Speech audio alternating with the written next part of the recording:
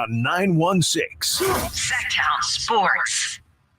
Sactown Sports. Headlines. I'm Simone with your Sactown Sports headlines. Following Tuesday's strategic measures to bring in defensive big man Nerlens Noel and officially finalizing the contract for EuroLeague star Sasha Vinchenkov, the Sacramento Kings are left with just one roster spot and one two-way option open for the upcoming season. With the 2023 schedule slated to drop sometime mid-August and training camp beginning shortly thereafter, as always, head to SactownSports.com or tap into your Sactown Sports app for the latest on the Bean Team's roster looks. Of course, a fun show laced up for you all afternoon long, and at 5:30, Emmy award-winning filmmaker Tim Rump joins the show to discuss his hottest new docuseries, Quarterback, which currently sits atop the U.S. Netflix leaderboard. Don't go anywhere. I'm Simone. Those are your Sactown Sports headlines. Welcome in to Sactown Sports.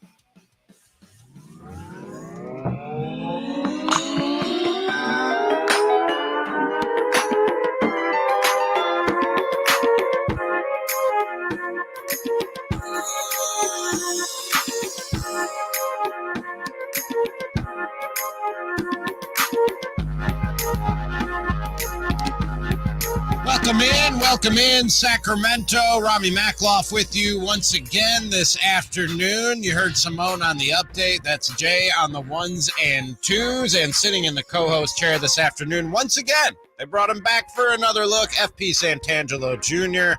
How are you this afternoon, my man? I'm doing well. I can't believe you guys invited me back. Probably the worst mistake you guys ever did. I told you the first time. I thought it went really well, and I'm glad to have you back. For those who weren't listening the first time, and just so we make sure everybody's on the same page, and you said this the first time you were here, not that FP Santangelo. Yes, I'm not that Major League Baseball player. That is my father. Okay. Yes. Okay. That is my father. I'm 28 years old. Okay. I have been in sports media for the past 5-6 years in the Bay Area with NBC Sports and other radio stations, but I'm happy to be here in my hometown 916 from Oak Ridge High School. I'm a Trojan. Yeah. Went to Sacramento City College, went to Folsom Lake College before I went to UC Santa Barbara. Home of the Gauchos. There but now local kid, and he's back. And you said you grew up listening to the station. Yeah, I did. That's a very cool thing. That is a very cool thing when you FPJ, is Deltopia still a thing? It is not. Okay. Well, kind of. It's kind of shut down. It's kind of subdued. But funny enough, the last time I was at it, at UC Santa Barbara. And for those that do not know, Deltopia is this. Thank you for not making me expose myself as an No, outsider. we saw the look. Okay. We saw the look. It is this huge party where basically Cal Berkeley, UCLA, USC, all the biggest schools come to UC Santa Barbara to party on the beach for like the whole entire weekend. It's amazing. Nice. I went to none of those schools, and I still pulled up. Yes. And the last time I was there, I saw Sam Darnold. He was actually randomly in the crowd. He had a gallon of water, and he was just walking around with, I think he might have had a beverage in one hand, but he was drinking water with it because, he was the quarterback. Stay hydrated, man. You got to stay hydrated. Yeah. You got to stay hydrated. Good on him. That's responsible behavior right there. Yep. Check us out. Get in on the show at 800-920-1140 is how you can give us a call. You can always text the show, 916-339-1140, and you can listen on the old airwaves, the app, SactownSports.com. Right there, I'm pointing at you at YouTube.com/SactownSports. Smash that like and subscribe button while you're there and help us grow this thing so that we can bring you even better coverage. Good show for you lined up. John Feinstein, legendary sports writer. He'll be here at about 2:15. And Tim Rump, quarterback of the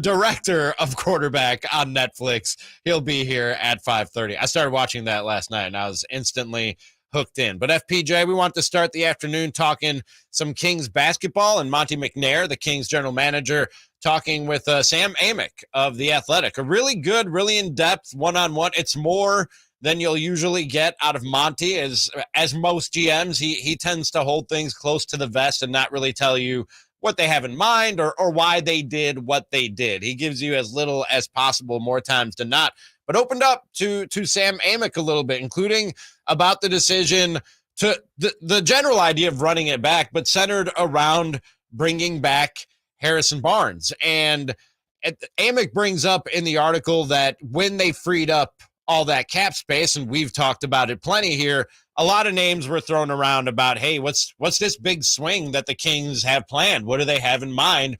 Why did they open up that cap space? And the names he brings up in the article are the ones we've heard: Draymond Green, Kyle Kuzma. One we've heard a little less, which I would have.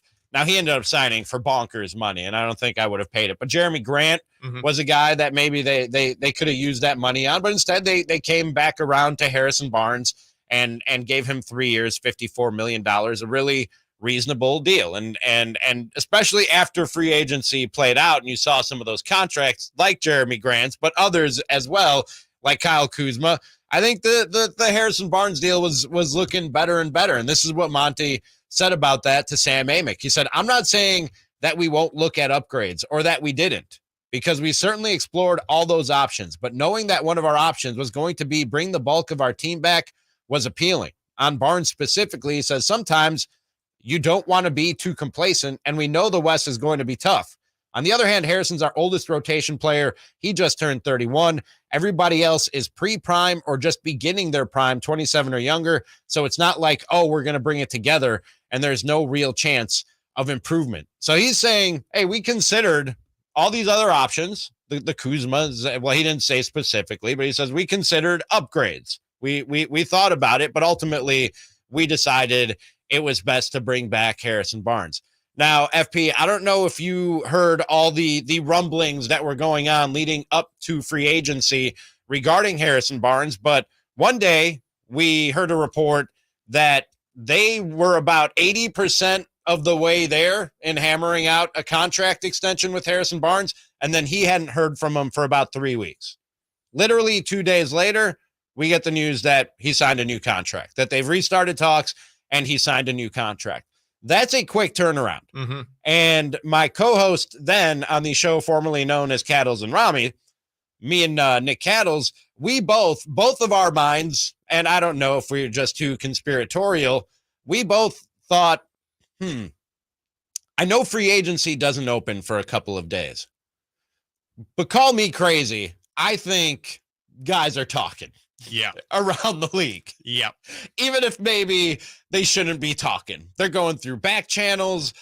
Players are gauging interest from teams. Teams are gauging interest from players. And we both thought, I wonder if they reached out to a Kyle Kuzma or a Draymond Green or a Jeremy Grant or anybody else who might be on the free agent market that might have been a quote unquote upgrade, and either heard the price was too high or heard he's already decided he's coming back to his own team, which is what ended up happening with most of these guys, or just heard not really interested in Sacramento. You know what I mean? They threw out the hook and no bites. So they came back to Harrison Barnes after 3 weeks of not talking when they were 80% of the way to getting a contract. And they're like, hey, you know what? Maybe we want to keep want to keep you around. No, do you believe, Monte, that was plan A to keep Harrison Barnes, or do you think that's basically how things played out right there? I kind of think it's like how things played out, right? I think they had a contingency plan, right? Let's kick the tires on this guy. Let's kick the tires on this guy. If we're getting traction in certain areas, like on a Kuzma or a Draymond Green, be great fits. But if he's not there and they're not there and we're just not seeing eye to eye on, figures, years, all these different aspects of a deal, okay, we already have a guy. Right. And I think that's kind of how everyone goes about it. So I don't think this is like, oh, is Monte McNair not know what he's doing? I think everybody does this in the NBA, so it's not that big of a deal. But him coming out and saying this, he's probably just trying to defend his guy and be like, hey, he was always on our mind, which is true. Right. Mm-hmm. But plan A, I'm not sure. There's just things move day to day in the NBA and really any sports league where you're making decisions and, so like you get a feeler out there and all of a sudden you got somebody on a hook and you're like, oh, wow, this could actually might happen. And then you're talking to agents. So, who knows? This world moves so fast. But I think today in this article, Monte McNair shared a lot and Sam Amick just crushed it. Yeah. Absolutely crushed it. He's really good, man. Crushed it. And, a part of that article, Ramie, that came out, like really just stuck out to me is McNair said, I think people always focus on this year, but for us, this summer was as much about setting up the next 3, 4, 5 years as it was just how good we'll be this year. So they're looking at the future now. Okay. So maybe they did kick the tires on those guys, but they saw an opportunity to keep this band together, try to see the blueprint of maybe what the Golden State Warriors are doing a little bit. I know they have 2 generational shooters. Right. It's really hard to copy that, but to keep a core together and then build around that core. And I think that's what they're doing. And we're going to get a little bit more into what you're talking about and some of the things he said in this article coming up at 4:00. But on the subject of adding and improving and upgrading, he did add this just for Kings fans. So you don't think like, oh, they're done and this is what it's going to look like. He said, I'm a big flexibility, optionality guy. Is optionality a word? I don't know if now it is. I don't know if Monty's making up words. And then he says, and so for me, it was big to get the Sabonis extension done. We can't put all our eggs into that free agency basket because it's a very viable path to build around him above the cap. He goes on, he gets into some of the details. He said, you get a couple more exceptions to sign players. You can use your bird rights to sign him and take him to next summer where we can continue to do this and build a team.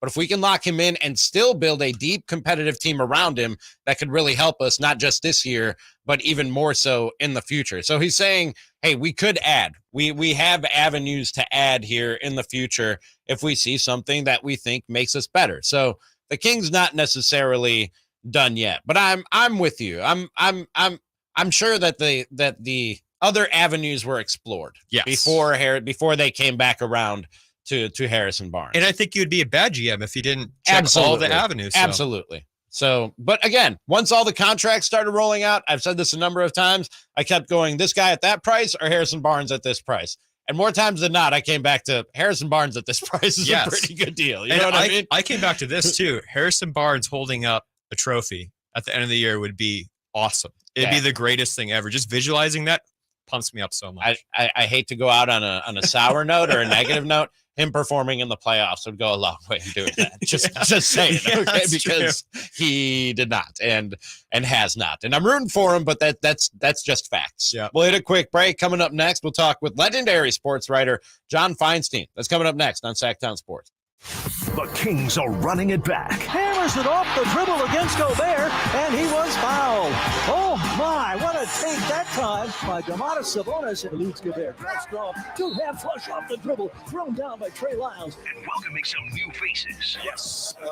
Toby Jones with 2 more. Now they go to Duarte in the corner for 3, and he rains it down. Keep it locked on Sactown Sports at SactownSports.com for the latest Kings news. Bonneville International Radio Station contests are open to participants at least 18 years of age and older that are residents of California and who reside in one of the 6 counties that make up the Sacramento metro area, unless otherwise specified. Employees or agents of the station, Bonneville International Corporation, other area radio stations, or any entity associated with the contest are not eligible to win, unless the station otherwise specifies in its own discretion. Persons who have won in the last 30 days from a station contest or event may not be eligible. For a copy of the general contest rules, visit khtk.com. Make the Sacramento River Cats part of your plans this summer. With weekly promotions, fun theme nights, and exclusive giveaways, there's always something for everyone at Sutter Health Park.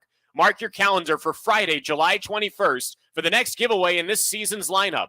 The first 2,500 fans receive a Dinger Hits Dingers bobblehead featuring Sacktown's favorite cat, our beloved mascot Dinger. Stick around postgame on Fridays and Saturdays for the brightest fireworks show in town. For tickets, visit rivercats.com.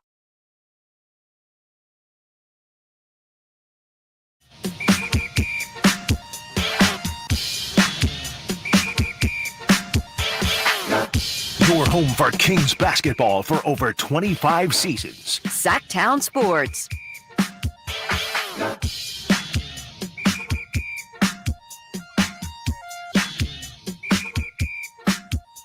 That's the station. I'm the host, Robbie Gould, along with and the co-host chair this afternoon. Pleasure to have him back, FP Santangelo Jr. We took to calling him FPJ his first time around. You're good with that, right? Yeah, it's just a lot. FP Santangelo Jr. Every time I want to say her name is just a lot. So it's a lot to spell out too. In high school and elementary school. Yeah, it is a lot. We were talking about, and we're going to talk with John Feinstein coming up here in just a few seconds. Wrote 23 New York Times bestsellers. Is that good? That's pretty good. But we were talking about Monty before the break, and Dwayne says, I don't think it's fair at all to just call out HB for the playoff slide when it was a team-wide issue.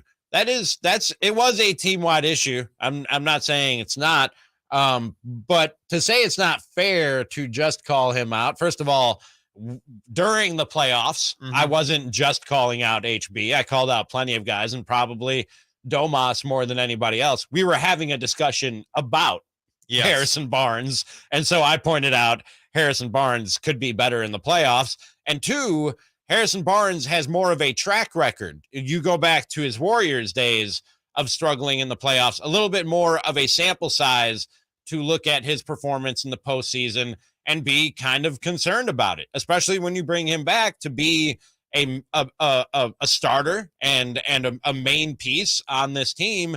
You need him and everybody else. Now that since we're having the discussion of how bad some guys played in the playoffs, you need him and everybody else to do better. And that, I don't think it's unfair to say so. I think Harrison Barnes would tell you he needs to do better in the postseason. That's the point that I was going to make, Ramie. Harrison Barnes himself would probably tell you, I could have played better and I could have probably been there for my team. And if a guy can say that about himself, then you kind of have the green light to be a little, to criticize a player a little bit. Yeah. Or else we're just sacrificing our credibility here on air. If we're just saying, no, you know what? He's fine. But Everything's fine. Yes, obviously Domas could have played better. Obviously Kevin Huerter could have shot the basketball better. And up until, was it game 3 or game 4 that Keegan Murray sort of was unlocked, he could have played better. Now, beyond that, his numbers still in some games weren't that impressive when you talk about Keegan Murray, but multiple guys, Domas, Fox, I think Mike Brown even said that was on us. We needed to do a better job of getting him the ball, of getting him open, of calling things for him.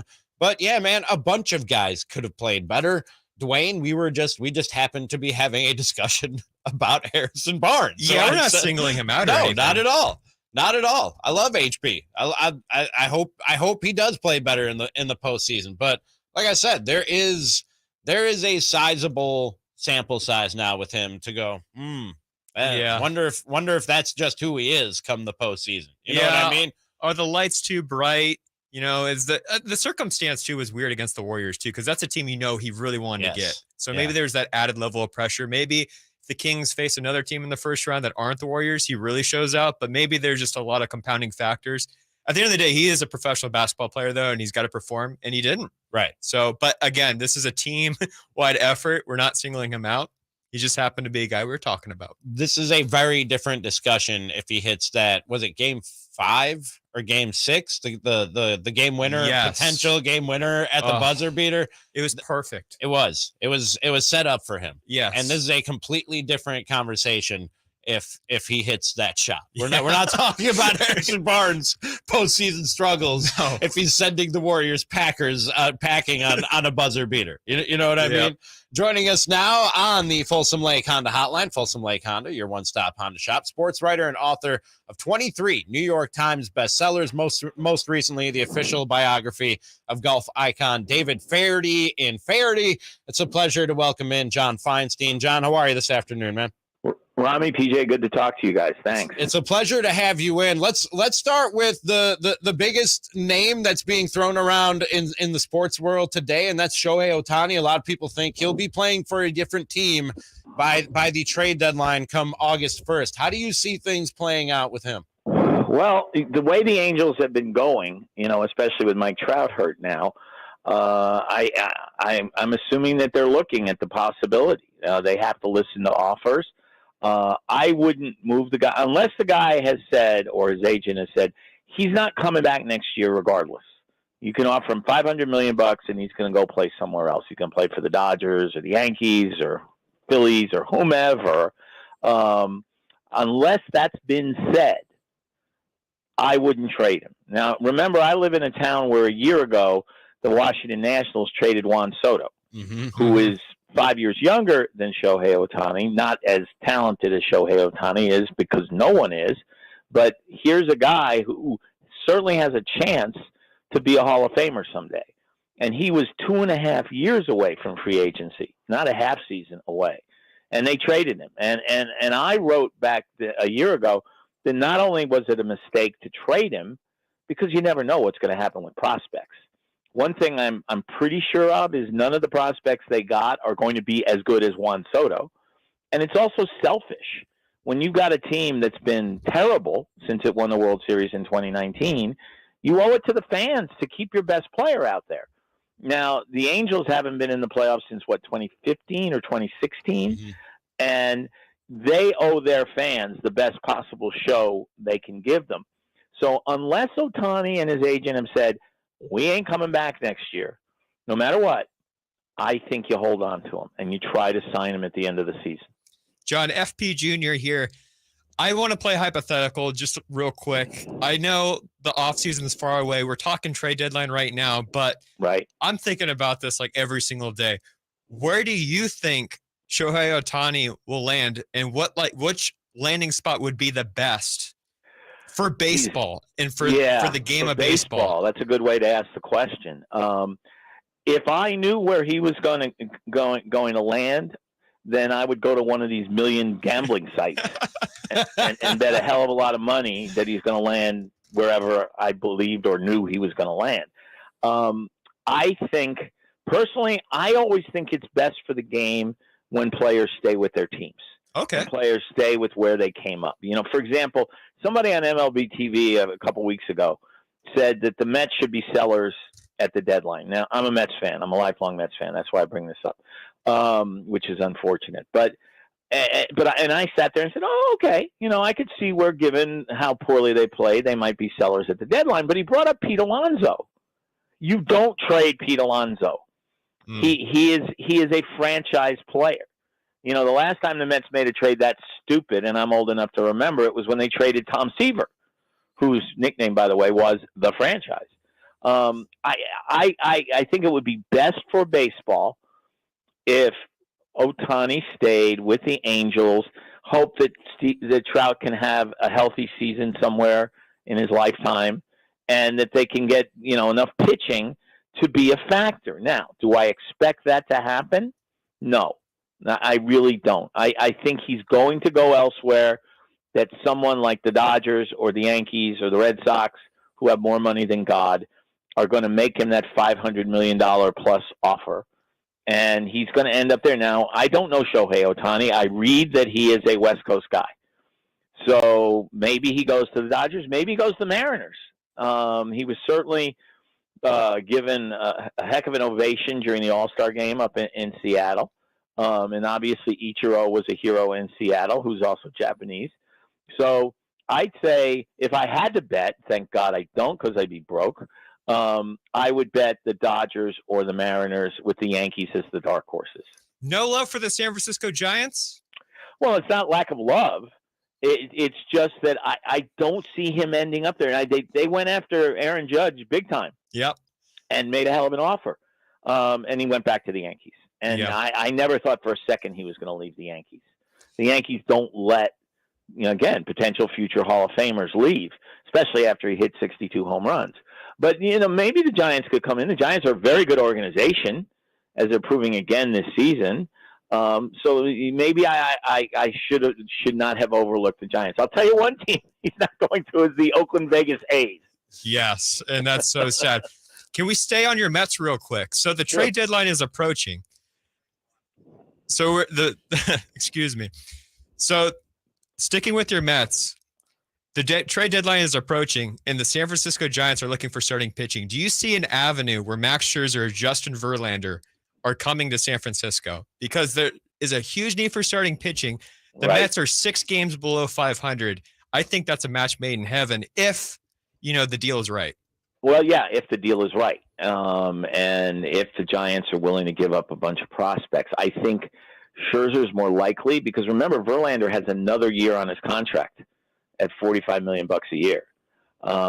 And neither one of them has been terrible, but neither one of them has been the Hall of Famer that they're going to be someday.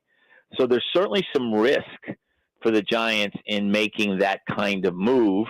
The Mets made that kind of move to get Scherzer, and he pitched very well last year until September, and he'd always been a good fall pitcher. So could I see a deal like that happening? I could, but I think Scherzer's more likely because I don't think the Giants want to commit to $45 million in Justin Verlander's salary next year. Talking with John Feinstein here on Sactown Sports, the man Does it all, and you can check out his new book, Faraday, the biography of golfer John Faraday. Wanted to switch gears. David Faraday, I'm sorry. Wanted to switch gears. Been called worse. Wanted to talk some NBA with you, and we got two high-profile guys sitting out there that requested trades going back a couple of weeks now in James Harden and Dame Lillard, and both those teams sort of digging their heels in and saying, look, we'll try to find you a trade, but if we don't get value, we're going to go into the season with these guys. Do you think we're seeing a change, a shift in the way that these superstars and their trade demands are going to be handled? I honestly don't think so. It's been, as you guys know, for the last few years that when someone demands trade, one way or the other, they get the trade. Right. And the thing is, if I were Miami, who's the team always mentioned with Lillard, or anybody else, I'd love to have him because he's a great, not only great player, but a great team guy, somebody you want in your city. Harden, the only player I would be less likely to want than Harden is Kyrie Irving, because Kyrie Irving's a cancer, and it doesn't matter where he goes. Now, he did win a championship in Cleveland, but he had a guy next to him. I'm trying to remember his name, who was pretty good. Oh, yeah, LeBron James. I've heard of him. Yeah, I've heard of him, too. And Mike Krzyzewski said to me, I was talking to him about Irving months ago, and he said to me, Kyrie's not a bad guy. Now, remember, he coached Kyrie in college. And I said, no, Kyrie is a bad guy because he's smart, and he still does all these stupid things. You forgive someone who's stupid for doing something stupid. Like I've always said, when John Daly screwed up, John Daly's just not terribly bright. He has a heart of gold. He's an incredibly nice guy. But if he does something stupid, you're not shocked. But when Tiger Woods did something stupid, I was shocked because Tiger Woods is really smart. And so I think ultimately they both get traded. And especially with all the whining that Joel Embiid is doing now. So I think they will ultimately get traded. But I think what both teams are doing is smart, is saying, oh, no, we're not going to trade him. Well, that ups the value of the deal that you're going to get. That's John Feinstein. Again, check out his latest book, Faraday, the latest of 23 New York Times bestsellers. And you can follow him on Twitter at John Feinstein. Link right there to go and buy that book.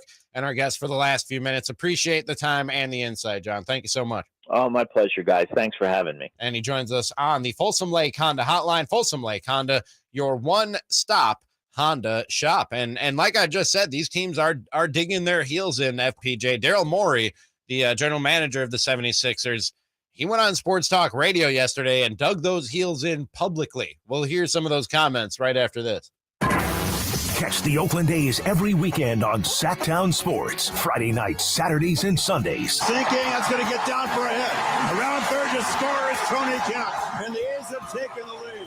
Edge of the track makes the catch. And the Athletics get a great win. Sactown Sports, your weekend home for the Oakland A's.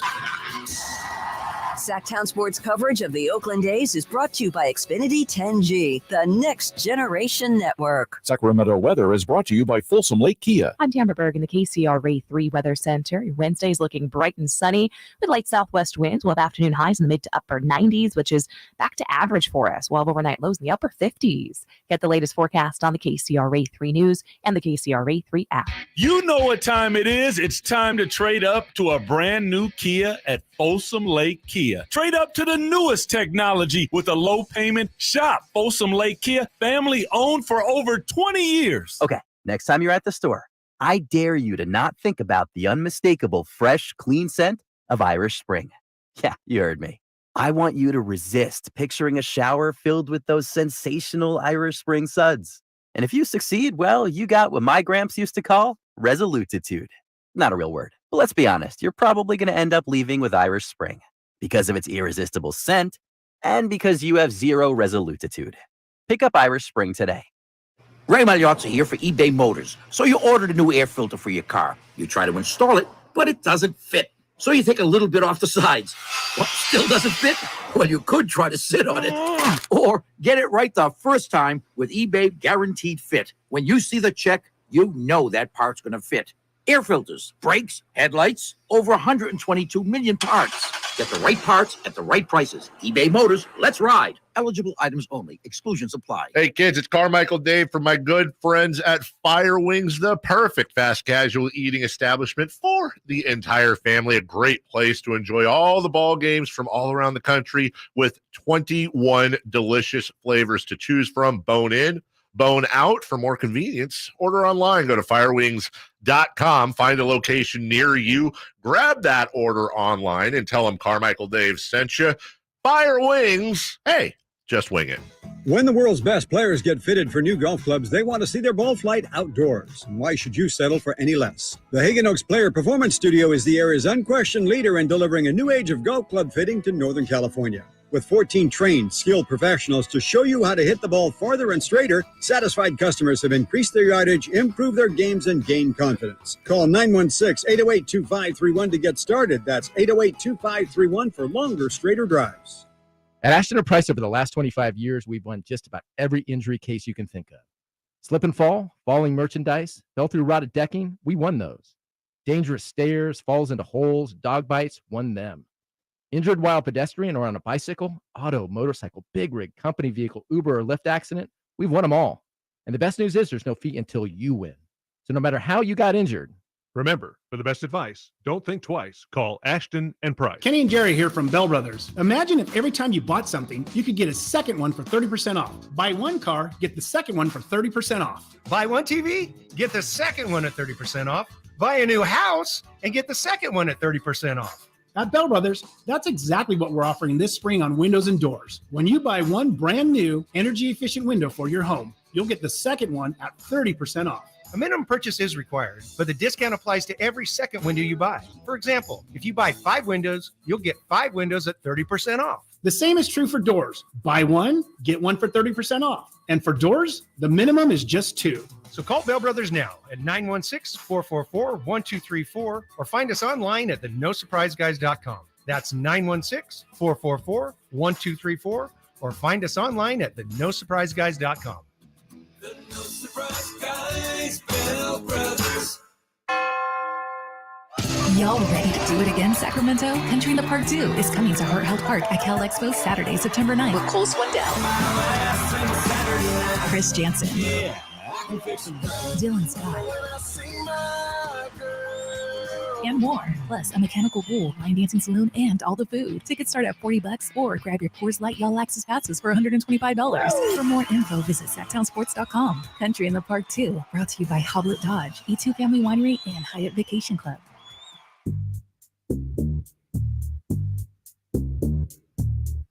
Your flagship station for the Beam Team, Sactown Sports. Aquí estoy, MC Kid Frost. Yo soy jefe, matón, it's the big boss. My cuenta's loaded, it's full of balas. I put it in your face. That's the station. I'm Ramie Makhlouf, along with FP Santangelo Jr. Coming up, FP will, for the first time, play Big Deal or No Big Deal. And I know Jay and Simone are going to get in on the game as well with very strong thoughts. Is that game a big deal? It is a big deal. That game is always a big deal, or no big deal is a big deal every time. Okay. If that made any sense to anybody who's listening out there. We just talked with John Feinstein, legendary sports writer, and you've seen him on all the debate shows on ESPN. And I asked him at the end about these trade demands in the NBA from these superstars that are not moving along so fast. When you talk about Dame Lillard and specifically James Harden, that one seems like it could really, really drag out to me. And I mentioned in the first segment, we were talking about Monte McNair's piece in The Athletic today, his one-on-one with Sam Amick. And I said, he gave you more than most GMs usually do. Mm-hmm. Well, Daryl Morey went on Philadelphia's 97.5 FM. That's their big sports talker out there in Philly, and gave you much more than NBA GMs usually do, including telling us why James Harden wants out of Philadelphia right now. Wishing for a different situation contractually. And I think that's been the main desire for looking for a new situation. And, you know, at this point, look, if we can do something that is win-win, helps the Sixers, then we will look at it. And if we can't, then we won't. He wants out because he wants more money is what you just heard right there. And we don't want to pay him. More money, We don't want to pay him that money is what Daryl Morey just told us. And if you read between the lines, he wants a different situation contractually is why James Harden wants out of Philadelphia right now. And they're not willing to pay him. That's the bottom line here. Yeah, and I think the landing spot he wants to go to is the Clippers, reportedly, right? That has been the reported landing spot that James Harden would prefer. I was thinking about James Harden, guys, and if there was an opportunity for him to play for the Sacramento Kings, I wouldn't even want him. Like, to be honest, I know he's a great player, he's a great three-point shooter. No, I'm good with that. But I don't get that winning energy from James Harden. Do you know what I mean? Yeah, no, I'm good. And Morey went on to say again on 97.5 in Philly that they want to accommodate James Harden, but they're going to need certain things. Well, I think James is a very good player, and right now, unfortunately, he does prefer to be somewhere else. I do have a long relationship with him. Yeah. I'm attempting to honor that. But the reality is, if we do look at a trade, it's going to be for one of two things.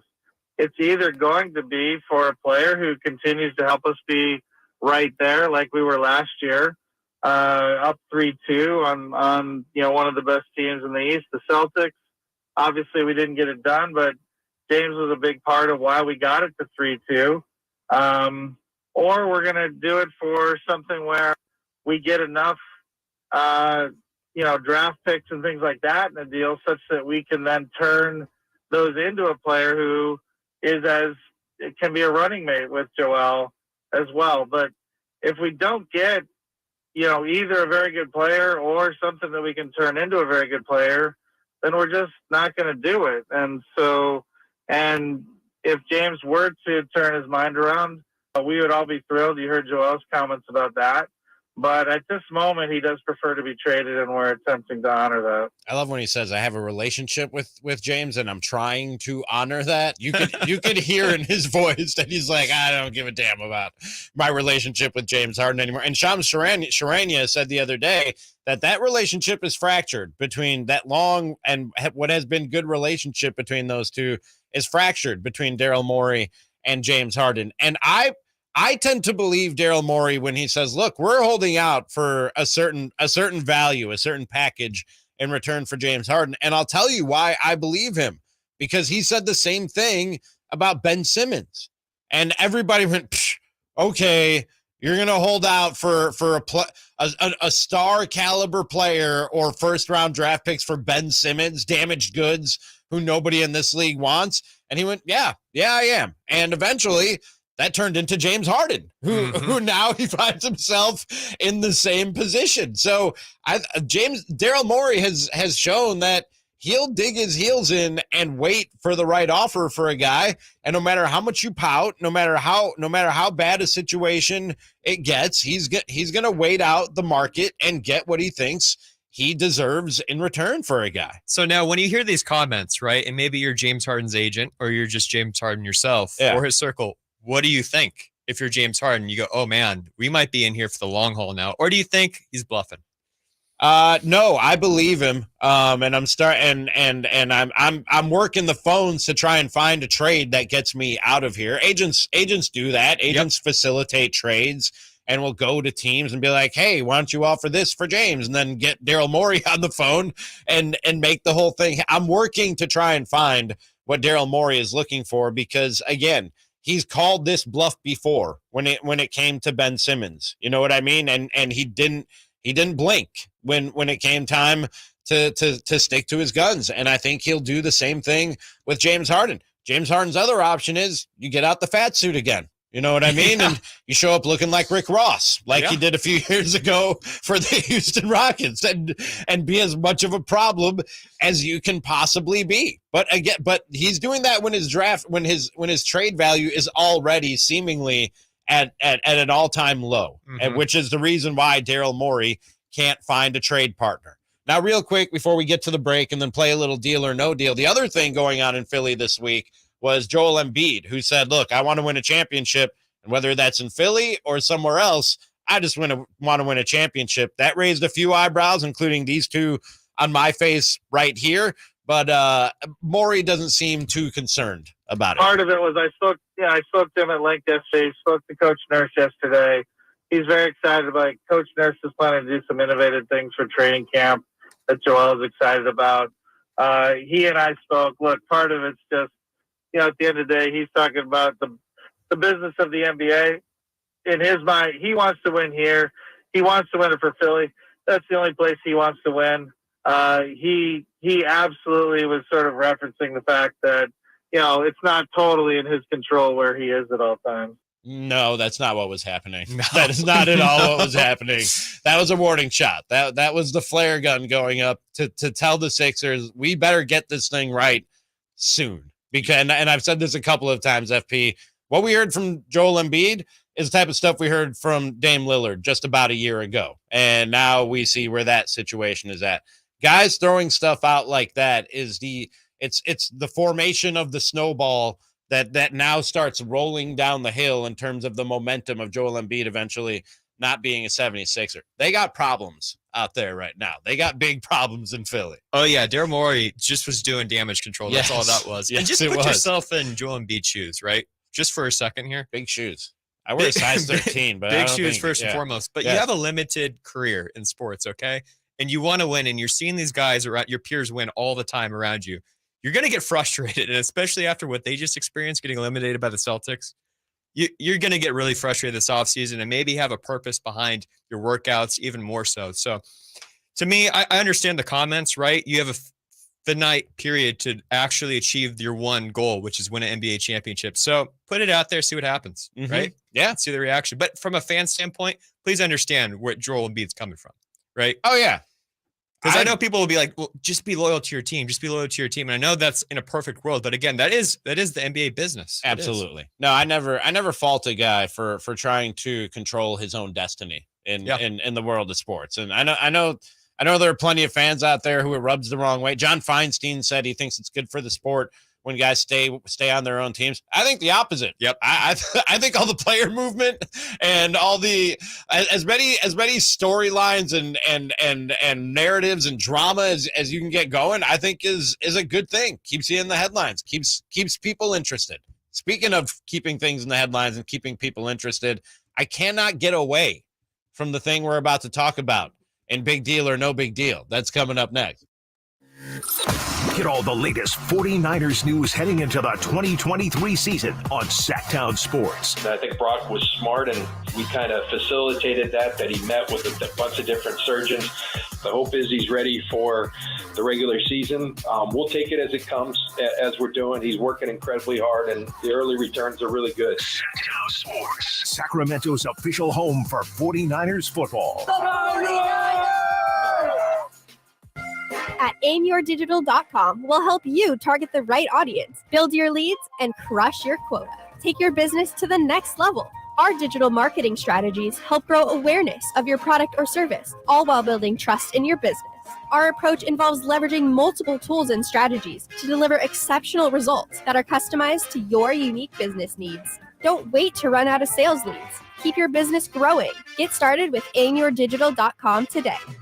Whitey here reminding you that not all grills are created equal. Enjoy the prime grilling season today with a new lifetime warranty Napoleon Prestige line of outdoor cookers. My personal Napoleon P500 series gas grill has turned me into a grilling pro.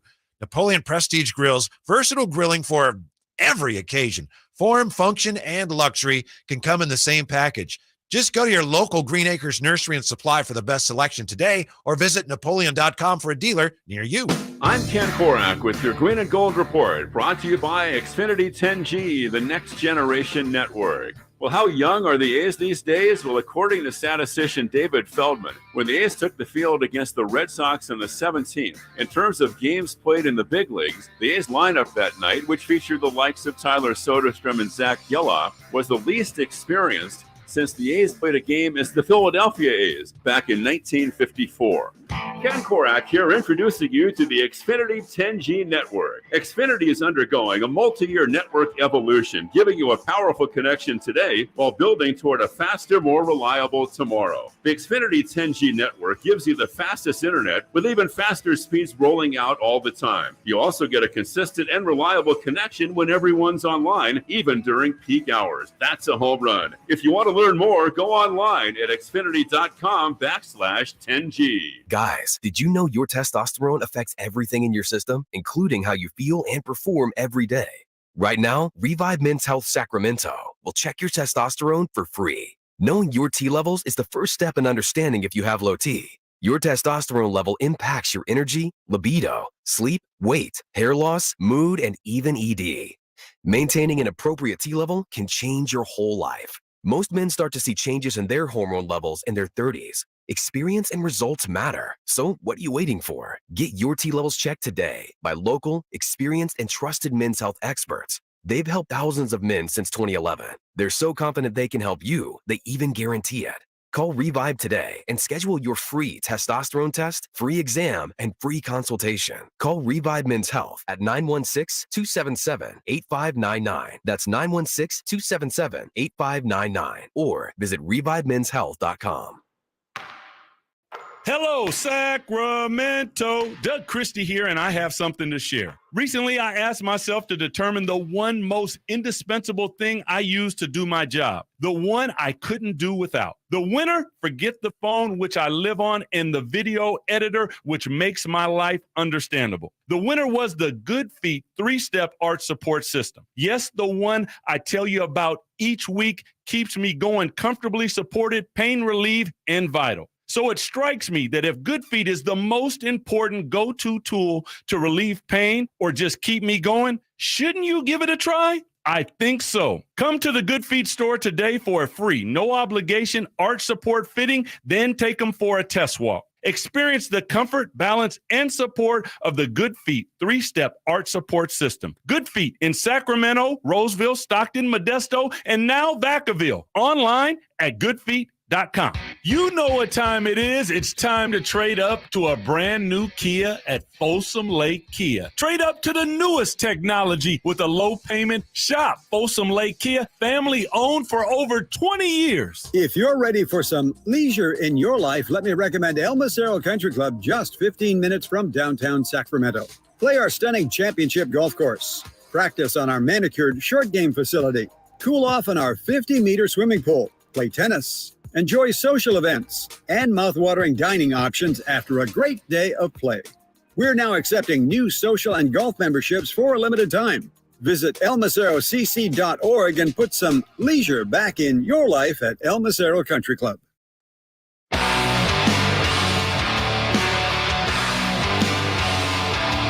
Live and local, 6 a.m. to 6 p.m., Monday through Friday. Sactown Sports. It is Sactown Sports. Ramie McLaughlin with you, as I am most every afternoon, alongside FP Santangelo Jr. with me for the ride today. Jay is on the ones and twos. Usually Simone is on the other side of the glass with him, but she walked in during the break and said, I'm coming in here for this segment. Usually Simone kind of deferential about that. Like, do you guys want me to come in the studio? No, she barged in and was like, I'm coming in here for this segment. She imposed Do not herself. come for me unless I call for you. Absolutely. Absolutely. This is my calling. You know, this is one of my specialties on the show right now. It's a little something that we call here on the show big deal or no big deal. And the subject of big deal or no big deal this afternoon is Barbenheimer. And some of you out there are asking, what in the hell is Barbenheimer? Please explain, Ramie. If you're one of those people like Jay, you're not on social media that much because you can't get on social media without hearing about Barbenheimer. So I'll explain it for those of you who don't know. The premieres of Barbie, the movie, the cinematic feature, and Oppenheimer, Christopher Nolan's piece, Both of them are set for Friday, July 21st. Two highly anticipated, big box office type of movies. Both have the same release date. And sometimes when that happens, one will move their release date. Neither moved, neither blinked. Nope. They're both sticking with July 21st. And so now, after what started as a joke on social media, a lot of people are planning a double feature and to go on the same day or on back-to-back days to go and watch Barbie and go and watch Oppenheimer. And as they say in this article I'm reading at Yahoo, they could not be more different. Could not be more different movies landing in theaters on the same day. So you have that dichotomy of two very different movies ending up in the theaters on the same day. So you know what Barbie is, of course. It's the doll. It's the toy, right? That every girl or guy grew up with. Yes. But Oppenheimer is about the creation of the first atomic bomb. So we're talking about nuclear bombs here. Yes. And then Barbie dolls. No big deal. I should have laid that out. That's good co-hosting, though. That is good co-hosting. You picked up quickly. And if you want to know if like this fad is catching on or working and getting results, last week AMC Theaters announced that more than 20,000 moviegoers had already booked tickets for a Barbenheimer double feature, with that number doubling to 40,000 this week and sure to increase even more in the next few days. So I asked the panel here on the afternoon show, FP, Simone, Jay, and I'll start with you, FP. Everybody else, feel free to chime in as you please. Barbenheimer, big deal or no big deal, FP Santangelo Jr.? Big deal. Big deal. Really, really big deal. It's such a big deal. I've been so ready for Oppenheimer and Barbie, by the way, too. Yeah. Barbie's on the back burner, though. Oppenheimer is the one I circled. Yes. My YouTube algorithm is usually sports highlights, of Barry Bonds or, I don't know, Brock Purdy highlights. Sure. Something. But now it's all about nuclear bombs, nuclear waste, and nuclear fallout. So I'm probably on a list somewhere, which is very unfortunate, but I'm ready for this movie. So this is a big deal for me. Do you have your tickets? Not yet. Okay. Do you plan on going to see both on the same day? Not on the same day, but I think I'm going to space them out. All right. I think I'm going to be a little bit, it's probably the same weekend. So probably like a Friday night, Sunday thing, because just my personality, I can't sit in the theater for 6 hours. That is such a long time to sit in a movie theater in one day. Yes. That is that's an immensely long time. I can't do it. Yeah, so shout out to all those people that can. I can. And I think you know the answer to the next big deal or no deal. For me?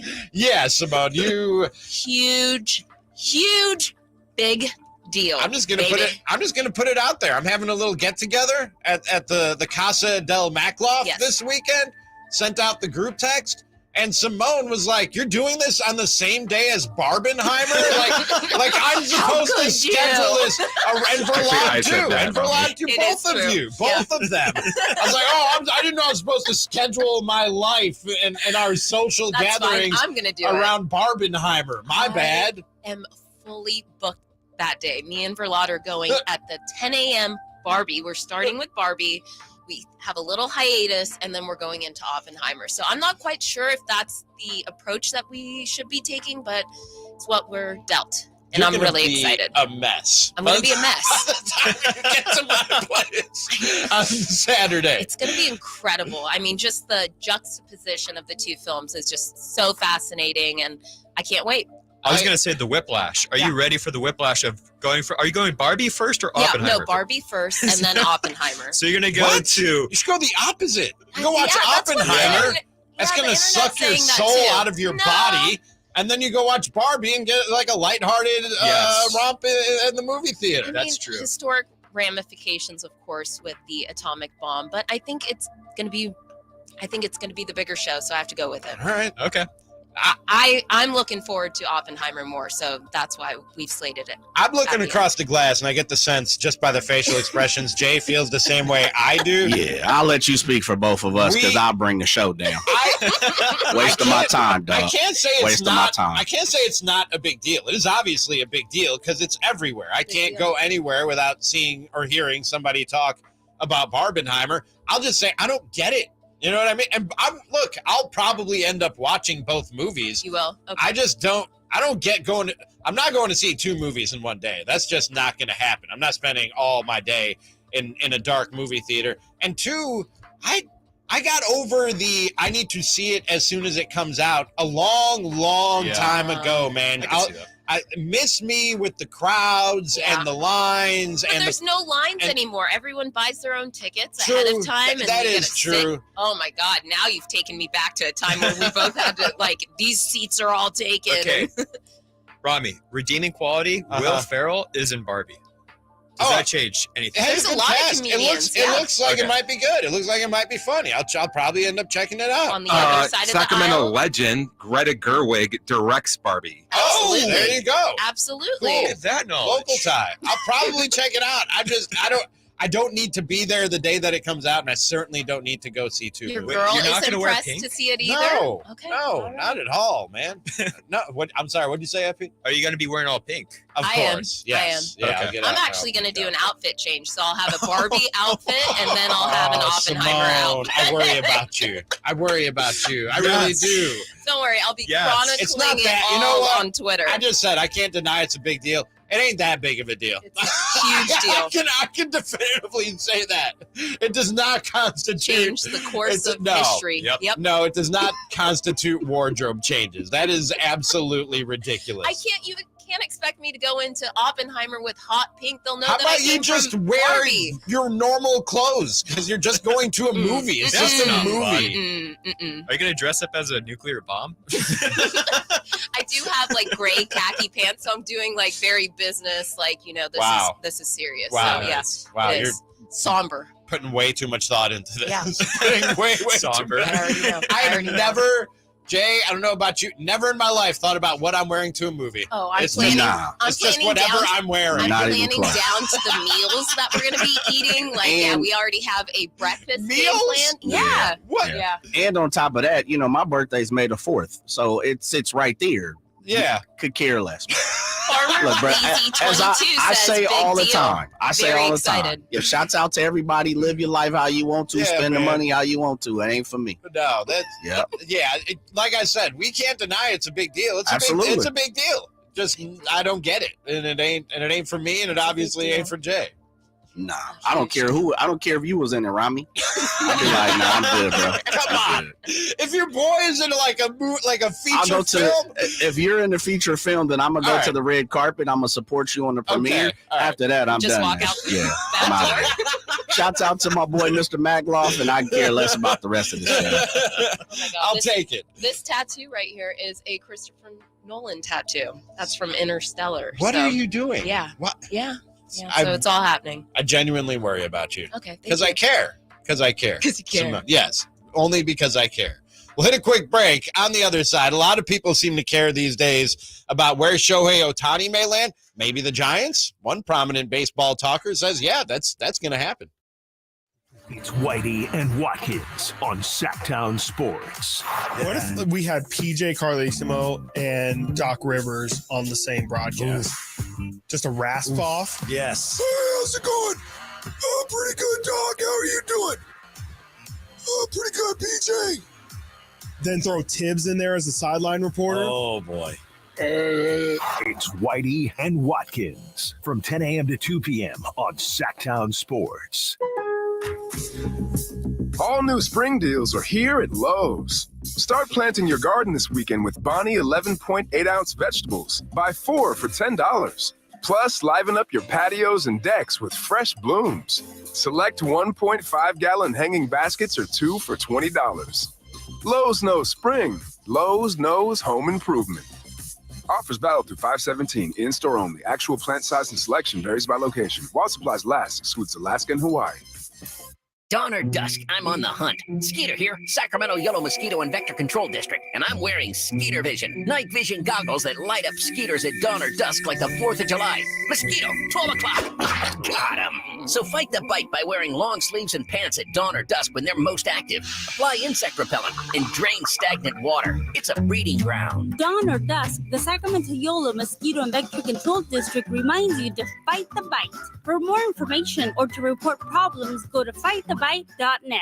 My brother-in-law died suddenly, and now my sister and her kids have to sell their home. That's why I told my husband we could not put off getting life insurance any longer. An agent offered us a 10-year, $500,000 policy for nearly $50 a month. Then we called SelectQuote. SelectQuote found us identical coverage for only $19 a month, a savings of $369 a year. Whether you need a $500,000 policy or a $5 million policy, SelectQuote could save you more than 50% on term life insurance. For your free quote, call SelectQuote at 1-800-330-1991. That's 1-800-330-1991. Or go to SelectQuote.com. That's 1-800-330-1991. SelectQuote. We shop, you save.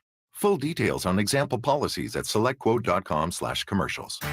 Hey, it's Carmichael Dave, and I recognize, just like my friends at American Energy Heat and Air, that your time is important. And that's why shopping for a new air conditioner is now easier with American Energy Heat and Air's online quoting tool. All you have to do is go to AmericanEnergyAir.com and get an instant quote right now. It'll help you determine what system you're going to need to get. It'll provide the best pricing options, all from the comfort of your home without having to have somebody come to your home. You know how annoying that is? They come in and everybody there is so sweet and nice, but how much better is it to be able to get it on demand? Visit AmericanEnergyAir.com. Check out how easy it can be. Or if you want to give them a call and talk through what your needs are, 916-520-9990. That's 916-520-9990 or AmericanEnergyAir.com. Call 916-520-9990 now. KHTKAM HD1 Sacramento, KYMX HD2 Sacramento. From the Power Business Technology Toshiba Studios. This is Sactown Sports. Sactown Sports. Headlines. I'm Simone with your Sactown Sports headlines.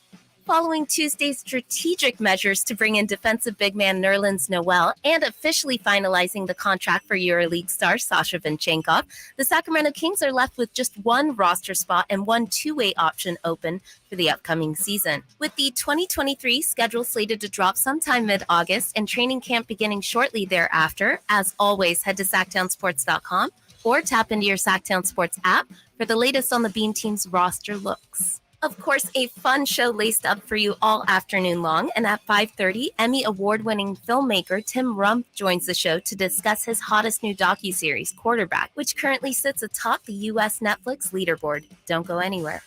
I'm Simone. Those are your Sactown Sports headlines. Now back to more Sactown Sports.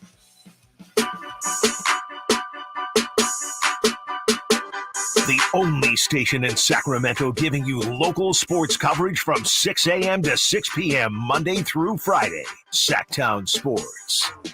Hour 2 of the show here this afternoon. Ramie Makhlouf, along with FP Santangelo Jr.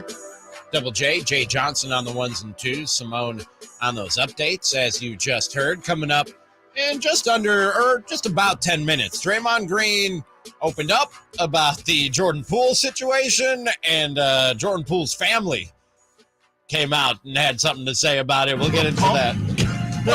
Exactly. That's Mark. That's what went down between the Greens and the Pooles coming up at 3:15. But the talk of Major League Baseball has been, and really, I mean, for a couple of years now, and the buzz just gets louder and louder around Shohei Ohtani, the phenom for the Angels, who both pitches and DHs and does both about as well as anybody in baseball. We haven't seen something like this.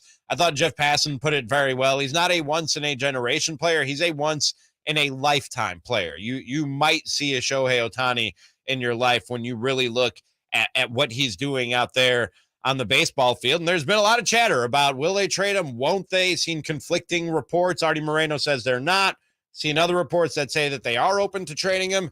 And a lot of teams being thrown around as potential destinations or landing spots for a Shohei Ohtani. One that you don't hear so often, and you were just saying this during the break, FP, is the San Francisco Giants. Well, there is one guy who has the Giants in mind. This was Eric Karros over the weekend on the MLB on Fox.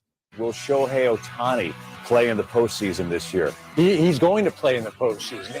He has to play in the postseason. The Angels need to trade him. If they don't, they're doing a disservice to the organization. Now, you want me to take it a next step further? Who's he going to be playing for?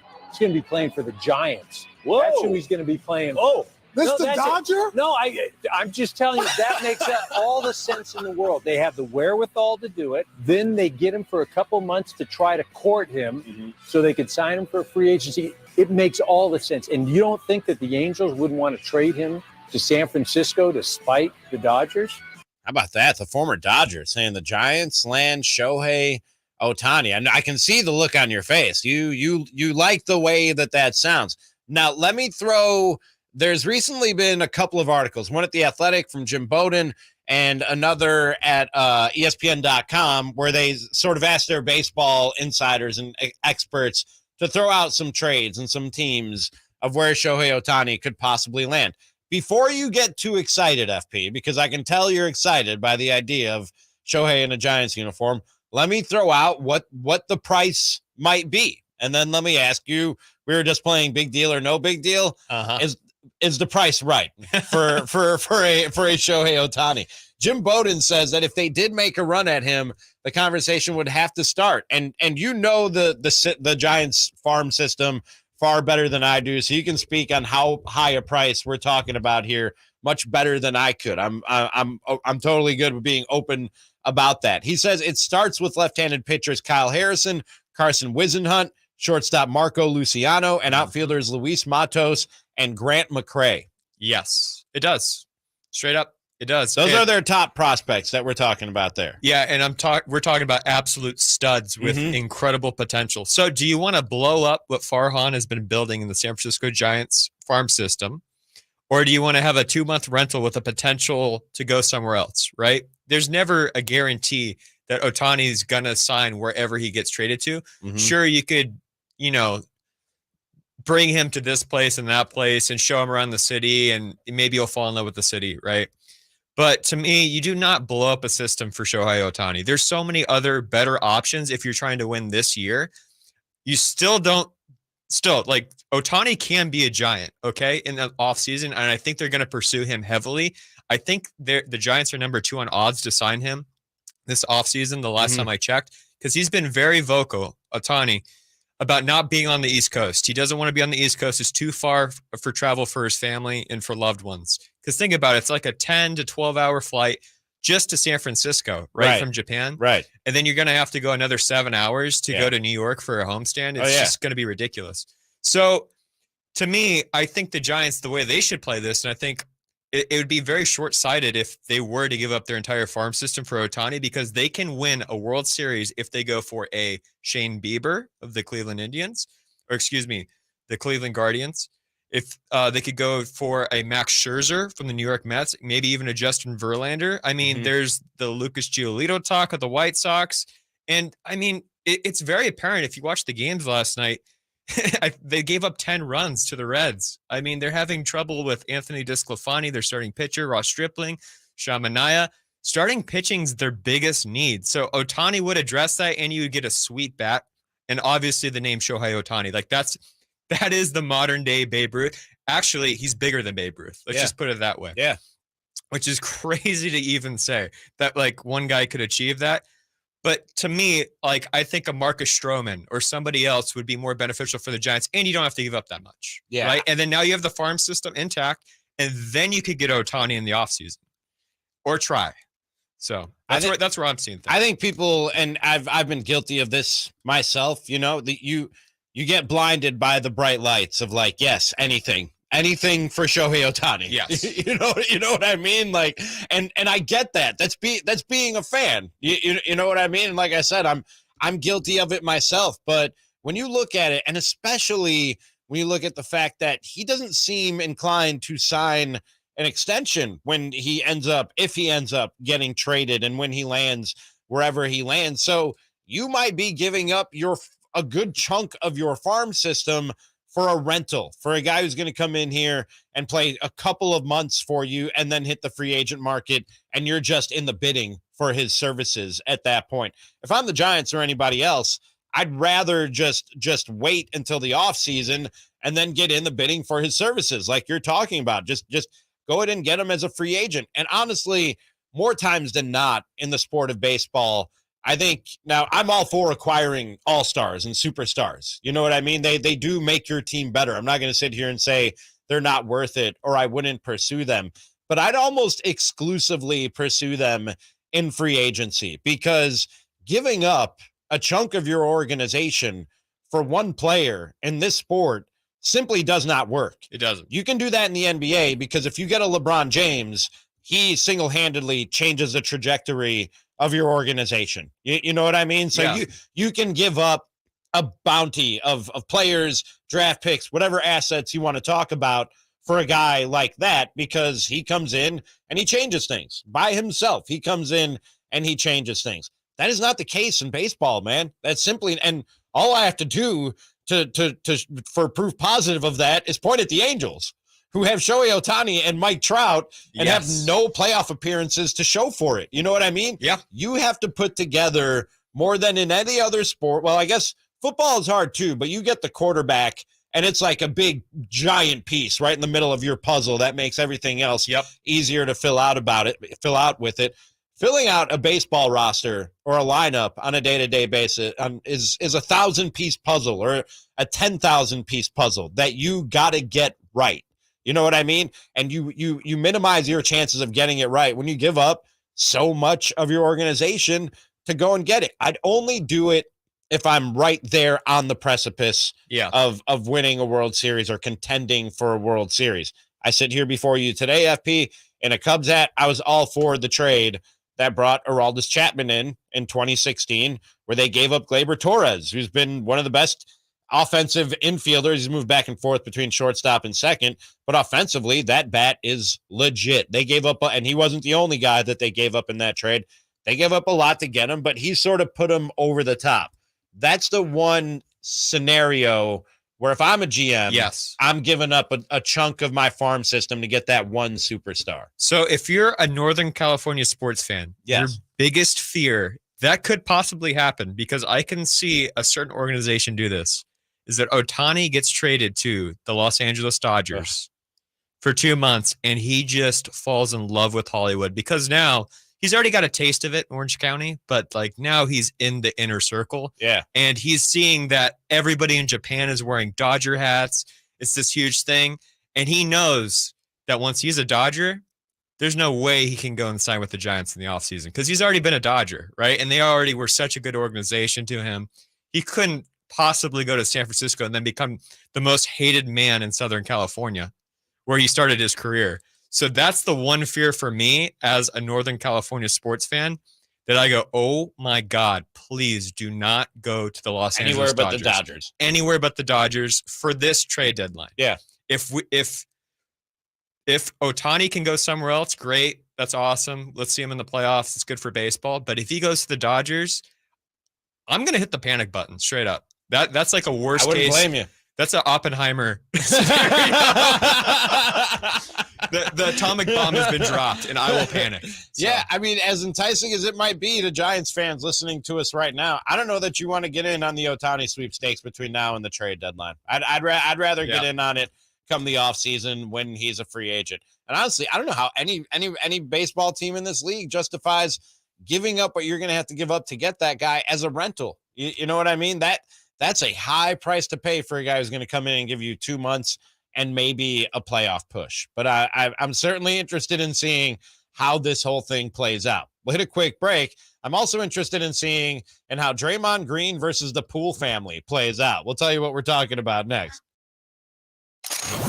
Need your Niners fix? Sactown Sports has you covered. I'm not going to lie to you guys. I think Trey looks significantly better than he did last year. I really do. I think his confidence is there. I think that he's throwing really good passes. I mean, just watching him, he just looks so much more comfortable and confident in the pocket, and I really appreciate that from him, from all the work that he's put into it. He just looks like he's having fun, because when he's out there having a good time, it definitely brings up everyone around him. Get all your 49ers coverage leading into the 2023 season at Sactown Sports and SactownSports.com. Folsom Lake Ford has trucks. The F-150s are here. Explorers, Expeditions, and a huge selection of Broncos and Bronco Sports. They're in stock now at Folsom Lake Ford. Shop Folsom Lake Ford, your truck headquarters right here in Sacramento for your favorite Ford models at good, fair prices. Short on cash? Buy any new Ford with 0 down. Save big with low interest finance rates. Plus, Folsom Lake Ford is paying top dollar for all trades. We want your vehicle regardless of mileage or condition. This could be the best time to buy a new Ford. Check out the huge inventory online at folsomlakeford.com or stop by the dealership and see the most recent arrivals. Looking for something special? Give them a call and tell them Doug Christie sent you. Folsom Lake Ford in the Folsom Auto Mall, your trusted dealer, my trusted dealer for over 30 years. FolsomLakeFord.com. 0 down with approved credit.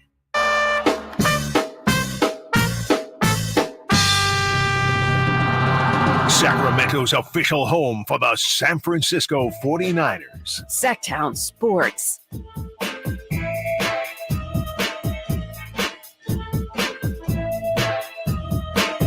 Sactown Sports, Ramie Mackloff with you this afternoon. Jay on the ones and twos, Simone on the updates over there on the other side of the glass, and FP Santangelo Jr. sitting in the co-host chair this afternoon. Pat Bev has his own podcast, as just about everybody does. Everybody but Jay. And you. And me. Everybody has a podcast except for Jay and myself. But his guest on the latest Pat Bev pod was Draymond Green, who has been kind of quiet, kind of mum on the whole Jordan Poole situation since the punch and since he's gotten traded. We haven't heard anything about that. Well, Pat Bev asked him exactly what led up to the now infamous punch, and here's what Draymond Green had to say. I don't just hit people. Dialogue, of course, happens over time. And you usually ain't just triggered by something like that fast, to that degree. You know what I'm saying? Like, this is a team, you know what I'm saying? Like, ain't nobody on my team triggering me, in an instant. We know stuff that you don't say amongst men. You know what I'm saying? We know things that you have to stand on. So that was Draymond Green saying, I don't just punch people. And I immediately when I heard him say that, I thought of this moment from the Chappelle Show and the infamous Rick James story. See, I never just did things just to do them. Come on, I mean, what am I going to do? Just all of a sudden just jump up and grind my feet on somebody's couch like it's something to do? Come on, I got a little more sense than that. Yeah, I remember grinding my feet in Eddie's couch. Same thing. Draymond Green is like, oh, what? I'm just going to punch somebody? But there are certain things that you can't say to somebody or you're going to get punched. I'm just not going to get triggered. Exactly. Yeah, that was Draymond Green just pulled a Rick James on all of us right there with those comments. So he says that, and he's almost saying like Jordan Poole asked for it. You know what I mean? Like he egged me on till I had to do what I had to do till he triggered me. Well, Anthony Poole, Jordan Poole's dad, he caught wind of this, and at the end, Draymond said, "I'm going to stand on this." Anthony Poole said, "I'm going to stand on this. That is some BS. JP was his guy, and he avoided me all last year. He is soft. He is a soft AB, and I'm standing on this, and he didn't apologize to me and my wife, so he's lame, and me and him can meet anytime he wants." That's Anthony Poole, Jordan Poole's dad, letting Draymond Green that he wants all of that smoke. Yes, he wants right here. He wants all the smoke. This is this whole situation to me, Ramie, is just so crazy, so crazy. So I had the experience of meeting Jordan Poole a week after he got drafted in the Bay Area. And I got to know him and his inner circle pretty well. We actually watched an entire Giants game together. And it was really cool. This guy was one of the most articulate people. He had everything planned out. I just knew this guy was going to be successful. So when he had those struggles with the Warriors, I was thinking the whole time, he's going to overcome this. He's just so intelligent. You could tell the work ethic's there. You could tell when somebody just has that it factor when you talk to him, like, oh, this kid's going to go far. Well, I think he handled the entire situation perfectly. He is smarter than what people think. I guess he is. But to me, he just was the way that he just didn't say anything and just put his head down and went to work every single day after this whole thing. And maybe he popped off, right, as people do within practice, within a private setting. And Draymond took it too far, and you know the story. Sure. I think that Jordan handled this so spectacularly, and the way that everything unfolded, unfortunately, with him leaving and going to Washington was honestly, it was so unfortunate. I was really, really upset because after spending time with this kid and knowing who he was, it's just like I don't believe I felt for him, man. I did, because first of all, I think that the Warriors maybe panicked and pulled the plug on Jordan Poole, the whole Jordan Poole situation, a little too quickly in Golden State. Yes. And also, for a year, he's had to hear this stuff, and then he's shipped off to the Siberia of the NBA, essentially, with being the Washington Wizards. He didn't ask for any of this. Yes. You know what I mean?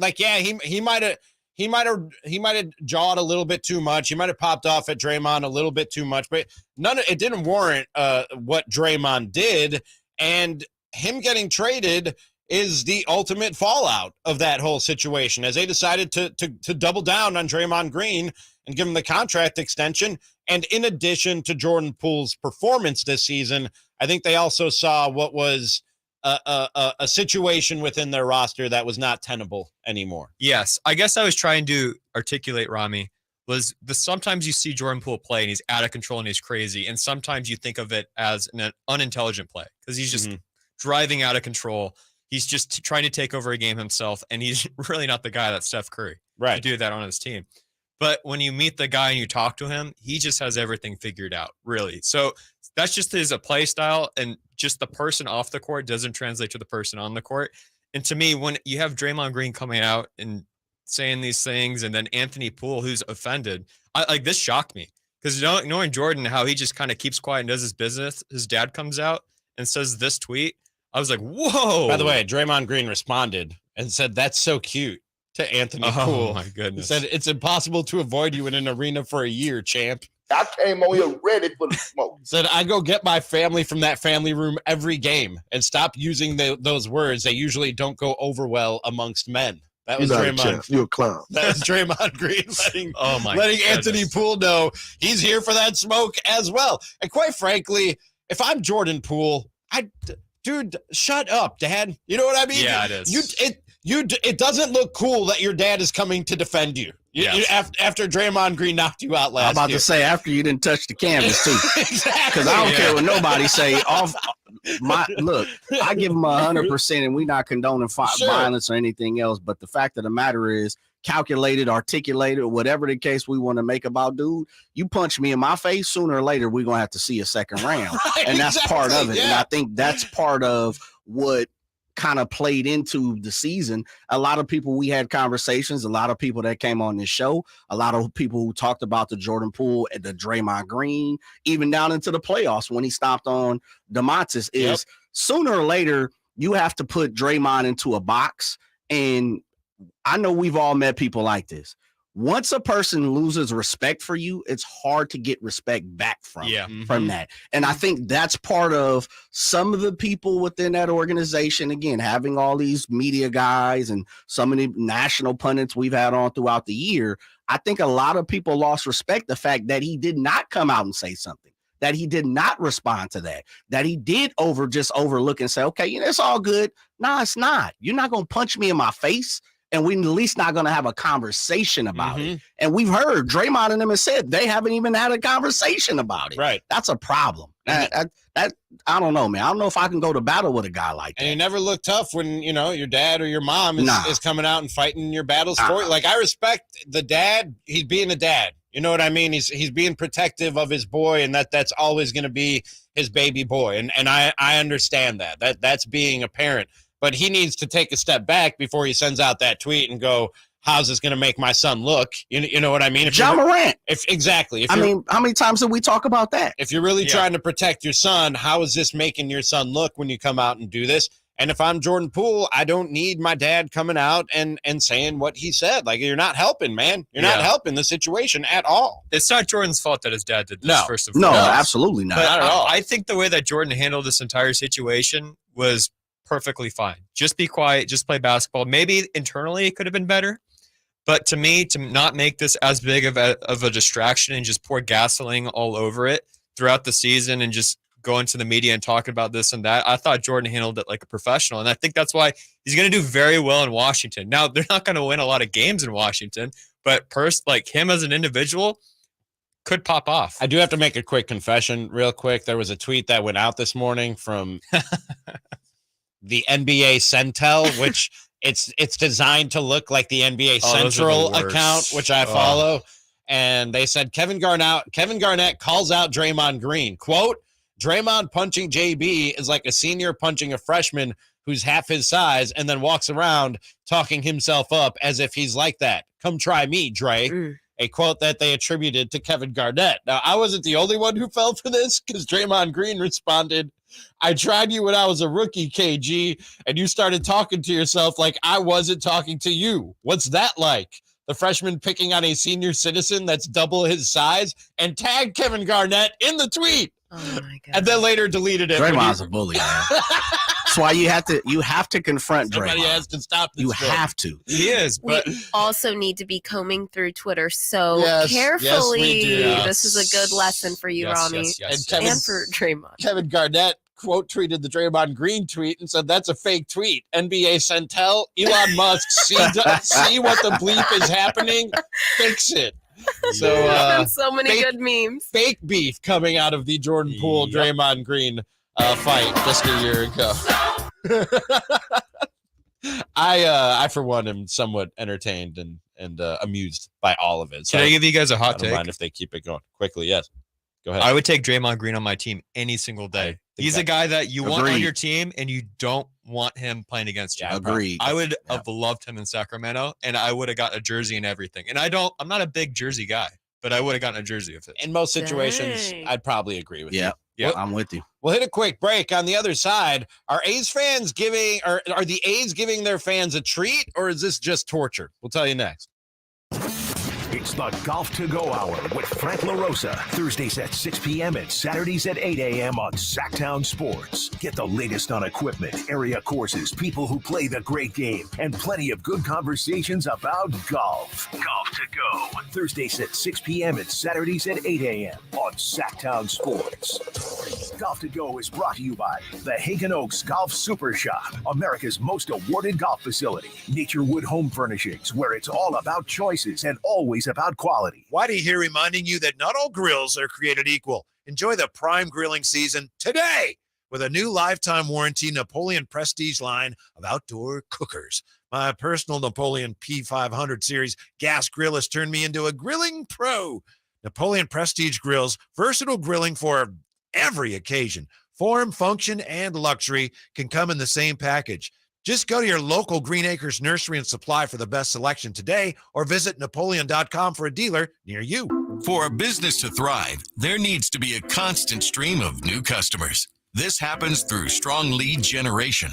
Did you know that lead generation is one of the most important tools of any marketing campaign?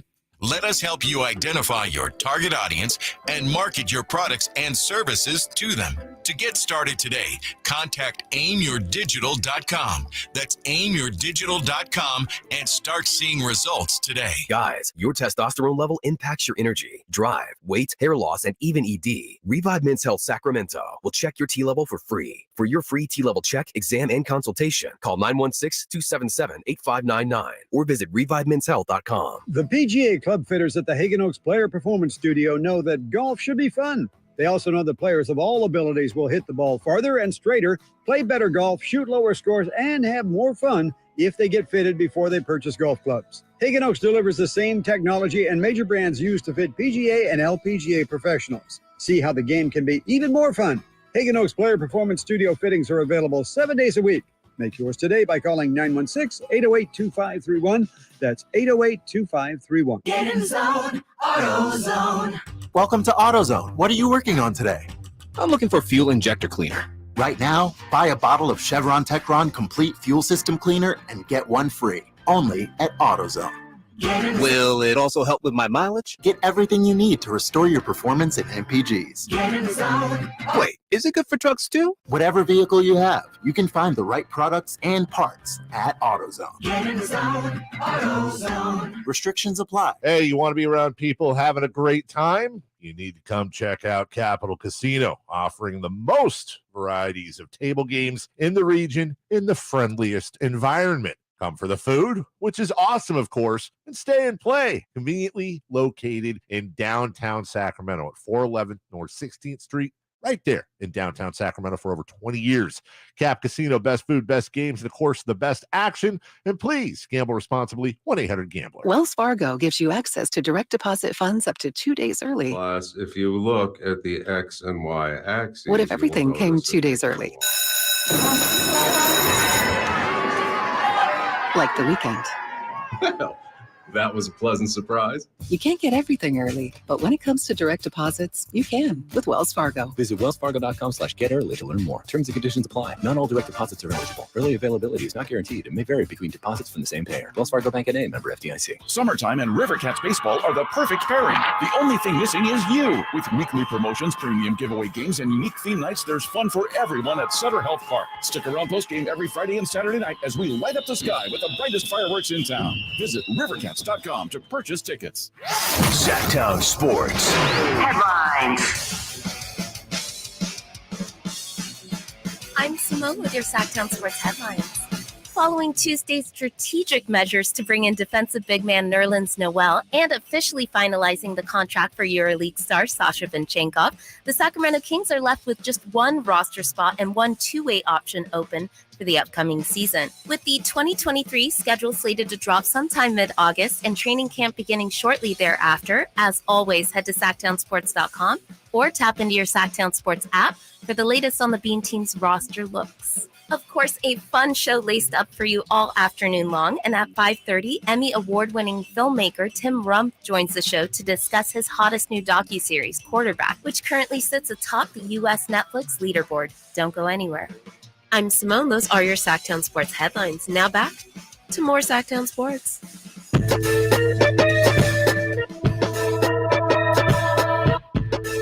The only station in Sacramento giving you local sports coverage from 6 a.m. to 6 p.m. Monday through Friday. Sactown Sports. That's the station. I'm the host, Ramie Mackloff.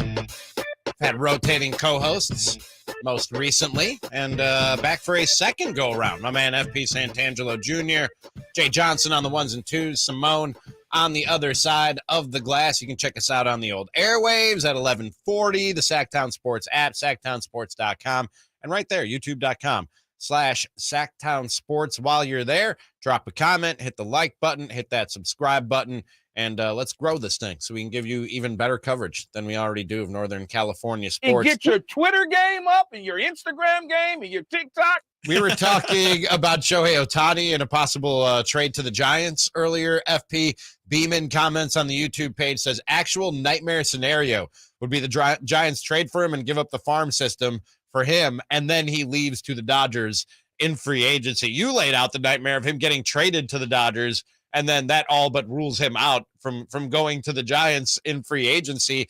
That's even worse. If you get a taste of Shohei, give up your farm system to get him, and then go watch him in a Dodgers uniform the next season when he comes to San Francisco. Yeah, and that would be a lot easier for him to do that than the opposite, because once you go to San Francisco for 2 months, you could just be like, oh, that was just, a trade thing, whatever. Mm-hmm. Then you go back down to LA, you already have that fan base down in Orange County that's going to support you on the Dodgers, right? Yep. So they'll look past those 2 months, but the other way around doesn't work. Right? No. It just doesn't work. You'll lose those Angels fans, those Southern California fans, if you go to San Francisco. So Beeman also commented on the Draymond Green, Jordan Poole situation. He said, did y'all see how Draymond responded to JP's dad? The way he worded it was like he was going to clock him too. LOL. Yeah, them's fighting words. Oh, yeah. As they say, what we heard between Jordan Poole's dad and Draymond Green. Them's fighting words is what we heard right there. Oh, yeah. Serious fighting words. And you know what? It always makes me think, did that stem from the Michigan State thing?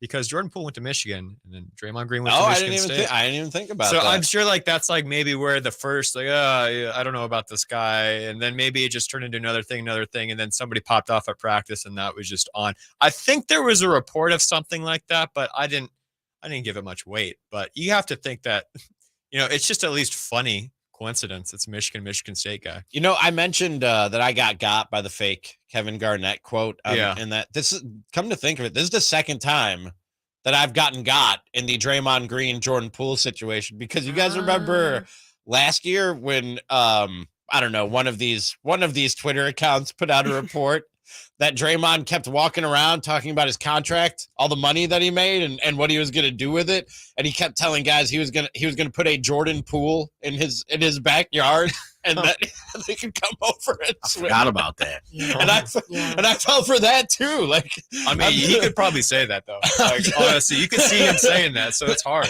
It's hard to navigate. So what I've been doing is I've been muting these accounts, Ramie. I just mute them. I'm like, I'm done with you. Yeah, that's a good idea. But then the new one comes up, and then you're like, oh, wait a minute. Yeah, they just keep on popping up. Yep. It's like a game of whack-a-mole. They just keep on popping up. And I have to admit, even though I'm the victim of it, I do enjoy the chaos a little bit. Hey, chaos is fun. I can't lie. I'd be lying to you if I told you I didn't enjoy. Like watching Draymond Green and Kevin Garnett both fall for it. That's amusing. And that's it fun brought right me there. a lot of pride to tell you in the Slack. Simone was quick Hey, to you point got out, like, hey, dummy, that's not real. Wanted to bring this up real quick with since we have FP Santangelo Jr. here in the co-host chair. Want to tap his baseball knowledge and just love for the game. And I know Jay might have some thoughts on this as well. I saw a headline a couple days ago that the A's were calling up their top prospects, Tyler Soderstrom and Zach Geloff, both of whom I believe are in most top 100s of prospect listings in Major League Baseball. And I thought, man, that's just cruel. That's just mean to bring those guys, because these are good prospects. If this thing works out and they start putting some money into the organization, you would think these guys are two of the pieces that will be like part the building blocks or part of the new core of this baseball team moving forward. And you're just gonna throw them out there for A's fans to see what could be or what could have been if you weren't robbing them of their baseball team and packing up and moving to Vegas. It's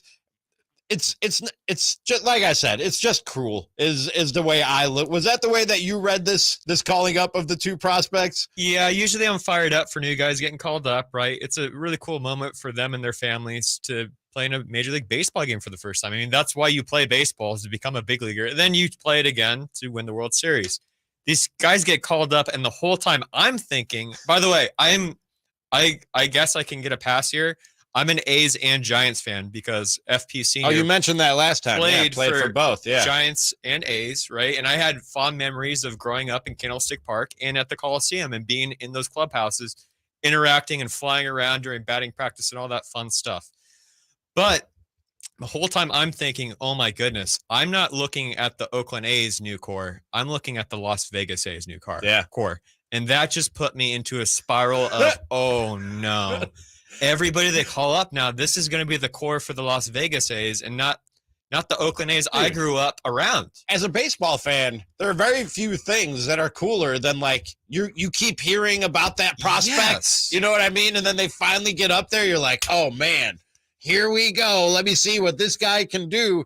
And you're going to see what these guys can do for, as you put it, the Las Vegas A's. It's just cruel to put them out there. Yeah. And just so if you don't know, especially Soderstrom, 61 home runs in a 1,007 career minor league at bats. He already has 20 home runs and 280 at bats at the AAA level this year. 21 years old and has just flown through their system, and you're gonna get a look at him, and then he's gonna be gone before you know it. So I was talking to Jessica Kleinschmidt, who covers the A's, and she's within the A's organization, and she just was telling me, FP, nobody's talking about this, but the A's farm system is disgustingly loaded. It's just ridiculous, and you're gonna see talent come up. Now, A's fans do not want to hear that right now. I know it's really hard to hear, but they're going to be so loaded that when they want to go move to Vegas, they're going to have a pretty decent team if they want to call up all these kids at the right time. But then the hard part is, are you going to retain them? Is Fisher going to spend some money once he goes to Vegas? I don't think so. He's never really shown it to me. Yeah, he's never showed it to me. He's never showed it to you if you're listening in your car or working from home right now. But you don't think that changes in Vegas?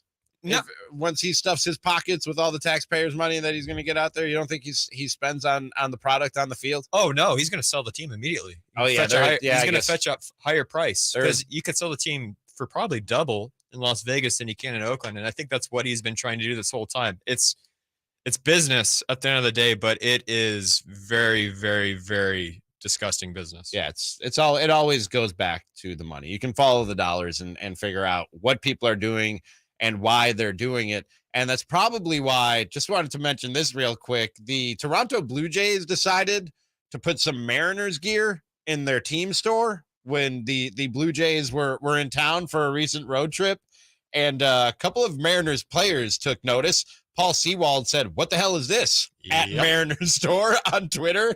And JP Crawford tweeted, "Damn SMH," with a facepalm emoji. And they noticed, and immediately the Blue Jays gear was pulled off the shelves and the racks and replaced with more Mariners gear in the Mariners team store. I think they're being kind of soft about the whole thing, man. That team store is to make money. There are Blue Jays fans in the building that will spend good, hard money. And I don't care what color the jersey is, the money is green. And that's what matters. And quite frankly, I'm telling Paul Sewald and JP Crawford, shut your traps. We got a business to run here. Go play baseball. Well, I think the big aspect of the story that a lot of people are missing is the All-Star game was just there. So they had all these jerseys and stuff already there because of the All-Star game. So they were selling those Vlad Jr., I guess, jerseys. You call them, and all that gear. So they thought, okay, Seattle's clearance sale. We got all this extra inventory, and it's close to Canada. You know, they're probably going to get a lot of people coming down from Canada to watch their team. This is Canada's team, the Toronto Blue Jays. Let's make some money. I've always thought too, when the Dodgers wanted to overtake their section in Oracle Park, cool. You're paying for the next free agent for the Giants. Great, thanks. Give me your money. Give me Sweet. all the money. Awesome. Buy the most expensive tickets. I don't care. Didn't you say that there was, I don't know, do I have it backwards? A Dodgers vendor at a Giants game, or do I have it the other way around? I think it was last year or the season before. There was a Dodger vendor selling Dodger jerseys and hats, I think behind the center field scoreboard at Oracle Park, and it caused a big storm in the Bay Area. And I think it made its way over here too. It just was on social media. Like, what? That's a rival. That's like having a Red Sox vendor in New York at Yankee Stadium. Like, I'm about to contradict myself and be a total hypocrite. That's not okay. Yeah, because that's a rivalry. There's levels to it. Exactly. Right? That is an actual rivalry. The Mariners and the Blue Jays, sell Blue Jays. Sell all the teams. Sell all the teams' caps in the team store if you want to. I don't care. You know what I mean? Make money. And who could forget this past playoff run with the Sacramento Kings and the Warriors, that lonely grocery store that had the decision to put up the Warriors decoration, and Kings fans went ham. Yeah. They did not like it either. That was the second time Carmichael Dave saved the Kings. When when he got that display taken down at the East Sac Save Mart. Was it East or West? Yes, no, it was East Sac. At the East Sac I wasn't going to Save Mart. mention the exact And location. call them out. That's what we do on this show, man. Stop playing around in here, Simone. Soft stuff around here. All right. Yeah, no, man. We're just Save Mart. Absolutely. You just made the list. You just made the list. And I thought that was kind of. I mean, you're right in Sacramento doing that. I don't know how much during the playoff. I don't know how much you're run, helping your crazy. business, but I wouldn't be so offended as to send them a tweet or an email and be like, "What the hell?" You know, who cares? It was so many people came down, rained down on them, calling. They actually went physically to the store. Remember, and then you guys sent me there, or I volunteered to go there afterwards once they had changed it, and they did change it. Yeah. They were bullied into changing it. I forgot about that. We got to get to a break. On the other side, today is a holiday. I don't know if y'all know. Is it the dumbest holiday? We'll find out in Draft Mockery. Keep the King's name out your mouth. Sacramento weather is brought to you by Bonnie. I'm Mark Feinstein in the KCRA3 weather. Center skies will stay clear tonight. We'll have a delta breeze that'll cool us to the low 60s by morning, but tomorrow's going to be a hotter day. Look for a high about 100 to 102. Get the latest forecast on the KCRA3 News and the KCRA3 app. It's been said an ounce of prevention is worth a pound of cure. And when it comes to a nice, cool summer, it's so true. Right now, get a complete air conditioner tune-up for just $79. Bonnie, plumbing, sewer, electrical, heating, and air. Bonnie.com. Some restrictions apply. License 696-355. Hello, Sacramento. Doug Christie here, and I have something to share. Recently, I asked myself to determine the one most indispensable thing I use to do my job, the one I couldn't do without. The winner, forget the phone, which I live on, and the video editor, which makes my life understandable. The winner was the Good Feet 3-step arch support system. Yes, the one I tell you about each week keeps me going comfortably supported, pain relieved, and vital. So it strikes me that if Good Feet is the most important go-to tool to relieve pain or just keep me going, shouldn't you give it a try? I think so. Come to the Good Feet store today for a free, no obligation arch support fitting, then take them for a test walk. Experience the comfort, balance, and support of the Good Feet 3-step arch support system. Good Feet in Sacramento, Roseville, Stockton, Modesto, and now Vacaville. Online at goodfeet.com. Are you tired of your tee shots ending up in the adjoining fairway while the rest of your foursome is hitting it down the middle? Well, experts will tell you that being properly fitted for golf clubs will help you strike your drive center cut. The Hagen Oaks Player Performance Studio and its team of trained PGA professionals are ready to help you get rid of your banana balls and duck hooks. Hagen Oaks Indoor-Outdoor Player Performance Studio fittings are available 7 days a week. Make yours today by calling 916-808-2531. That's 808-2531. If you have unfiled taxes or are in debt to the IRS, this is important news. The IRS just rolled out a new program to help struggling taxpayers more easily resolve their tax problems. It's called the Taxpayer Relief Initiative, and it opens up powerful new options for people looking to get back on the right track with the IRS. And no one knows this program like the professionals at Optima Tax Relief, America's most trusted tax resolution company. They've resolved over $1 billion tax debt for their clients. He's an experience to help you. One easy call to Optima can start the process, helping to put an end to your worries of wage garnishment, asset seizure, and other aggressive IRS actions. Make today the beginning of your fresh start with the IRS. Call the experts at Optima Tax Relief now for your free confidential consultation. Call 800-343-6460. 800-343-6460. 800-343-6460. Optima Tax Relief. Some restrictions apply. For complete details, please visit OptimaTaxRelief.com. If you're ready for some leisure in your life, let me recommend El Macero Country Club, just 15 minutes from downtown Sacramento. Play our stunning championship golf course. Practice on our manicured short game facility. Cool off in our 50-meter swimming pool. Play tennis. Enjoy social events and mouth-watering dining options after a great day of play. We're now accepting new social and golf memberships for a limited time. Visit elmacerocc.org and put some leisure back in your life at El Macero Country Club.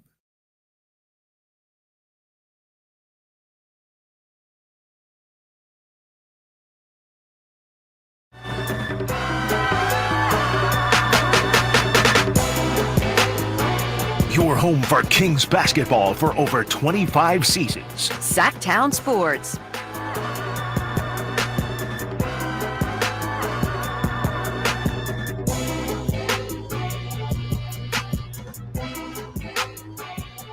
It is Sactown Sports. Robbie McLaughlin with you this afternoon. FP Santangelo sitting in the co-host chair. Jay on the ones and twos. Simone on the updates coming up at 4 o'clock.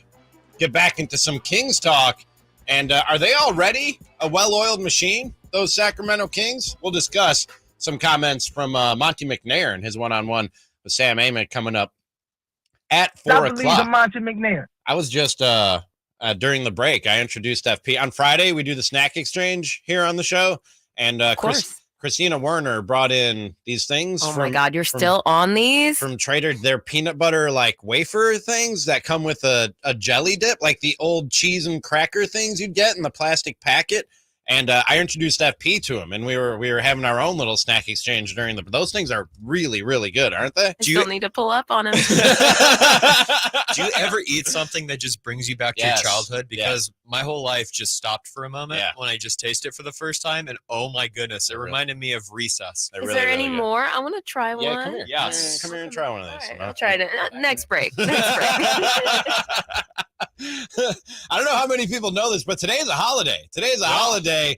It is actually two holidays. You pointed out to me. It is National Football Day and National Hot Dog Day. And you got on your 49ers faithful Bang Bang Niner Gang shirt today for National Football Day. Representing your colors. I had no idea until you pointed that out, and you were asking, like, why National Football Day on July 19th?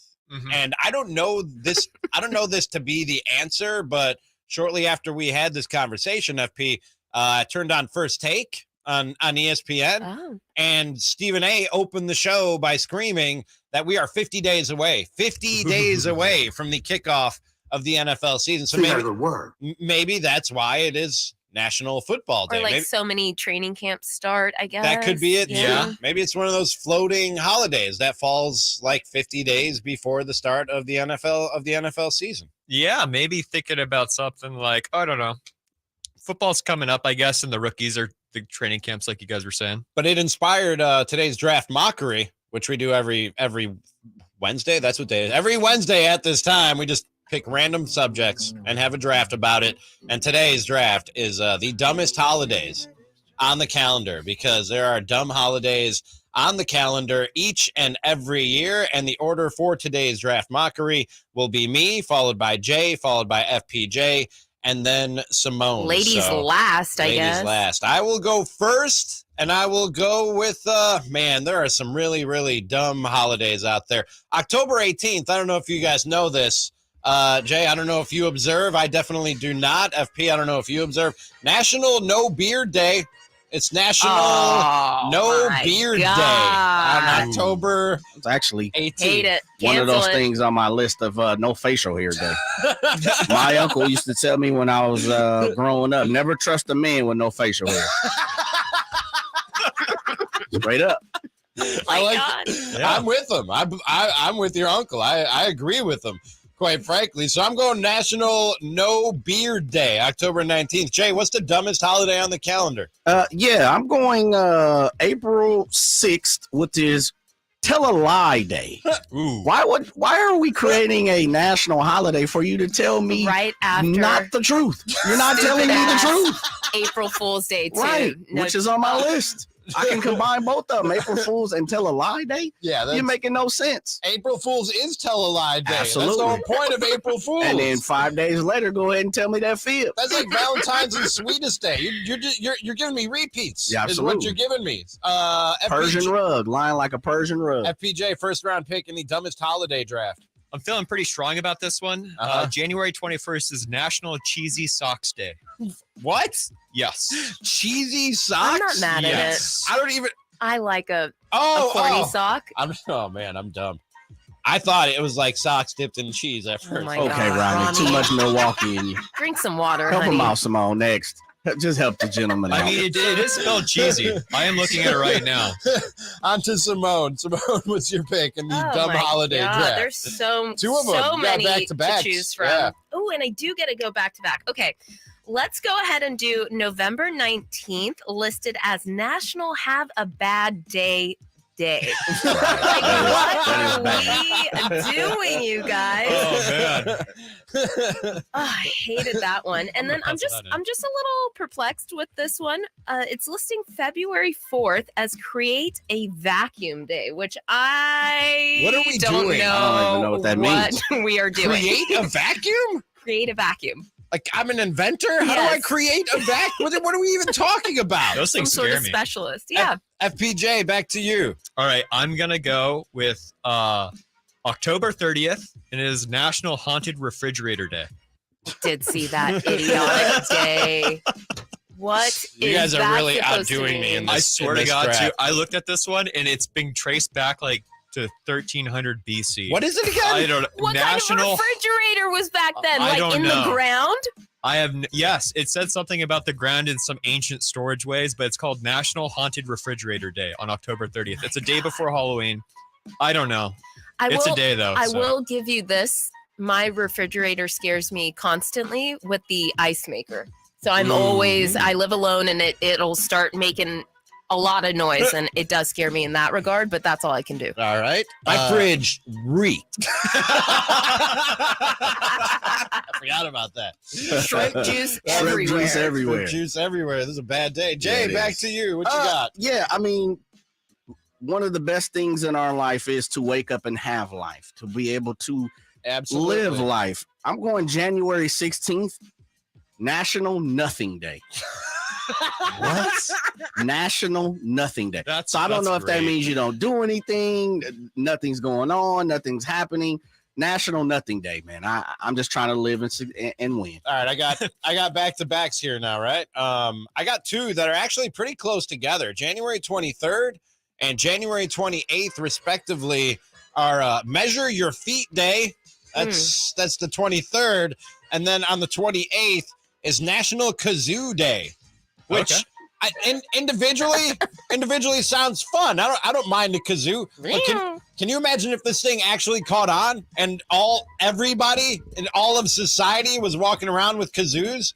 The madness that would ensue, how annoying that would be. What was the Don't say the vuvuzela. Yeah, remember that? Oh my goodness. I hate the vuvuzela. Okay, guys, that was fun. 2010, right? Yeah, something like that. My significant other, my wife, is Brazilian. Okay, and she's watching right now. We have to be careful about the vuvuzelas. I love the vuvuzela. Wow. She's gonna be very upset if we talk sound about of the vuvuzela is just it's lovely. Music to my ears. Yes, I have South American heritage as well. One of the best instruments ever. Man, I agree. Yeah, Great export. Thank you for listening. Jay, back to you. Yeah, I'm finishing this off as this is something that a lot of people have. I've been blessed not to have it, but I've seen a lot of people have it.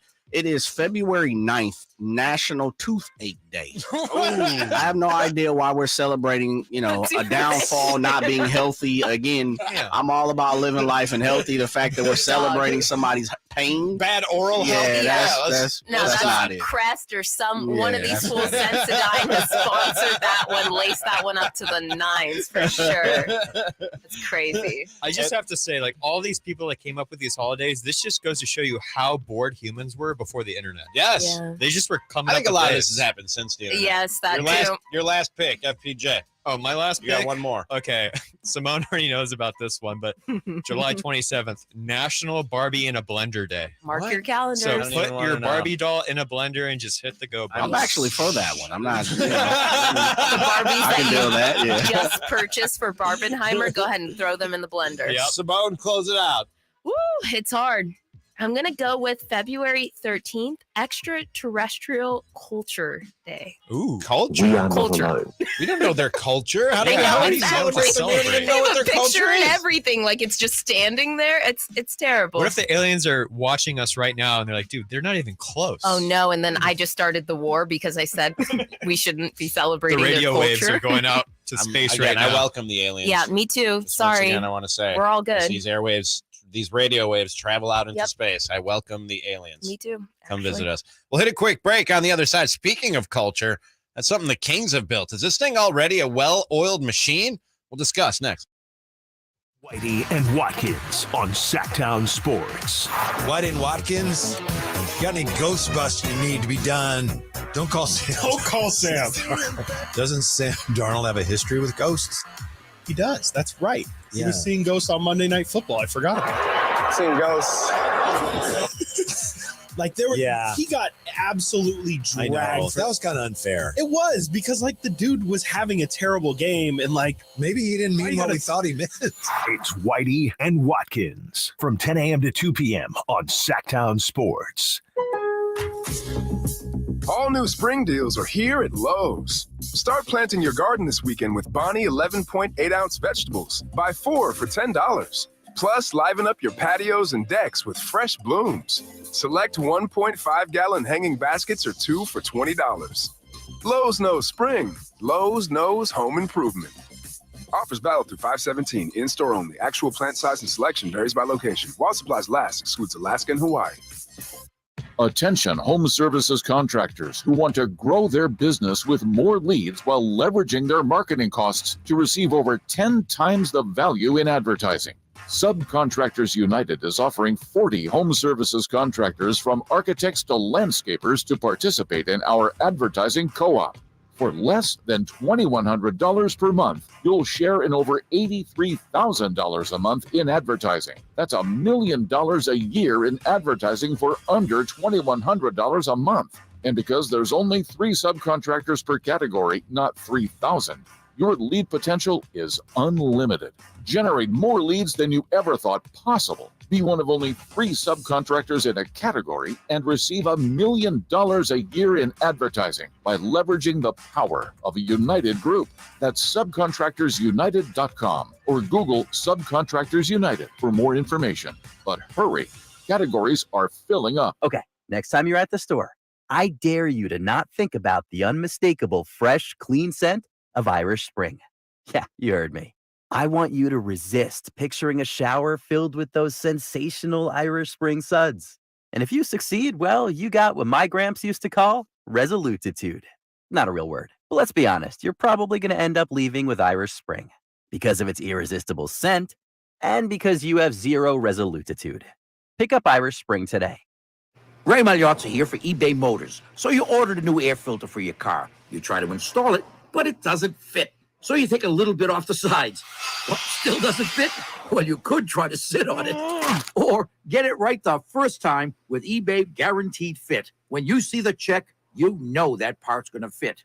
Air filters, brakes, headlights, over 122 million parts. Get the right parts at the right prices. eBay Motors, let's ride. Eligible items only. Exclusions apply. Do you have heart failure and often hear, "Those stomach issues ruined your birthday"? "You're too tired to play catch, Grandpa." Sweetie, you haven't touched your tools since the carpal tunnel syndrome diagnosis. if these seemingly unrelated symptoms sound familiar, talk to your cardiologist. Ask about transthyretin amyloid cardiomyopathy, or ATTR-CM, a rare and underdiagnosed disease that gets worse over time. Learn more at connecttoyourheart.com. That's connecttoyourheart.com. Sponsored by Pfizer. Hey, you want to be around people having a great time? You need to come check out Capital Casino, offering the most varieties of table games in the region in the friendliest environment. Come for the food, which is awesome, of course, and stay and play. Conveniently located in downtown Sacramento at 411 North 16th Street, right there in downtown Sacramento for over 20 years. Cap Casino, best food, best games, and of course, the best action. And please gamble responsibly. 1-800-GAMBLER. KHTKAM Sacramento, KYMX HD2 Sacramento. Take it on the local level. Live and local, 6 a.m. to 6 p.m., Monday through Friday. From the Power Business Technology Toshiba Studios, Sactown Sports. Sactown Sports. Headlines. I'm Simone with your Sactown Sports headlines. Following Tuesday's strategic measures to bring in defensive big man Nerlens Noel and officially finalizing the contract for EuroLeague star Sasha Venchenko, the Sacramento Kings are left with just one roster spot and one two-way option open for the upcoming season. With the 2023 schedule slated to drop sometime mid-August and training camp beginning shortly thereafter, as always, head to SactownSports.com or tap into your Sactown Sports app for the latest on the Bean Team's roster looks. Of course, a fun show laced up for you all afternoon long, and at 5:30, Emmy award-winning filmmaker Tim Rump joins the show to discuss his hottest new docuseries, Quarterback, which currently sits atop the U.S. Netflix leaderboard. Don't go anywhere. I'm Simone. Those are your Sactown Sports headlines. Now back to more Sactown Sports. Here we go, as the tune starts to run with the fan. Your new home for 49ers football in the 916, Sactown Sports. About to stand with some help from the biggest as I keep what's really going home with the reminisce. Yeah, we are your home for 49ers football, Sacramento, Sactown Sports. Into hour 3 of the show this afternoon, Ramie Makhlouf and my co-host today, FP Santangelo Jr., riding with Jay and Simone. As always, speaking of those 49ers, really stand-up move by Robbie Gould, not a member of the 49ers anymore, but in a roundabout way, still kind of helping them out in the kicking game. We'll get to that coming up at about 4:15. But we opened the show, FP, talking about a piece by Sam Amick, a one-on-one he had with Monte McNair at The Athletic, and really good piece. Go and get that. If you don't subscribe to The Athletic, go and get that trial offer. You know, they're always offering some kind of deal on some kind of trial offer. It's so good. Athletic. It's so good. Just for this article, if nothing else. And I was reading this interview, and there things kept popping up that had me thinking back to conversations that me and my old buddy Nick Cattles would have when talking about this Sacramento Kings organization and how far they can take this thing. And friends call me Slick Nick. And if it's going to be sustainable, and if it's eventually going to grow into something even greater than what we saw, FP, what they're going to have to do to consistently keep themselves in the upper crust of the Western Conference, and eventually legitimately in the conversation of being a contender and winning championships. And what the thing that we kept pointing back to was, okay, you got your core now, and you won a lot of basketball games, and hopefully you continue to win a lot of basketball games in the future. So what it's going to require to sustain this thing, and what you see from other organizations that sustain it, who aren't just signing free agents or trading for the biggest star that's out there every time they come available, is kind of what the Warriors do, is kind of what the Heat do, which is they see things in players that other organizations don't see. They find players in places where other organizations aren't necessarily looking, and they have a foundation of stability within their organization that helps, that makes it lasting and keeps them on the right course and keeps the thing strong. And there were a few things about this article and this one-on-one that Monte McNair, again, kept having me go back and think about those discussions. One, when we talked about the quotes where he says, they invested in stability and keep it. That goes back to what we were talking about before of having some continuity and stability. And it made me think of a conversation with Ramona Shelburne that I had last week, where I asked her about this path that the Warriors have taken of investing in stability and doubling down on their own guys. And she made an interesting comparison at the time. I mean, I like it in the sense that we just watched a team that won the NBA title do that for the past 4 or 5 years, right? True. They kind of improved at the margins every year rather than change the core. And if you feel good about your core, you just lock in and keep it together. And I felt like, I don't know, I keep thinking back on that Warriors Kings series. I covered a lot of those games, and there was something about the Warriors, like, and it was something Mike Brown said earlier in the year, and he said, there's something about, you got to believe in yourself. Like, it's so much of this game is about belief, and do you believe that you can win? And I think the Kings believe they can win now. But like, while they were in that series, there was sort of an acknowledgement that the Warriors might come back. You were kind of wondering, like, if they really believed that they could beat the Warriors, right? And there was, like, they certainly, like, there's some guys they did. Like D Fox, I thought he looked like he came to play. And but there was a sort of, like, even in that game 7, it just wasn't as competitive in that sort of belief in yourself that you're really going to win this thing. That I think they need, that's the biggest hurdle for them. So she says, yeah, I mean, the locking up your core is what the Warriors did. And now that the Kings have a taste of the playoffs, they believe that they can win. So there's that stability part of it. As far as finding talent in places where other people aren't looking, they talk about the Sasha Vezenkov trade and him coming over this year. And Amick says, if Vezenkov turns out to be the kind of NBA player they envision, the trade to acquire his NBA rights will go down as one of the more memorable transactions in Kings history.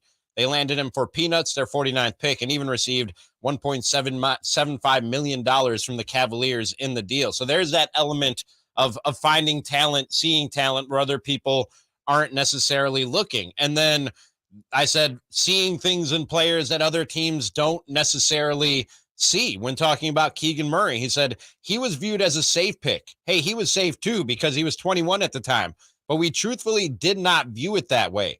We were so happy that he did fit a great need for us, but we felt people were sleeping on what he could do, which is crazy because he was number 1 or number 2 in the whole country in scoring. I was reading this and going, man, are the Kings already there? Are they already doing these things that Nick and I would talk about? Are they already a highly functioning organization that we got here in Sacramento? Is it too early in this run to say that, FP? I think you're going to point to last year's team, and it's going to be the team that you circled that started the culture here, the Beam Team culture, with Mike Brown coming in and really establishing that culture and then getting everybody to buy in. So when you do add those pieces, right, And in this article, Monte McNair goes on and he says that they were looking to get stability for the next 3, 4, or 5 years, right? So that way they have that culture like you're talking about with the Golden State Warriors and with the Miami Heat. But we're talking about kind of like the talent and the assets they bring to the court. But what about what's in the locker room? Like the guys that you bring in the locker room, right? The guys that grind, that work hard, the guys that are great teammates that will do anything for you off and on the court, right? This is the culture that I think Mike Brown is bringing into Sacramento, and it's going to change everything. I think you're going to point to last year, like this is where things turned around. And, they might not win the NBA championship next year or the year after that, but what if it's 3 years out? I think you're still going to point back to when Mike Brown came in and say, no, listen, we're going to do things this way. And if you're in, you're in. And if you're out, we'll find a way to get you out of here. And I think that's how you really start making a difference within an organization. And we're slowly starting to see that. We're in the infant stages. It is so cool to be a Kings fan right now and be a part of this, because you can really see like, oh my goodness, like, are we doing this? I think we're doing this. So I get really excited, obviously, talking about this whole situation. But for me, yeah, it's really cool. I think they're starting to get there.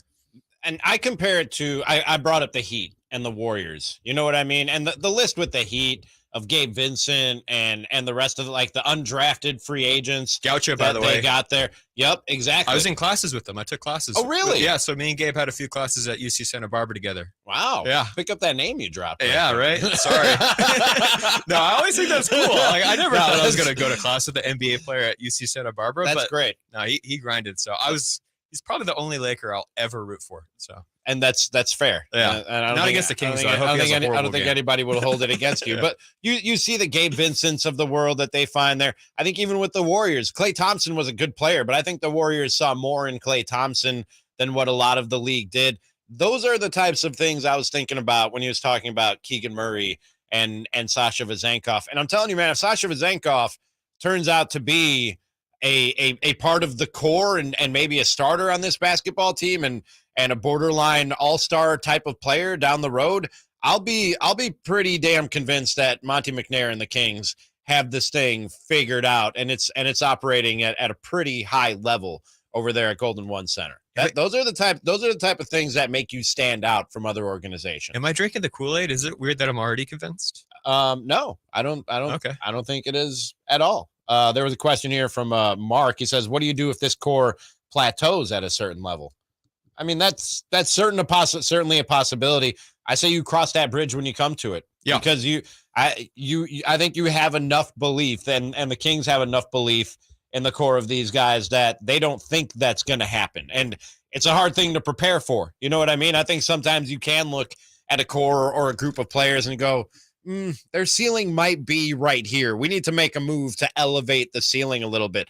I think the Kings look at this squad, this core, and think the ceiling is pretty damn high. And if that's what you think, it's really hard to have a contingency plan. You know what I mean? Because of the way that salary caps and everything else work out. It's hard. You will have to cross that bridge and fix whatever is broken when you get to it. You know, if they do plateau at, say, a second round playoff team or whatever the case might be, that'll just be what it is. And it is a possibility.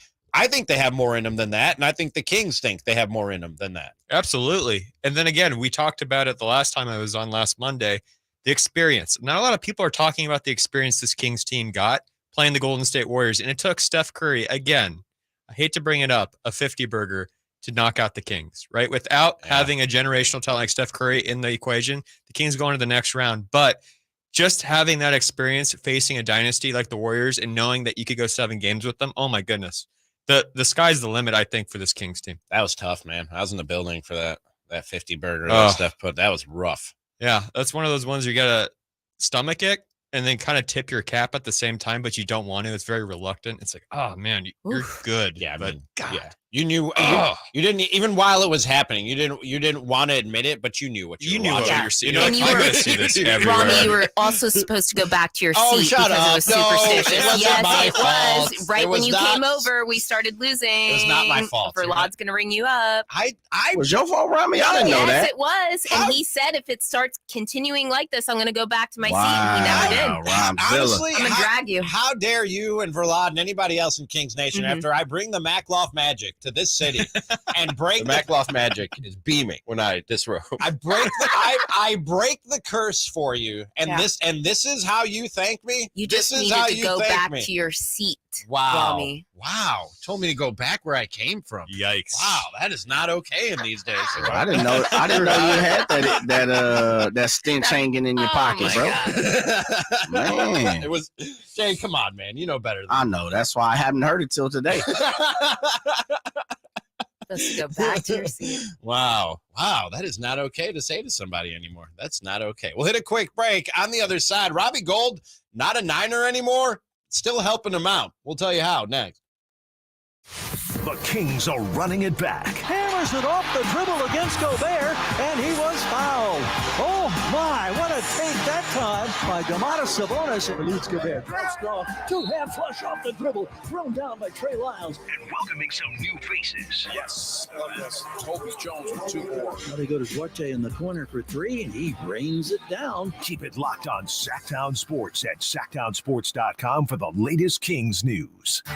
Hey, it's Carmichael Dave, and I recognize, just like my friends at American Energy Heat and Air, that your time is important. And that's why shopping for a new air conditioner is now easier with American Energy Heat and Air's online quoting tool. All you have to do is go to AmericanEnergyAir.com and get an instant quote right now. It'll help you determine what system you're going to need to get. It'll provide the best pricing options, all from the comfort of your home without having to have somebody come to your home. You know how annoying that is? They come in and everybody there is so sweet and nice, but how much better is it to be able to get it on demand? Visit AmericanEnergyAir.com. Check out how easy it can be. Or if you want to give them a call and talk through what your needs are, 916-520-9990. That's 916-520-9990 or AmericanEnergyAir.com. Call 916-520-9990 now.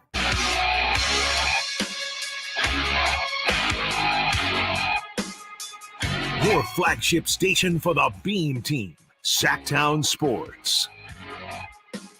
I recognize this as a cover of something. But Figure it out? Do you want to figure it out? Finger on what? Can I say it? Of course. Yeah, Pony by Genuine. right. Oh, yeah. I knew I was picking up on the I knew that from somewhere. But I told you like that. I said this yesterday when Bobby Gerald was here. I am the absolute worst when it comes to music memory. Oh, good. I will absolutely love a song, and people will be like, "Oh, who sings this?" And I'll be like, "I don't know." Right. Genuine was here yesterday at the State Fair. Really? Really? Yes. I did not know that. Keep trying to tell y'all, boy, y'all better start messing with Jay. Y'all getting left Genuine behind. is You were out there? genuine. Nah, man, you know I had the tickets for you if you needed them. It was too hot, Jay. I'm not. I doing, know, I'm 100%. not doing anything outside. I had these passes, tickets, backstages, man. Hey, look, y'all can have that. Days. Nah, I'm good. It's too hot. I'm good. I don't even know if I would go to an NFL game. If I'm there were one probably being with you. played. I don't know if I can sit out there. A in the seat $1.06? for 3 hours. A buck? It's Anything over a buck, we got to talk about It's it. not fit for human life, this weather that's going on here. But the 49ers have fired things up. The rookies have reported for training camp, including Jake Moody, the kicker, who the 49ers selected in the 3rd round. And Jay and I talked earlier in the week about how cold a game it is in the NFL when Robbie Gould told the 49ers, hey, I'd like to come back next year. And they just ghosted him. They were like, nope, no offer. We got nothing for you, Robbie.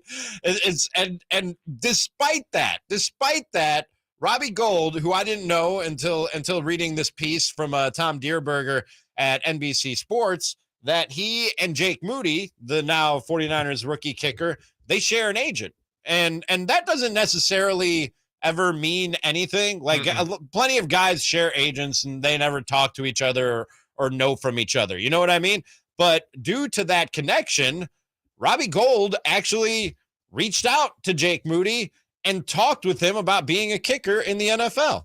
Well, I didn't really work with Jake a lot. We have the same agent. I just kind of talk to him every now and again about the process or, what it's going to be and how that's going to go. I haven't really talked to him much since he's been in San Francisco, just because I want him to have his own identity. I think that's important for him. I've been in situations where I leave and there's a lot of comparisons. And for him, I think he just has to be who he is. And listen, he's a rookie. I think he's got a strong leg. I think he's got an awesome mindset going into the season. But, like anybody else, I was a rookie. I think I kicked like 75%. And there's a learning curve. And hopefully with guys like Tabor in the building, assuming that leadership role can help him, accelerate his process. And I think he'll have a nice season. That's pretty awesome of Robbie Gould, man. Yeah. That he's helping this kid out. And he says, hopefully he's good for the 49ers. He's still pulling for the 49ers and for this kid, even though just a couple of days ago, Jay and I were talking about the fact that he wanted to stick around and they didn't even have an offer for him. Like not an offer that wasn't good enough. They just said, no, thanks. We're good. We're going to move on. It makes sense. So you got to save cap space right now for Nick Bosa. Like that's the number one rule. So I have a contingency chart for everybody listening right now at home or in your cars. If something doesn't make sense about signing or a money amount and you're like, what are the Niners doing? It's because of Nick Bosa. Just everything funnels down to Nick Bosa. Mm-hmm. We need to find a way to pay this guy because he's going to be the cornerstone of that defense. Him and Fred Warner, like 1 and 2 flip flop, need to keep Nick Bosa. So obviously the Niners went to their brass and they were like, Robbie Gould's probably going to be worth too much money to keep. He's great with the team. He's automatic in the playoffs, but right. We just got to go the cheaper route because we have to sign so many guys coming up in just a few years, right? And Nick Bosa is number one. So I would have loved to have Robbie Gould be a kicker for the rest of his career in San Francisco. Gold, good as gold. It's perfect. Everything is perfect about him being a 49er. And he easily could have said, to hell with that kid and to hell with the 49ers. Yeah, you know what I mean? Exactly. But he didn't. That goes to show you just the organization that the Niners have right now, where even people that are, estranged from the organization a little bit. And you even see this when guys hang out with players that are on other teams now, like in Miami or with the Jets or in other places, that they're still hanging out with like Shanahan and everybody. It's so cool. I was going to say, and not to say that it doesn't say something about the 49ers organization. It tells you a lot about Robbie Gould. Yeah. You know what I mean? That's true. And the type of dude that he is. I remember I grew up in Chicago, a Bears fan, and he grew up in the Chicago area, I think, as a Bears fan. And I remember when they were in the playoffs and he and Jimmy G put on their Bears gear and literally bought tickets and went and watched the game from the stands as Bears fans. You know what I mean? Not only as a former Bear, but as a fan. He's a real loyal dude. You know what I mean? And when he has ties, he keeps ties to people and to organizations. And for me, and he said it, he knows that things are going to shake out in training camp and somebody's going to need a kicker and Robbie Gould's phone is going to ring. Man, that's a dude I want in my locker room. And we talk a lot about, when we talk about football, kickers don't matter or they're not really football players. First of all, they're usually the leader of a special teams unit. You know what I mean? And they can be the types of personalities that keep a locker room loose. And I have a feeling Robbie Gould has a lot of fans and a lot of friends in every locker room he's ever played in. Oh, yeah. And plus, I hope he's talking to Jake Moody at least a little bit about doing a pregame trick shot because I'm going to miss those so much. That video that I got every Sunday morning of, here's Robbie Gould. He's going to do it from basically the 0-yard line or whatever it was. He would just do some crazy trick shot. And then I'd be like, oh, yeah, let's go. It's NFL Sunday. Niners are about to play. Let's lock in. I love that dude, man. I really, really like Robbie Gould. Really, I'm a fan of the dude. Beyond just a kicker, I'm a fan of the dude that Robbie Gould is. Can we just talk about how kickers are becoming pretty cool all of a sudden? When did this start happening? Justin Tucker is a rock star. Yeah. When did this start happening? Yeah. Who was the first one to be like, okay, I guess you're not a nerd and you're kind of cool? I think it makes sense, man. How many games are won and lost on those guys' toes? Right, you know what I mean? Right. And then you just hang and play the guitar and chill, surf. Oh, it's a sweet life. It is. Until you miss that big kick, it's a pretty sweet. It's a pretty sweet life. And then you double doink and everything's going sideways. And then you're released. Yeah, and then you're Ray Finkel. You know what I mean? You got people coming after you. Laces out! Exactly. So I really hope Robbie Gould lands some. I'm hoping for the best for Jake Moody, but I'm also hoping for the best for Robbie Gould. And like I said, just a cool stand-up move for him to reach out to Moody and in a roundabout way help out the 49ers. And he flat out says, I'm hoping for the best for him and the 49ers. Yeah.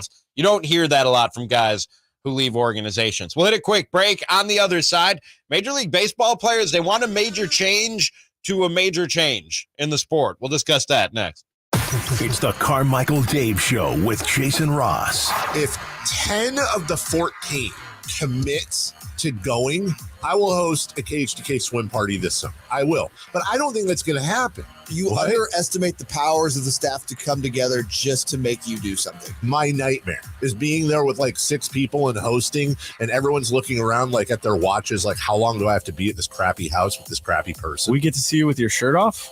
Well, duh. The Carmichael Dave Show with Jason Ross. Weekday mornings from 6 to 10 on Sactown Sports. Sacramento weather is brought to you by Byers Enterprises. I'm Mark Feinstein in the KCRA3 weather. Center skies will stay clear tonight. We'll have a delta breeze that'll cool us to the low 60s by morning, but tomorrow's going to be a hotter day. Look for a high about 100 to 102. Get the latest forecast on the KCRA3 News and the KCRA3 app. Wildfires can easily engulf vulnerable homes. Safeguard yours with the Byers Fire Protection Package. Our one-piece seamless leaf guard gutters, roof shingles, vent covers, and more will help prevent disasters when wildfires hit. Learn more about fire hardening your home at thatsbyers.com. Folsom Lake Ford has trucks. The F-150s are here. Explorers, Expeditions, and a huge selection of Broncos and Bronco Sports. They're in stock now at Folsom Lake Ford. Shop Folsom Lake Ford, your truck headquarters, right here in Sacramento for your favorite Ford models at good, fair prices. Short on cash? Buy any new Ford with 0 down. Save big with low interest finance rates. Plus, Folsom Lake Ford is paying top dollar for all trades. We want your vehicle regardless of mileage or condition. This could be the best time to buy a new Ford. Check out the huge inventory online at folsomlakeford.com or stop by the dealership and see the most recent arrivals. Looking for something special? Give them a call and tell them Doug Christie sent you. Folsom Lake Ford in the Folsom Auto Mall, your trusted dealer, my trusted dealer for over 30 years. FolsomLakeFord.com. 0 down with approved credit. At Wells Fargo, if you accidentally overdraw your account, we give you an extra day grace period to avoid the overdraft fee. What if everything came with an extra day? Sunday night and I have the Sunday scaries. Honey, don't be scared. Every weekend comes with an extra day now. All right. TGI Sunday. It helps to have an extra day. When it comes to overdrafts, you can with Wells Fargo. Visit wellsfargo.com/getextra to learn more. Terms and conditions apply. Subject to timing requirements and the bank's funds availability policy. Wells Fargo Bank N.A. member FDIC. Did you know about 1/3 of our lives is spent sleeping? Hi, this is Frank LaRosa with a word about Naturewood Home Furnishings. If we're going to spend that much time in our bedrooms, then our bedrooms ought to reflect our personalities. I remember many weekend mornings when our kids would jump into our beds trying to coax us to start our days more on their schedules than ours. Naturewood Home Furnishings' huge bedroom sale is here, and there's no better time to find the perfect accent piece for your bedroom, or even better, to start fresh by designing your bedroom to fit your lifestyle. From a new mattress and foundation to dressers to nightstands to lamps and more. Naturewood Home Furnishings will help you create a space from simple to luxurious and anything in between. Just drop by and let Naturewood's team help you envision a bedroom fit for 1/3 of your life. Visit Naturewood Home Furnishings right now for this remarkable bedroom sale. Off Highway 50 at Hazel, look for the water rail. If you're ready for some leisure in your life, let me recommend El Macero Country Club, just 15 minutes from downtown Sacramento. Play our stunning championship golf course. Practice on our manicured short game facility. Cool off in our 50-meter swimming pool. Play tennis. Enjoy social events and mouth-watering dining options after a great day of play. We're now accepting new social and golf memberships for a limited time. Visit elmacerocc.org and put some leisure back in your life at El Macero Country Club. Hold up, you're using Swiffer Power Mop? What would Mom say? Oh, she'd be like, a mopping bucket is the only way to deep clean your floors. And I'd be like, Mom, this is the new Swiffer Power Mop. the all-in-one that gets you a mop and bucket clean in half the time. She'd never believe you. I'd say, look, the solution's built right in, so no heavy bucket. And the pad has hundreds of scrubbing strips to get into grout lines. That's why you're the smart one. Really? What? Mom said it. The new Swiffer Power Mop. Don't mop harder, mop smarter. Yeah, I'm so stressed. Our business is growing. We've got people all over now. Ooma. What is that? Meditation? I'm recommending the Ooma cloud phone system with auto attendant and more than 50 features. Ooma? Yep. Switching to Ooma is a cinch. Just $24.95 per month per user, plus taxes and fees. Ooma. Now you're feeling it. Find small business calm at ooma.com/radio. That's OOMA.com/radio. Sactown Sports. Headlines. I'm Simone with your Sactown Sports headlines. Following Tuesday's strategic measures to bring in defensive big man Nerlens Noel and officially finalizing the contract for EuroLeague star Sasha Venchenko, the Sacramento Kings are left with just one roster spot and one two-way option open for the upcoming season. With the 2023 schedule slated to drop sometime mid-August and training camp beginning shortly thereafter, as always, head to SactownSports.com or tap into your Sactown Sports app for the latest on the Bean Team's roster looks. Of course, a fun show laced up for you all afternoon long, and at 5:30, Emmy award-winning filmmaker Tim Rump joins the show to discuss his hottest new docuseries, Quarterback, which currently sits atop the U.S. Netflix leaderboard. Don't go anywhere. I'm Simone. Those are your Sactown Sports headlines. Now back to more Sactown Sports.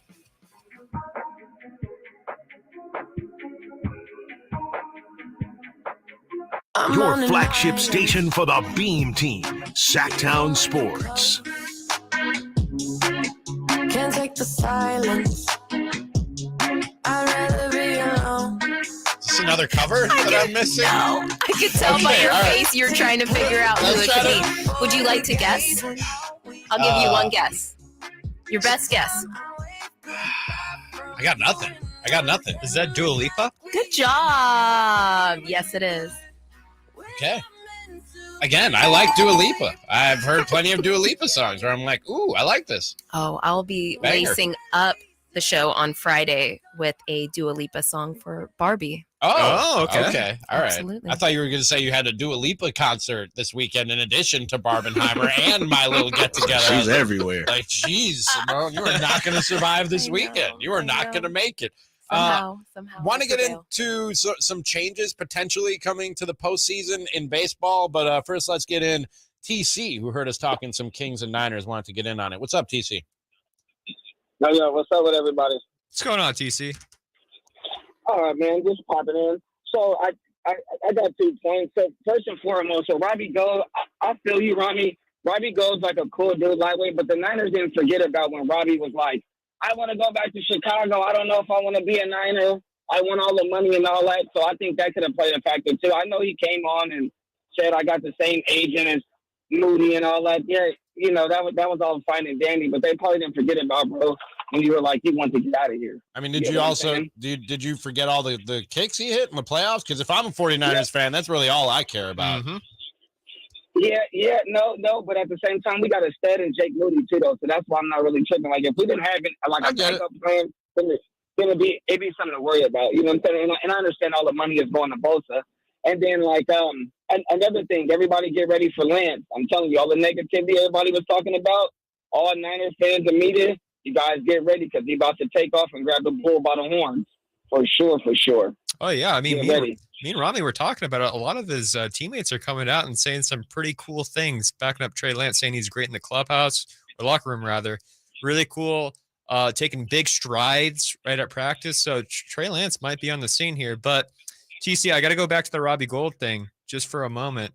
You got to think, you know, the NFL is a business. Maybe he was trying to leverage 2 teams against each other just to try to get money to provide for his family. So that's where I see from it. But I understand your point, too. I get that point. And then last but not least, Monte McNair, man, you got to grant him his flowers. He's making sneaky but big moves, and he's not hampering the team. You get what I'm saying? I love what Monte is getting. If it was me, Monte got a lifetime of contract, him and Mike Brown and that staff, bro. Because what this dude is doing right now is amazing. So you got to be happy for the Kings fan base, and just from a lifelong Kings fan, bro. It's kind of emotional.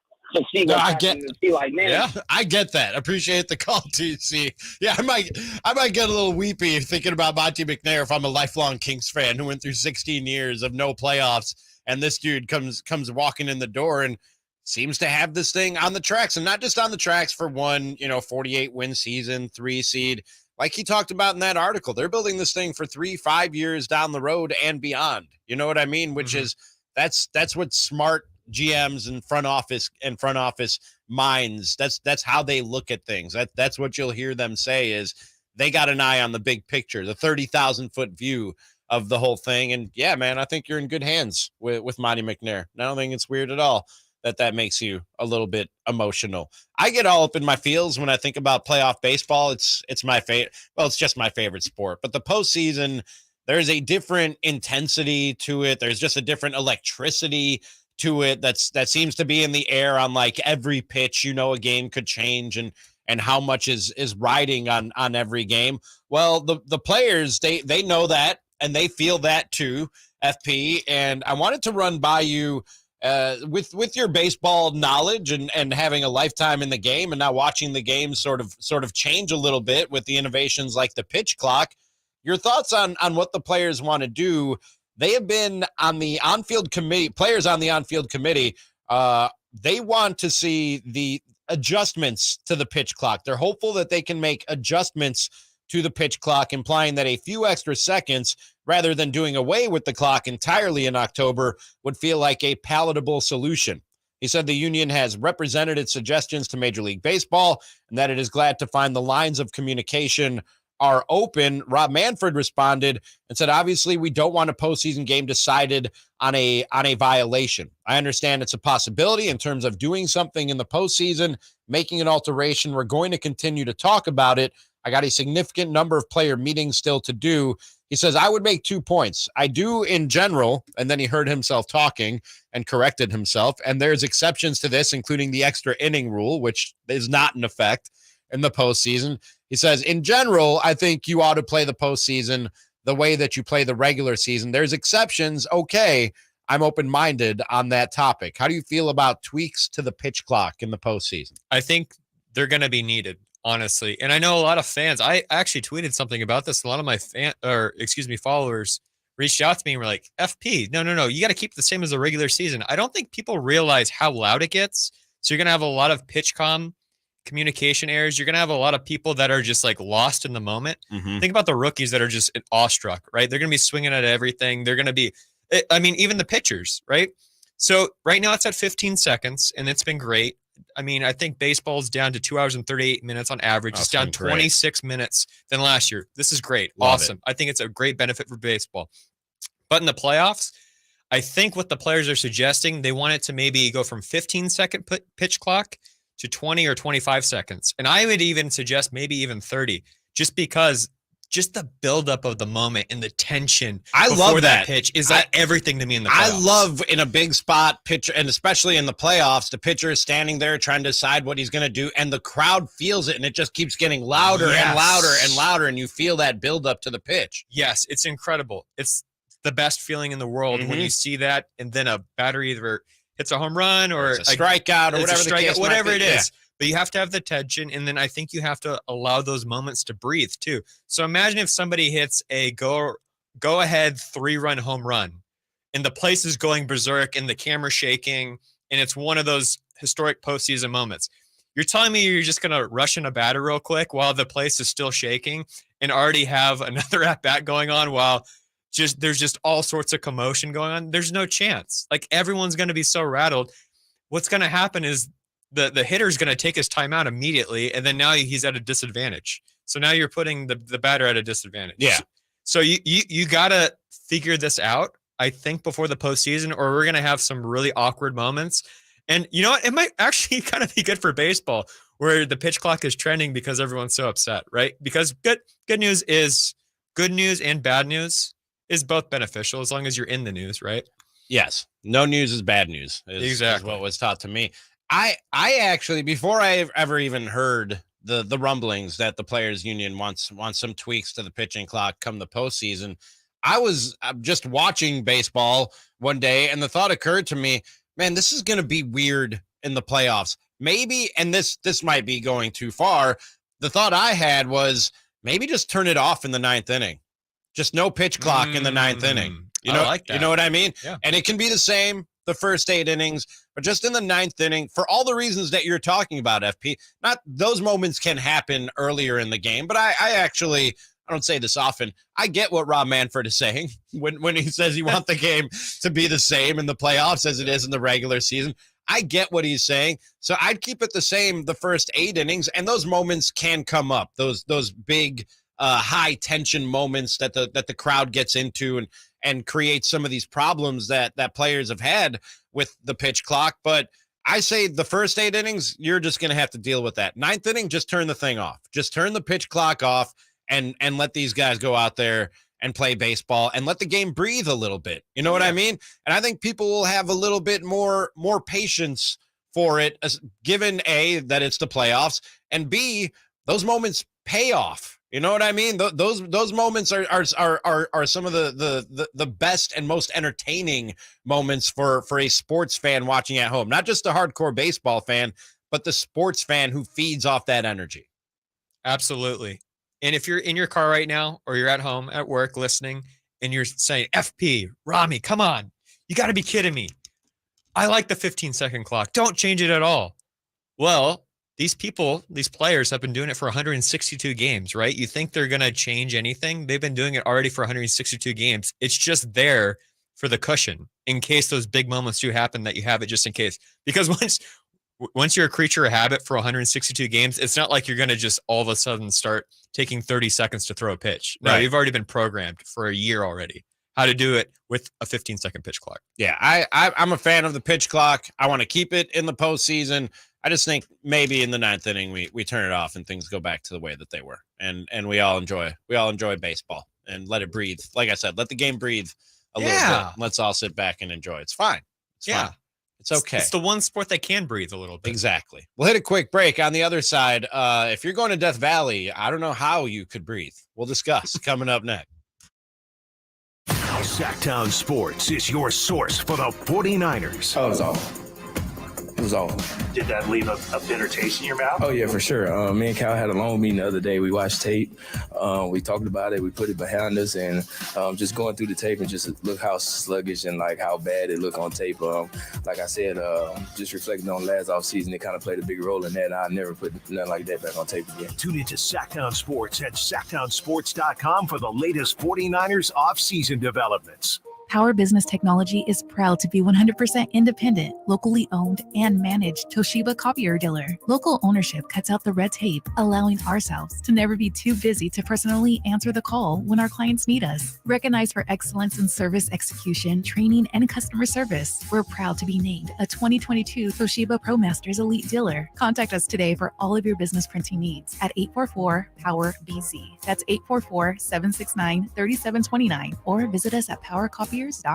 The PGA Club fitters at the Hagen Oaks Player Performance Studio know that golf should be fun. They also know that players of all abilities will hit the ball farther and straighter, play better golf, shoot lower scores, and have more fun if they get fitted before they purchase golf clubs. Hagen Oaks delivers the same technology and major brands used to fit PGA and LPGA professionals. See how the game can be even more fun.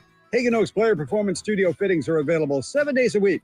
Make yours today by calling 916-808-2531.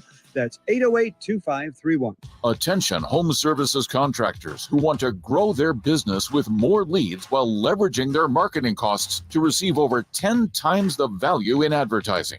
Subcontractors United is offering 40 home services contractors from architects to landscapers to participate in our advertising co-op.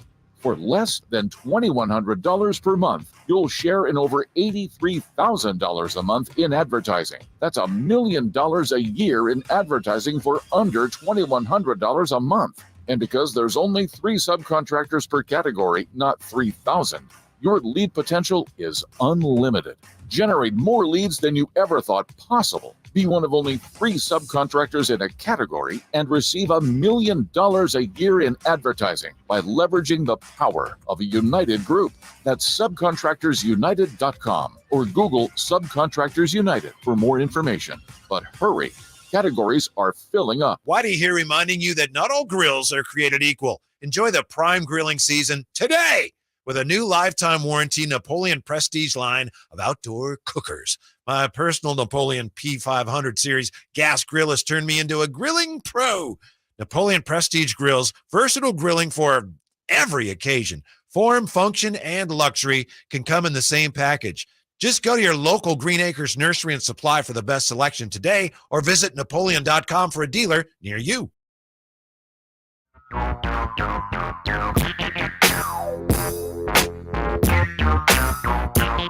Your home for Kings basketball for over 25 seasons. Sactown Sports.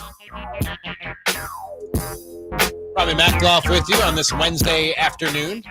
Jay on the ones and twos, Simone on the updates, and my man FP Santangelo in the co-host chair. JR, you got to put the JR on the back end. FPJ.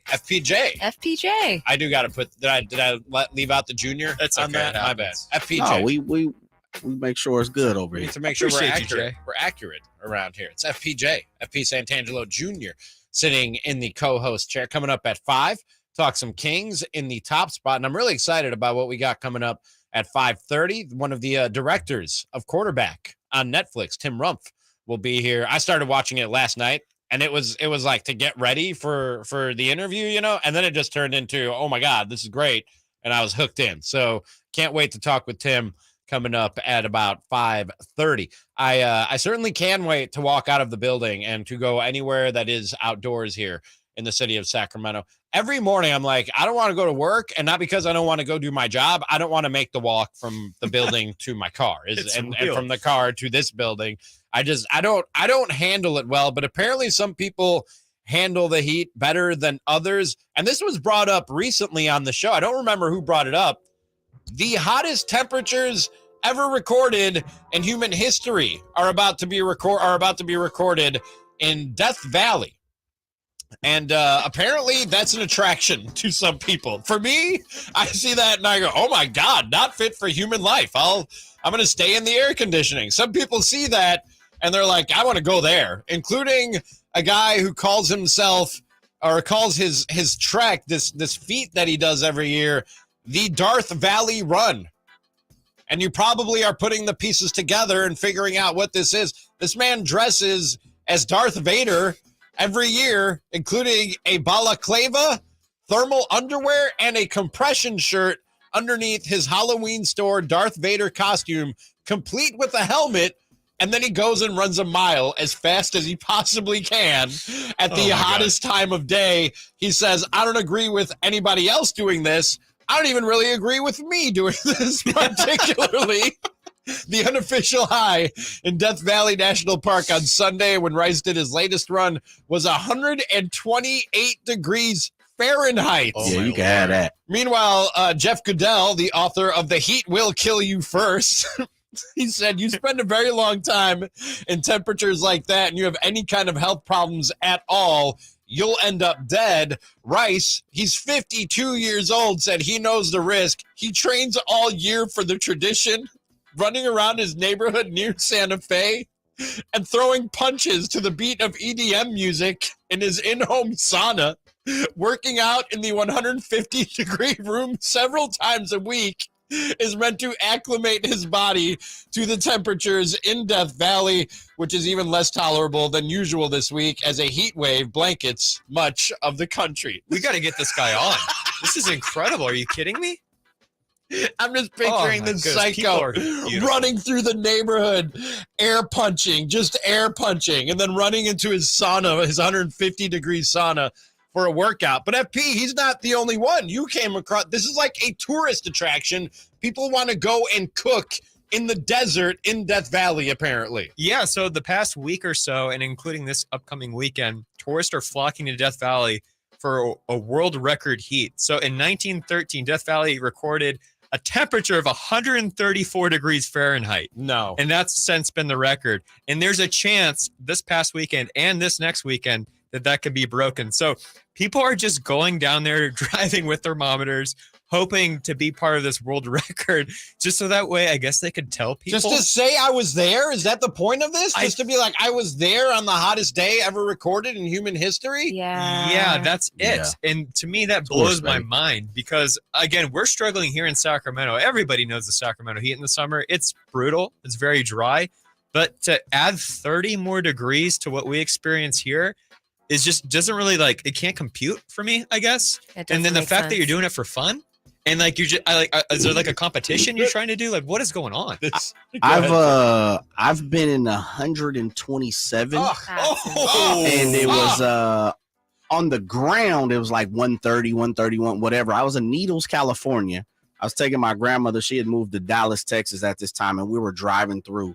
And I remember getting out of the car, and I'll never forget it, Chevron. And I'm walking in, and I'm looking, I'm like, oh, yeah, it's tremendously hot. And I look at the temperature. There was a thermometer behind the attendant, the gas station. I said, that says 130. Is that for real? It's like, oh, yeah. I'm like, wait a minute, 130? Excuse me, Smo. My apologies. What? 130. And then so I looked it up, and I was like, oh, it's 126? Ugh. That's hot, man. No, that is not. Why would you subject yourself to that intentionally? Travel to the place. These people went out of their way Tours, baby. To go to Death Valley. Have you ever been to Death Valley? No. Have you been to Death Valley, FPJ Simone? Nope. Oh, yeah, super cooking. I've been to, had the opportunity to drive through there King City, and I've been to the Grand Canyon when I was younger as a teenager. It's definitely hot, man. It's hot. It's for sure hot. Wait, this is going to expose my my total lack of understanding of knowledge. Just geography in general. Sure. The Grand Canyon is in Death Valley? No. Okay. Same state, okay. Arizona. All right. Okay. No, just the way you. Oh, okay. Okay. I thought you have to kind of go through one to get to the other. Yeah, gotcha. From California. No, you couldn't. This reminds me of when I was a teenager. My brother and some friends of ours. I'm saying they because I would immediately bail out every time. They would play this dumbass game in the middle of the summer where kids just got their driver's license or whatever, and they're getting out and doing stupid stuff. Ooh, I don't like where this is going. They would sit in the car in the middle of summer on the hottest day of the year and turn the heat on full blast, and it was like a game of chicken. I'm like, who's gonna bail out of the car first? That's so gnarly. Man, they'd be stripping down, taking off their shirts. It's getting hot in here. I've heard about this before. Literally. It's getting hot. It was literally the song playing out. They would start stripping down to try and outlast it. That's crazy. That's bananas. Seriously. And the only definition I know. Immediately, they're like, we're going to do the game. And before they even turned the heat on, I was like, I'm out. I lose. You're loco, just open the door and get out. First of all, I'm out while I'm getting ready to open the door. I'm out. Yeah. Y'all got it. Did anyone ever pass out? No, I don't think so. No, you just hopped out before. Yeah, everybody would just hop. It was a game of chicken. Who is gonna bail out first? Can I put a sports side into this? Sure. Yeah. So because Sacramento has been so good at baseball recently, and all their professional baseball players, and this and that and the other thing, you got to realize that temperature in baseball is like a match made in heaven. When it gets really hot, the ball flies an extra 20, 30, 40 feet. I want to see Ohtani hit a bomb in 134 degree weather. No! It's probably going 600 feet. Seriously, there's science behind it, something about the lack of air molecules or what, I don't know. But the ball really does fly. You could tell the difference if you're playing, especially in Sacramento compared to other areas that have a little bit more moisture in the air and they're colder. Oh, yeah, for sure. So to me, I would just love to see clear over them mountains, to quote Uncle Rico. Yeah. Hit it over. I want to see Ohtani or Judge hit it over Death Valley. Good question being posed on the YouTube page, youtube.com/Sactown Sports. John Williams says, rather do the heat than the cold. Says, I'd rather, and then Manny says, I'd rather be in the cold. LOL. You have a choice. You're either going to the coldest spot on the globe, or you're going to the hottest spot on the globe. I'm putting you in a plane, and I'm sending you to one. It's going in one direction or the other. Which way are you going? You going to the hot spot or the cold spot? Take me to the equator. Really? Yeah, I'm hot. Heat. FP? I'll take the hot, yeah. Really? Keep it's it baseball hot. weather. Keep it hot. Simone, This exposes me as the outsider of the Midwesterner. Oh, yeah. Give me the cold all day, man. I know how to deal with the cold. I'm good with the cold. I will say, like, I can put on layers. I can put layers on layers on layers on layers if I'm cold. Yeah. If I'm hot, like, I can take off all my clothes to quote the song. I'm still gonna be hot. I'm still gonna be sweaty. It's gonna give me the cold every time if I have to choose between the heat and the cold. Yeah, and you can't have beverages in the heat. That's a definite A cold bad beverage, mixture. absolutely you can. Yeah, but melt. in the temperature though. The beverage is going to melt? No, the ice in the beverage is good. Yes, the beverage is good. But if you have Can you believe when I say beverage, I mean those kinds of beverages that have something else with them. Right. Of course. Grown It just up doesn't. juice. Yeah, that just does not mix well in the heat. Yeah, That gets ya. agreed. I agree. But in the cold though, that's like a fur coat. So Yeah, someone survived the Titanic with drinking a little bit extra rum. The Really? chef. Yes, that's a true story. there He's you go. actually in the Titanic movie. You'll see him throughout it. Because he Fun drank fact. extra rum? Yeah, So he didn't he had freeze a to death flask. in the water? Yeah. Really? Insulated him? I can Yes. believe that. That's Google it. that's another movie that just bye. I mean, that thing was a day hurting my long. feelings. That thing I was a will day never long. come back to this show if you keep saying hurtful things to me. The Titanic scarred me as a kid. I was really little when that came out. I mean, it came out the year I was born. Sorry to date myself. So 1995. But I saw it just a few years later when I was 4 or 5 years Yeah. old. I still can't go on boats. Oh my Mm. Just because I saw it at Really? such a young Mm. age that it No left an cruises for you. impression. Really? No cruises. I Yeah, told no my cruises, gotcha. none of that. Man. I told my Titanic story, and Simone was outraged. Yes. Simone was You shocked. guys disgust me. Long story short, double date. Me and my friend didn't want to go. Our girls wanted us to go. We were like, we'll go if we can drink. Fast forward 90 minutes into the movie and us cackling while people slide down the deck of the Titanic as it capsizes. Like your style there, right? That's kind of, I mean, that's horrible. How And, could you? upsetting the entire theater, including and especially our dates. That date did not end well. we'll hit a quick break. On the other side, get into some Kings talk with the top spot coming up next. Catch the Oakland A's every weekend on Sactown Sports. Friday nights, Saturdays, and Sundays. Sinking, that's going to get down for a hit. Around third to score is Tony Kemp. And the A's have taken the lead. Edge of the track makes the catch. And the Athletics get a great win. Sactown Sports, your weekend home for the Oakland A's. Sactown Sports coverage of the Oakland A's is brought to you by Xfinity 10G, the next generation network.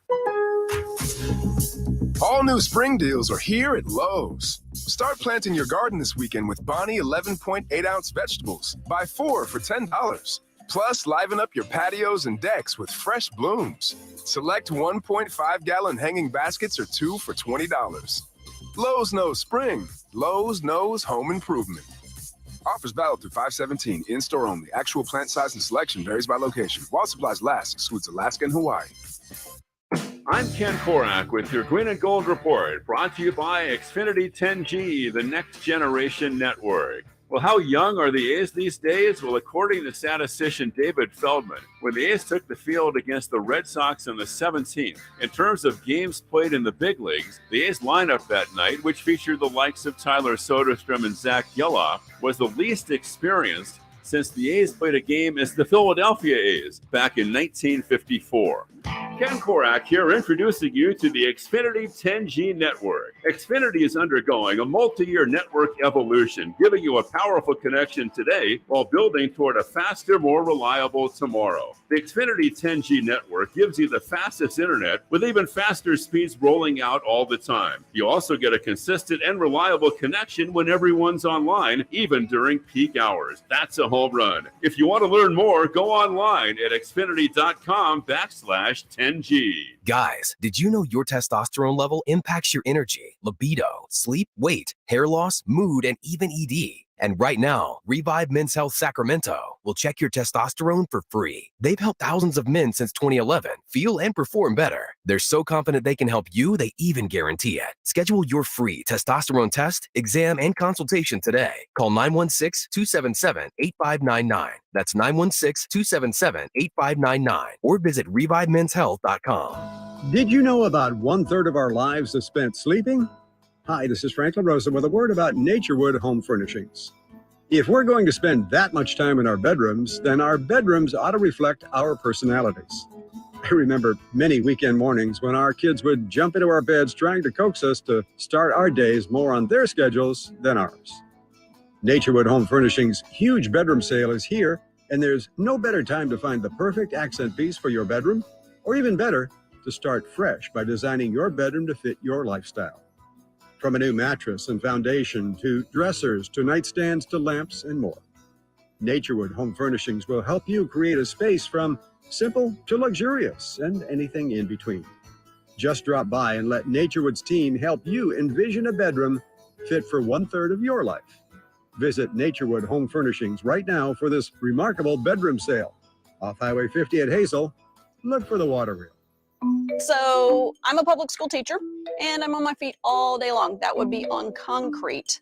The pain would like shoot up my heels and just increased from the bottom of my feet up. Then my back started hurting. So my husband and I were driving and I went, oh, look, there's a Good Feet store.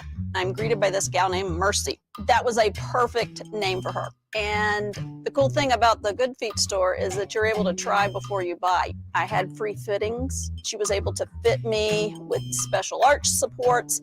And so I walked around in the store. Within 30 minutes, I started sobbing because I had no pain. Well, if your feet are hurting, do something about it. You don't have to grin and bear it.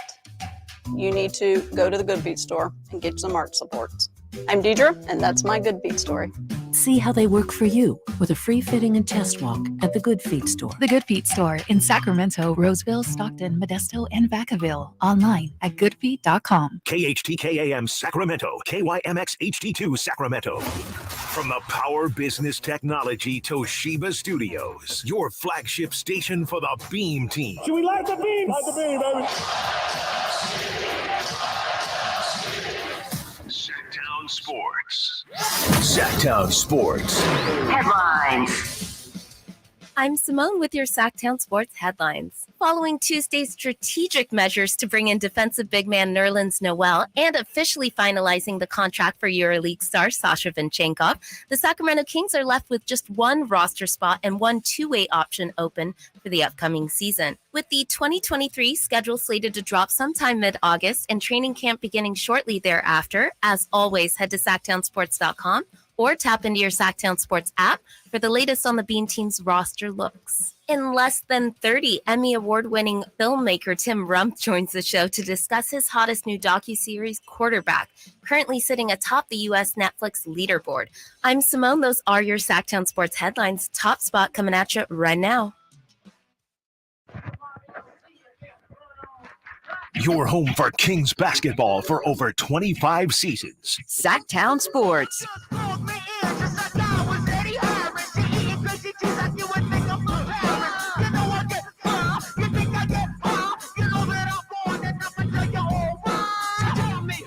I do know this one. So What You Want by the Beastie Boys, huh? Hey, look at this there guy. we go. All right. Into the fourth and final hour of the show this afternoon. As you heard Simone say, we'll talk with Emmy Award-winning director Tim Rump of the Quarterback doc series over on Netflix, and some of our takeaways from it coming up in just a few minutes. As I said, I was not necessarily planning on watching that thing. We got this guy as a guest. I was like, I'll check it out, be a good prepared radio host, and then I ended up loving it. Like, I'm 3.5, 4 episodes into it, and I can't wait to get home and watch even more tonight. So we'll get into that, but it is time now for a little something we call the top spot every day at 5 o'clock. Just going over some of the bigger subjects, topics discussed on the show throughout the afternoon, as a lot of you are getting into your cars, leaving the office, leaving the factory, leaving the store, wherever it is that you go and earn checks. And maybe you missed our brilliance earlier, and boy, was there a lot of it. We start off the afternoon, FP Santangelo Jr., my co-host for this afternoon, talking about a piece by Sam Amick, a one-on-one with Kings GM Monte McNair over at The Athletic. I don't work for them, but I'll tell you, it was worth the cost of subscription. Yeah, it's to go and check this out. It's a beast of an article too. Like, there's different sections and it's broken down perfectly. It's not just like one of those, okay, I'm going to read it for 5 minutes. No, you could sit down and read it for a good 20 20-ish minutes. Yeah. If you read it at a third grade level. Like I read it twice this morning. I really legitimately, I read it once just as a reader, just as a fan, and then went back through it and sort of picked out some parts that stood out to me and that we could talk about today. And the first thing that jumped out was him talking about sort of the path that they took this year, starting with bringing back Harrison Barnes when a lot of people thought they had a big swing in mind when they freed up the cap space. Maybe a Draymond Green or a Kyle Kuzma or a Jeremy Grant are the names brought up in this article as possibilities of what they could have done with that cap space. And McNair said, I'm not saying we won't look at upgrades or that we didn't, because we certainly explored all those options. But knowing that was one of our options was going to be to bring back the bulk of our team was appealing. On Barnes specifically, he said, I think sometimes you don't want to be too complacent, and we know the West is going to be tough. On the other hand, Harrison's our oldest rotation player. He just turned 31. Everyone else is pre-prime or just beginning their prime, 27 or younger. So it's not like, oh, we're going to bring it together and there's no real chance of improvement. So he's saying, yeah, I mean, we thought about other guys, but ultimately we decided this was the best course of action.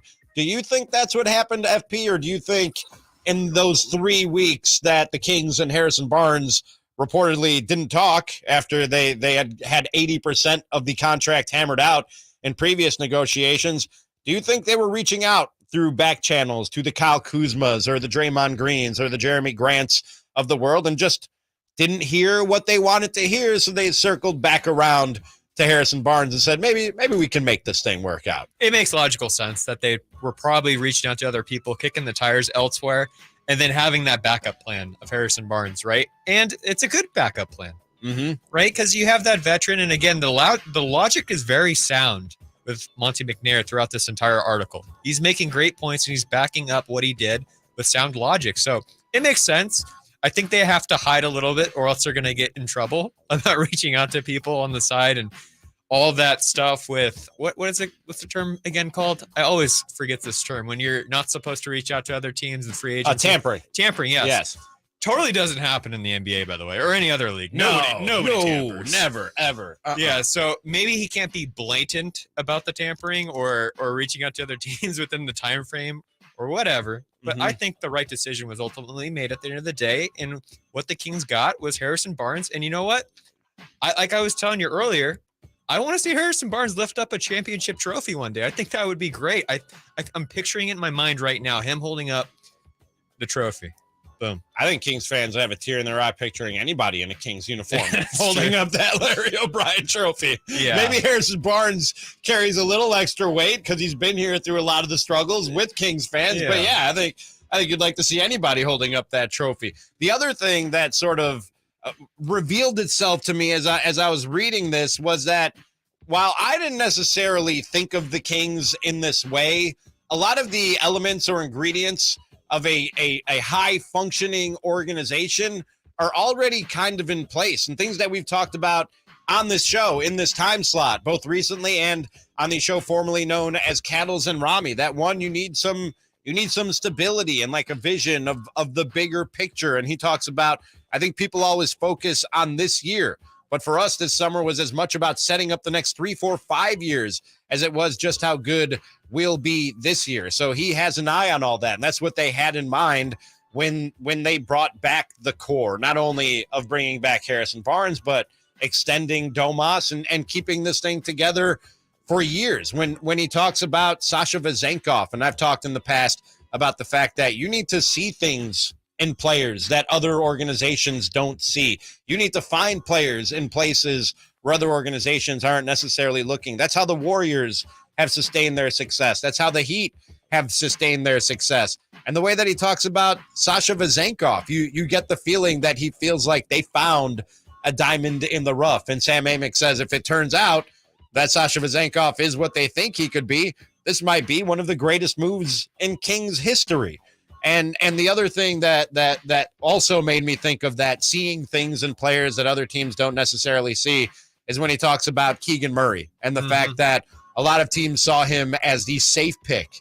He says, hey, he was safe, but because he was 21 at the time, but we truthfully did not view it that way. We were so happy that he did fit a great need for us, but we felt people were sleeping on what he could do, which is crazy because he was number 1 or number 2 in the whole country in scoring. They're doing the things already that high-functioning elite franchises do. We'll see what the product on the court is and what the results end up bearing out, but it looks to me like they're in pretty good hands of Monte McNair, and he's doing some of the things that we see some of the better franchises and organizations around the association do.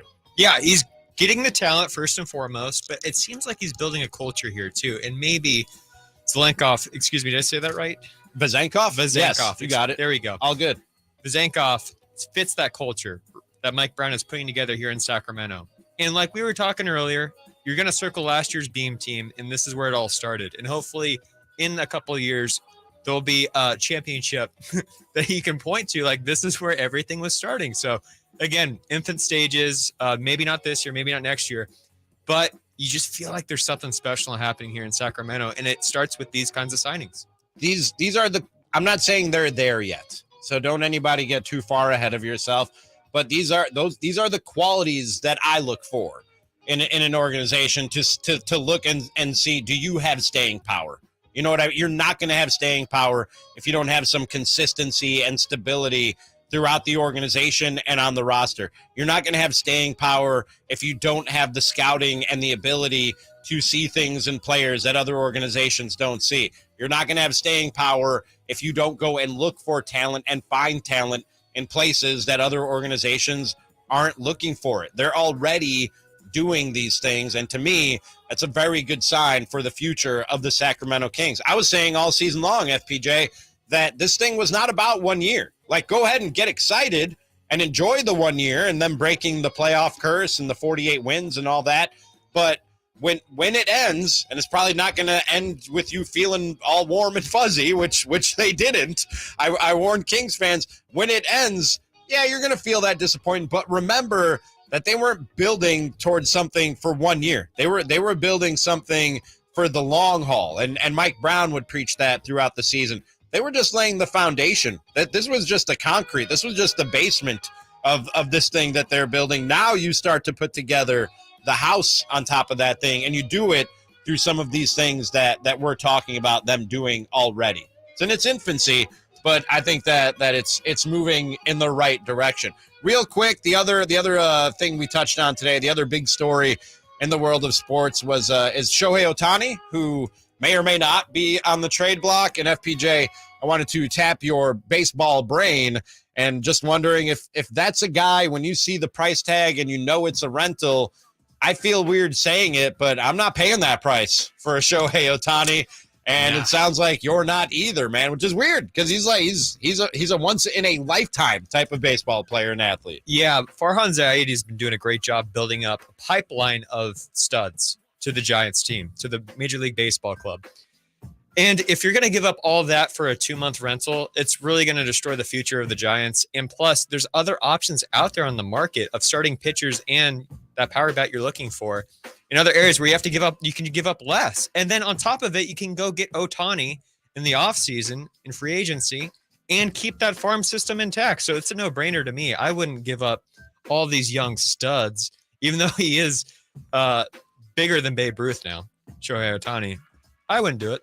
I mean, wouldn't do it. It's tempting. It's hard. It's hard to say no. I can't say it's not tempting. And honestly, if I'm the Dodgers or a team like that, that's maybe one piece away from winning a World Series, and it's the type of move that puts you over the top. Okay, yeah, then I'd think about it. They also have the resources to recover from all the assets they'd have to trade away to get a Shohei Ohtani. So, but that's a unique situation. The Giants aren't there, man. They're just not there where Shohei Ohtani is going to necessarily put you over the top, and people are going to be pointing at you as like, oh, that's the team to beat now. You know I what have I to mean? disagree with you. I think the Giants are close, and I think they could win a World Series this year, but they could do it with other pieces. Okay.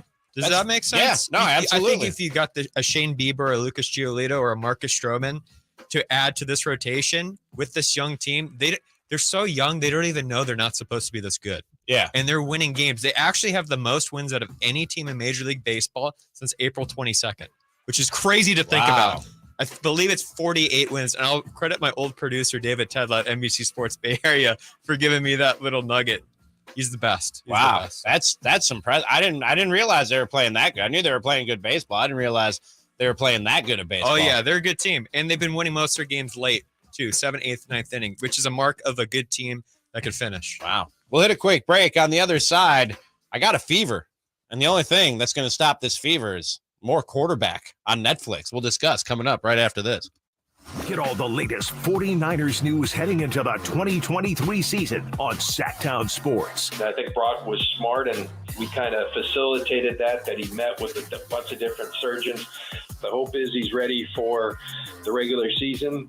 We'll take it as it comes, as we're doing. He's working incredibly hard, and the early returns are really good. Sactown Sports, Sacramento's official home for 49ers football.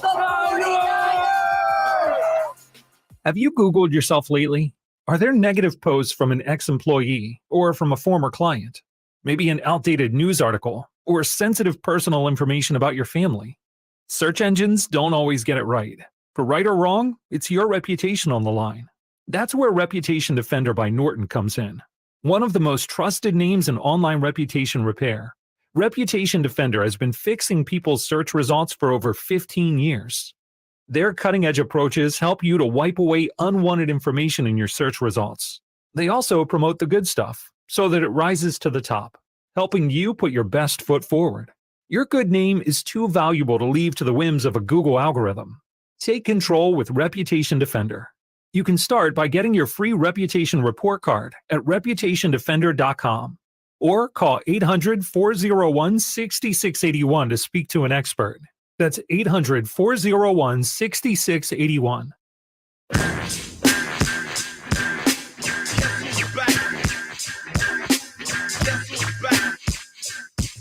Trick cluster, right? Decide what the play is. Run past 3 jet is the protection. And then from there, I have to think about the reads. Unless I change the protection. Other tags on top of that are telling certain guys what they're doing. We want him outside of Justin Jefferson. Usually Kelsey, he's going to run fake when we lock we it. Say wide cash, the Y's on the field. And then the chip is just a little extra protection. He would be over the ball. Making the deep inside, cross, go ball. whipping it back out. Down to Adam over the ball. That's sometimes why these play calls get a little long. Sounds simple enough.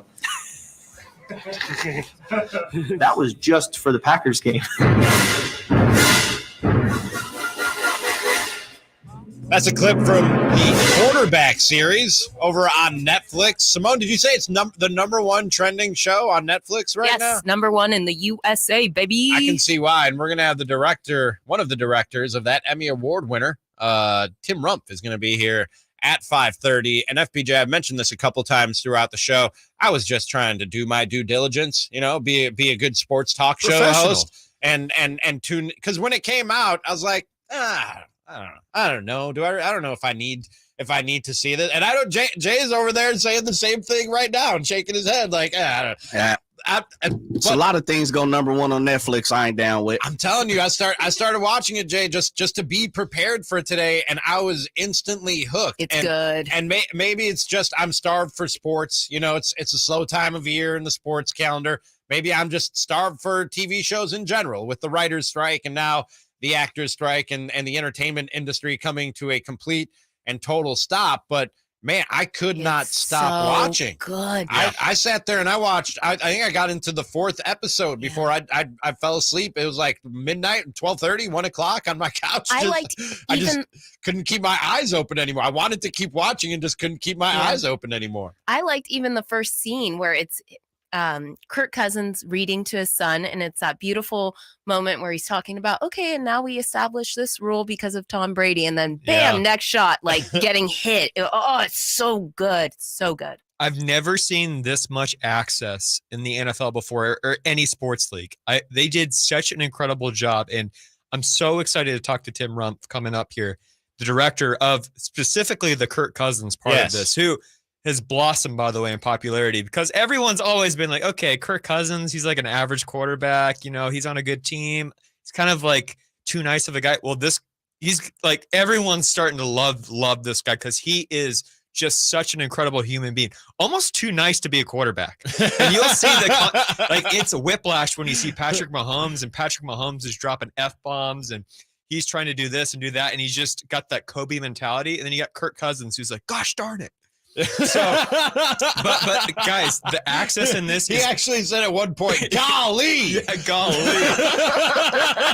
and then you got Patrick Mahomes just slamming his helmet, like cursing up every a storm. other word is a curse word from Patrick Mahomes, and it shows you he's got that dog in him. He really does. I mean, it's a meme, but he really does, dude. He is an intense person, and you don't necessarily get that in like the little press conferences and stuff that you get. Patrick Mahomes is insane. He's a psychopath. Yes, he is. He really is. Like, yeah, him and his wife, bless them, they're made for each other because they're both psychopaths in ways.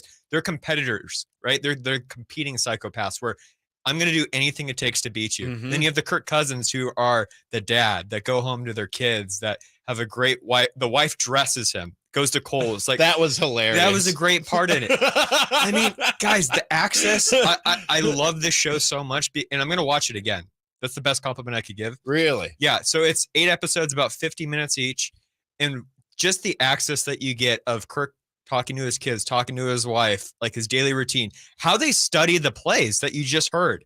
Like, how do they memorize it? I don't know why. I don't know what it crazy. is. It's what I liked about Gruden's QB camp or QB school, whatever that thing that he was doing for ESPN was for a while. I could sit and listen to quarterbacks reel off play names. Oh, it's so awesome. All day. I don't know what it is. I could legit sit there and listen to or watch that all day. Remember the clip when Patrick Mahomes was on Gruden's QB school? It was the YZ banana. Whatever. But it had, there was banana in the play name, and he kept on repeating it over and over and over again. Then the clip ended up going viral. That clip we just heard coming out of the break, and it gives you, if you don't know, and this was eye-opening to my girlfriend who was watching it with me. She was like, "Oh my God, some football players are actually smart." Like, oh yeah. Yeah. They're geniuses. The quarterbacks are absolute geniuses, like legit geniuses. The fact that they're always listening to the play calls in the car and then writing the notebook down twice, It never 3 times, stops. 4 times, it never stops. The way that Patrick Mahomes is breaking down plays left and right is like, oh yeah, this guy's just moving a little bit to the right, so I know I have this guy open. And just that stuff blows my mind. And just, again, the access is incredible. This might go down as one of the best sports documentaries of all time because I just have not seen access at this level where they followed somebody for an entire season. Oh, yeah. And then that guy, Patrick Mahomes, went on to win the Super Bowl. Yeah. So it was like perfect timing and all these different things. I'm curious to see what happens with that, like the road to the Super Bowl and watching all that as I continue to watch this series. And also, I'm going to be frank and blunt and honest. I won't say this to Tim Rump when he comes on with us. Marcus Mariota is kind of boring. Well, he didn't cover Marcus, so we can say that. Yeah, but I'm just saying that part of the episode's kind of it loses me for a few minutes. He's not a character like the other two guys are. I am curious to see, and no spoilers, don't tell me, FPJ, what happens with his story when things go awry in Atlanta, because he gets benched and then he leaves the team and he doesn't come back. So I have a feeling that storyline has something to offer as well. It's not the most electric up to the point that I'm at, but I'm guessing that storyline has a little something to offer as well. So I'm looking forward to making my way through the series and talking with Tim Rump coming up at 5:30. You told me he also was one of the directors of the Hard Knocks series, right? Is that right? So he's done a couple of them, and the reason why I had his contact and had him on is because he did the Raiders Hard Knocks with Gruden. Okay. Back in Oakland when they were the Oakland Raiders, before they were about to leave. So I remember that. The whole AB showing up in was it a helicopter or a hot air balloon? One of the two. I think it was a hot air balloon, but he was there. He covered that whole entire show. So we had him on at the time, and he's fantastic. So I'm really excited. They actually just got renewed too yesterday for season 2 of Quarterbacks, which of course sparks the question: Who do you want to see? And the first guy I want to see, no matter like A1, Joe Burrow. I want to see Joe Burrow, and I want to see how he operates. He's the coolest cat, I think, in football. Give me Justin Fields. Joe Burrow. Give me Justin Fields, but that's my bias talking. This new season of Netflix of Hard Knocks, they're saying that the Jets aren't going to give them the access that they usually give them, and they don't really want it. And then I turned on my TV this morning, and one dude is showing up shirtless with a bat wrapped in barbed wire, a la Negan from The Walking Dead. Another dude skateboarded through the front door of the team facility. Slow motion, look at me, baby. Don't tell me you don't want the attention. You want the attention, and you're eating it all up. I'm curious to see how they actually handle it. I hope it lives up to past Hard Knocks and they don't restrict the access too much. But man, the Jets are just being babies about this whole thing. Just eat your vegetables. What do you know think? What I mean? What do you think the first scene of Aaron Rodgers is going to be? Is he going to be pensive? Is he going to be? I don't think we get the one-on-ones. Like you know those off to the side one-on-ones with the close-up camera that we get. Aaron Rodgers ain't doing none of that. No, yeah, not a confessional, but when that's what it's the called. cameras first show him, do you think he'll be doing? He'll be walking into the facility. Okay. I'll tell you what, looking cool. If they can get an interview of him talking about his ayahuasca trips or whatever, I am so in. But hard Knocks for me, guys, it's really weird. So quarterbacks really gripped me. But Hard Knocks, for whatever reason, the past couple of years, doing it for you? Not doing it for me. So really? That's why I kind of went into quarterbacks yeah. But Hard Knocks,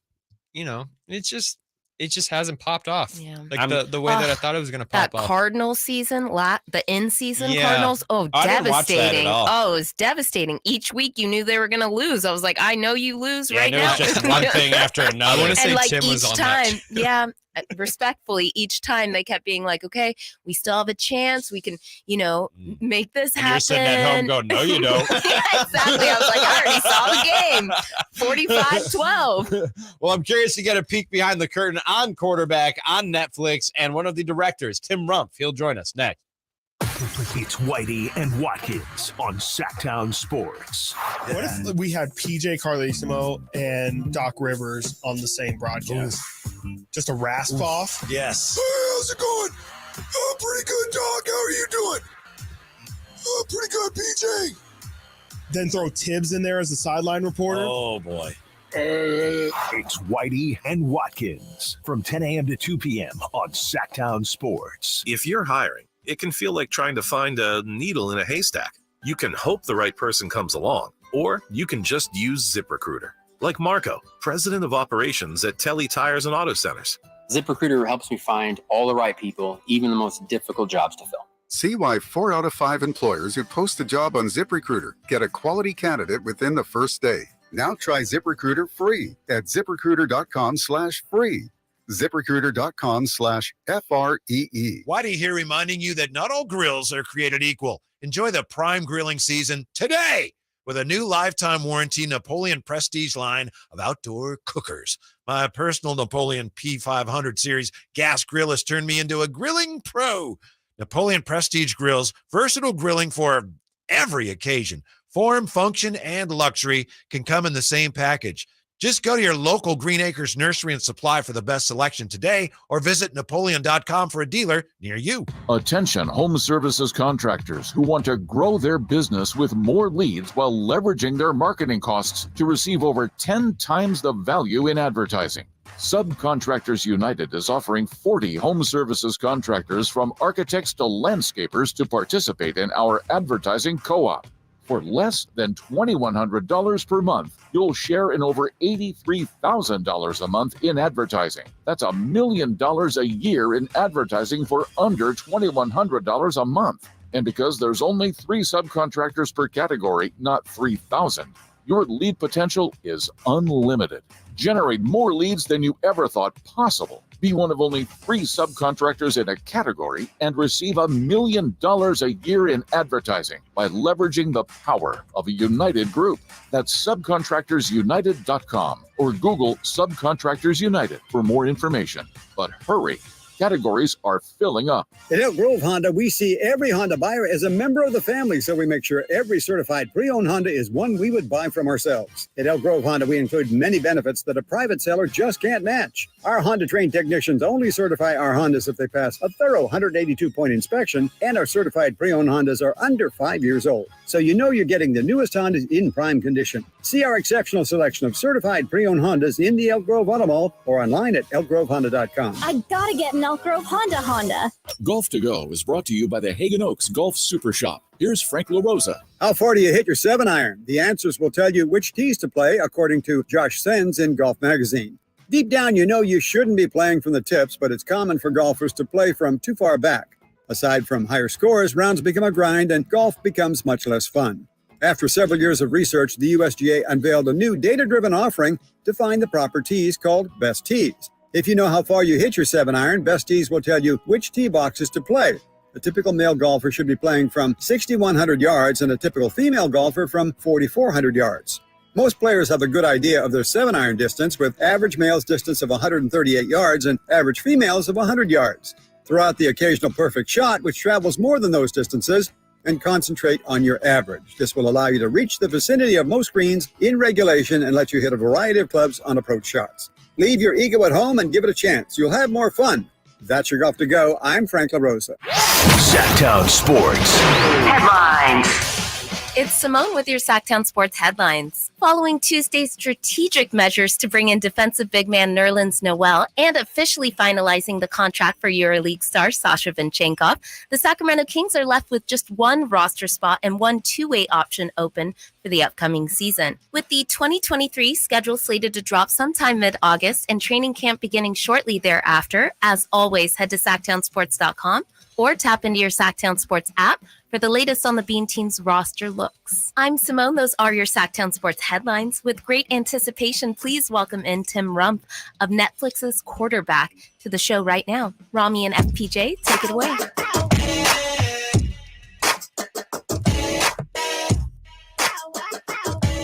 Your flagship station for the Bean Team, Sactown Sports.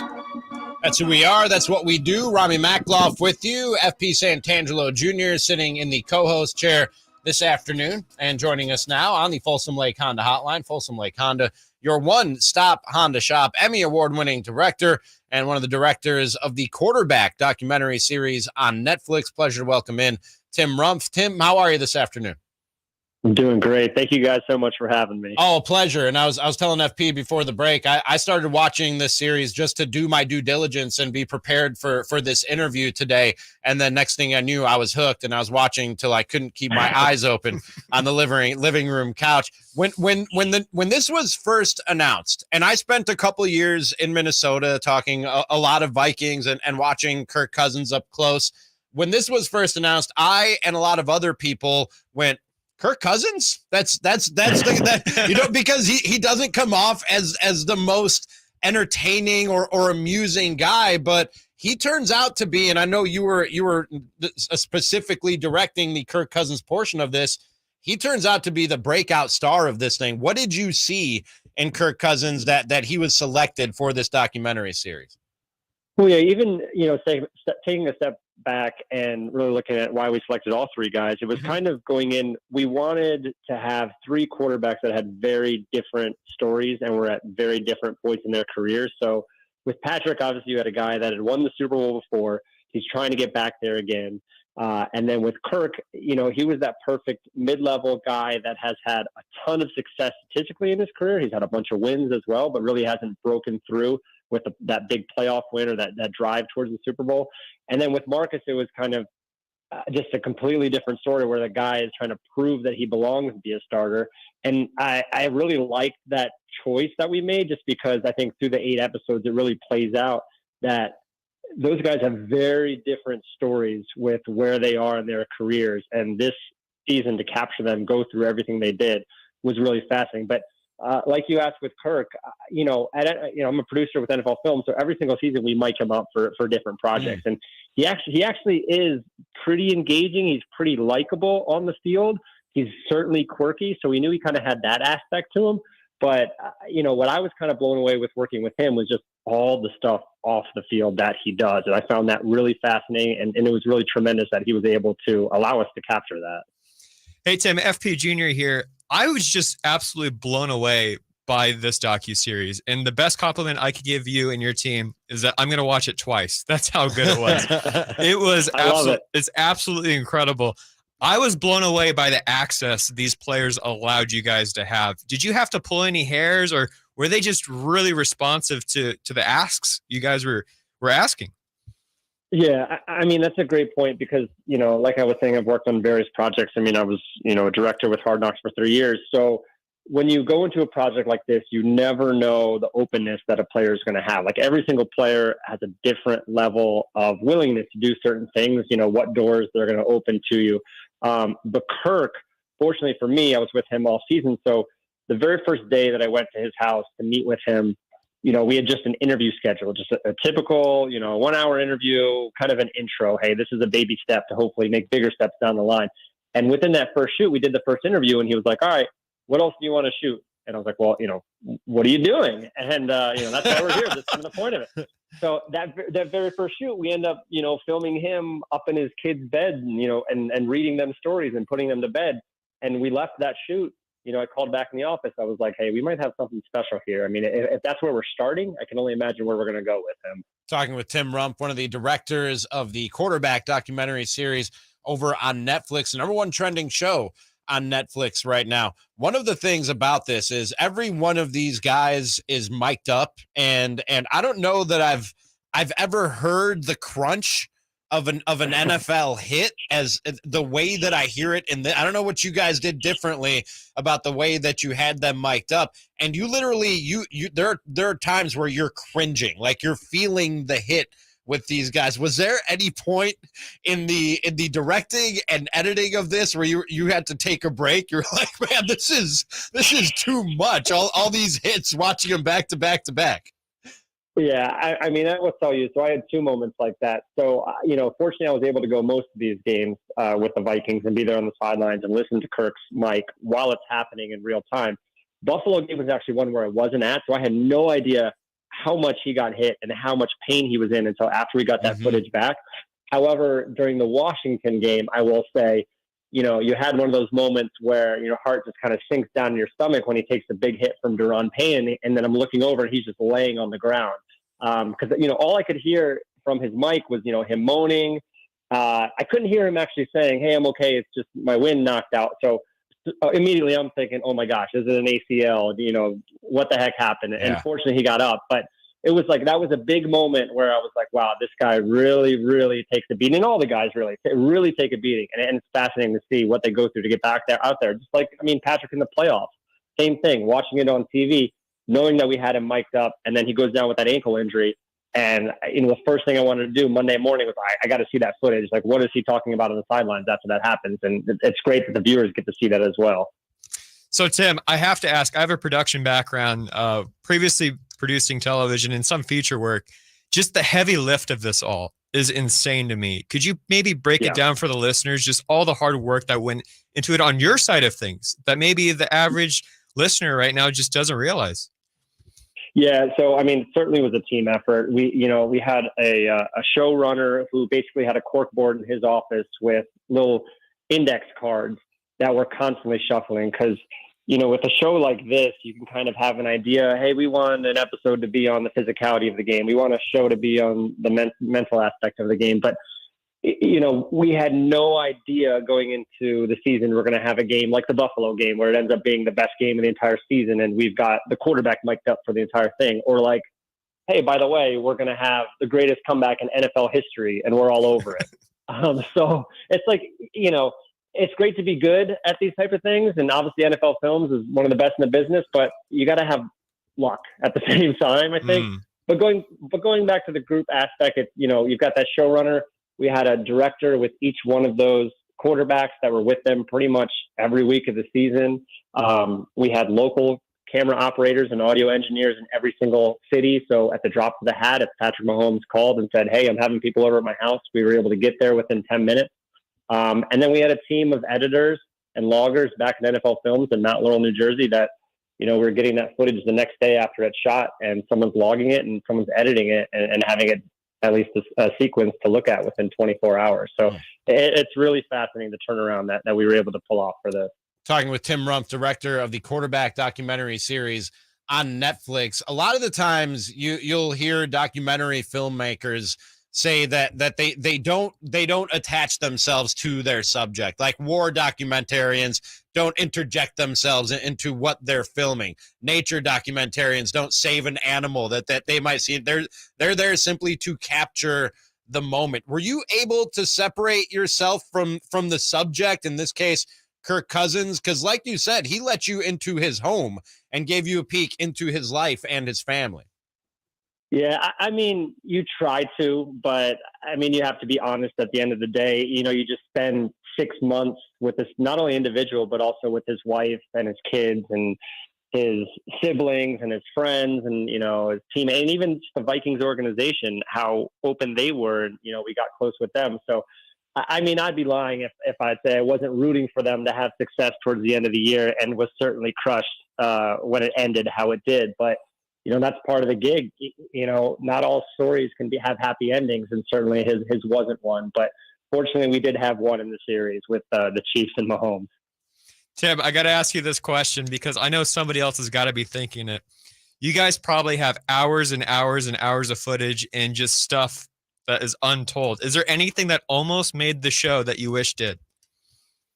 Yeah, I mean, there's a ton of stuff, because if you think about everything that we captured, so we had them mic'd up for 17 games, which is 3 hours of footage for each of those games. Wow. Practices each week, which run 3 hours themselves. So, I mean, I'm horrible at math, but I mean, that's a ton of footage there. There's, and then there are some off the field stuff, I could spend, when each of Kirk's bodywork sessions where he's getting the massage done by the chiropractor is probably 3 hours. So, I mean, there's certainly enough stuff just to make a Kirk Cousins documentary on its own. But I mean, certainly the best things that I really loved ended up in the series. So I was happy to see that. I was the chiropractor. So I said I could feel the hits when I was watching. I could feel those pops, and I immediately wanted to go visit my chiropractor when I was watching that. I do want to ask you before we let you go, Tim Rump, Emmy Award-winning director, joining us here on Sactown Sports. I know you've been involved in the Hard Knocks series in the past, and this year there's some controversy with it, with the Jets not necessarily wanting to participate, and reportedly they're going to restrict some of the access that the NFL Films team usually gets. How much do you think that will change the production and the final product of that TV show? How much do guys who do what you do, Tim, rely on that access to give us the best product that you can pump out?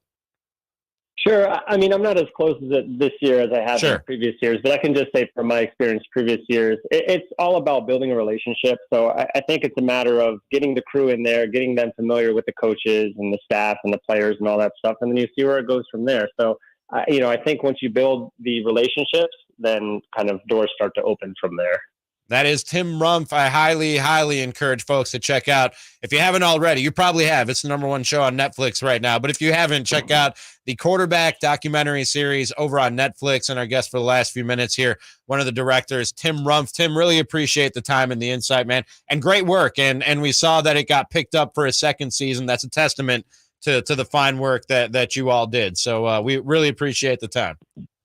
Thank you guys so much. Love talking to you. Thank you so much yourself. And Tim Rump joins us on the Folsom Lake Honda hotline. Folsom Lake Honda, your one-stop Honda shop. It's so good. It's so good. And you like you said, you have some experience in TV production. I don't, but I've always ever since the time I was a little kid, like as much as I watched the games, I'd watch like the pregame and the highlight reels and the mic'd up stuff. I've always been so fascinated, and it's always cool for me to get a little peek behind the curtain of what those guys do, because they're the ones that make the sport, that package the sport for us, and ultimately make us fans of the sport. You know what I mean? With stuff like this. Ramie, he was being so humble. That's hours and hours, like hundreds of hours of work that like a very proficient team put together and popped out. Like that is world class. It sounds like he sacrificed like a chunk of his life. Like he went and basically lived with Kirk Cousins and his family and went to every Vikings game over the course of the season. Like these guys, documentary filmmakers, dedicate their lives to the subject matters and these projects that they work on. So and when it pays off the way that it does here, it really is a joy to watch. And I'm serious when I say I can't wait to get home and pick up where I left off last night with this series. So everybody out there, and I'm not just blowing smoke because he was our guest. If you haven't already and you need some sports in your life, or you just need anything on TV because of these strikes that are going on, I am highly recommending Quarterback on Netflix. We'll hit a quick break. After this, what one dermatologist is recommending may shock you and disgust you. We'll discuss next.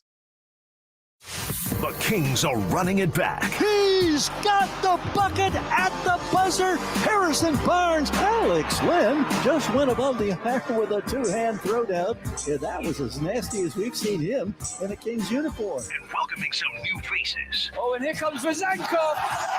He gets the big finish. Fisher rejected by Mr. Vezenkov. Keep it locked on Sactown Sports at SactownSports.com for the latest Kings news. Sacramento weather is brought to you by Elk Grove Honda. I'm Mark Feinstein in the KCRA3 weather center. Skies will stay clear tonight. We'll have a delta breeze that'll cool us to the low 60s by morning, but tomorrow's going to be a hotter day. Look for a high about 100 to 102. Get the latest forecast on the KCRA3 News and the KCRA3 app. At Elk Grove Honda, we see every Honda buyer as a member of the family, so we make sure every certified pre-owned Honda is one we would buy from ourselves. See our selection of certified pre-owned Hondas in the Elk Grove Auto Mall or online at elkgrovehonda.com. I gotta get an Elk Grove Honda. Summertime is a great time to get your home evaluated for solar, and while you're at it, make sure your roof is in good shape for all seasons. Hey, Jason Ross here to tell you about ACR Solar and Home Services. Go to acrsolar.com to find out all the different things that they can provide for you. And while we're all watching utility costs go up, along with everything else, why not make the most of the sunshine beating down on your roof? Harness that solar power and cut those rising utility bills while at the same time improving the value of your home. ACR Solar and Home Services makes it easy with a simple evaluation that'll show you just what it would take to get your home generating savings that help your bottom line and help protect the environment. So start now, and while you're there, ACR Solar and Home Services can make sure your roof is in prime condition. So just go to acrsolar.com and start your savings today. ACR Solar and Home Services, quality, value, and integrity since 1979. For the ones who know safety isn't a catchphrase, it's a culture. And the ones who help make sure everyone makes it home safe. For the safety-minded who watch everyone's backs, Grainger offers supplies and solutions for every industry, as well as safety assessments and training to keep your facilities safe and your people safer. Call, click Grainger.com, or just stop by. Grainger, for the ones who get it done. Wells Fargo gives you access to direct deposit funds up to 2 days early. Plus, if you look at the X and Y axes, What if everything came 2 days early? Like the weekend. That was a pleasant surprise. You can't get everything early, but when it comes to direct deposits, you can with Wells Fargo. Visit wellsfargo.com/get-early to learn more. Terms and conditions apply. Not all direct deposits are eligible. Early availability is not guaranteed and may vary between deposits from the same payer. Wells Fargo Bank N.A., member FDIC. Sometimes progress toward global net zero can be hard to see, invisible even. Like how Chevron is targeting 25 million tons of CO2 per year in storage and offsets by 2030. While at the same time, working with partners to reduce the cost of carbon capture and scale the technology to other industries like cement, innovating toward lower carbon solutions today while helping others do the same for the future. That's energy in progress. Visit chevron.com/carbon capture.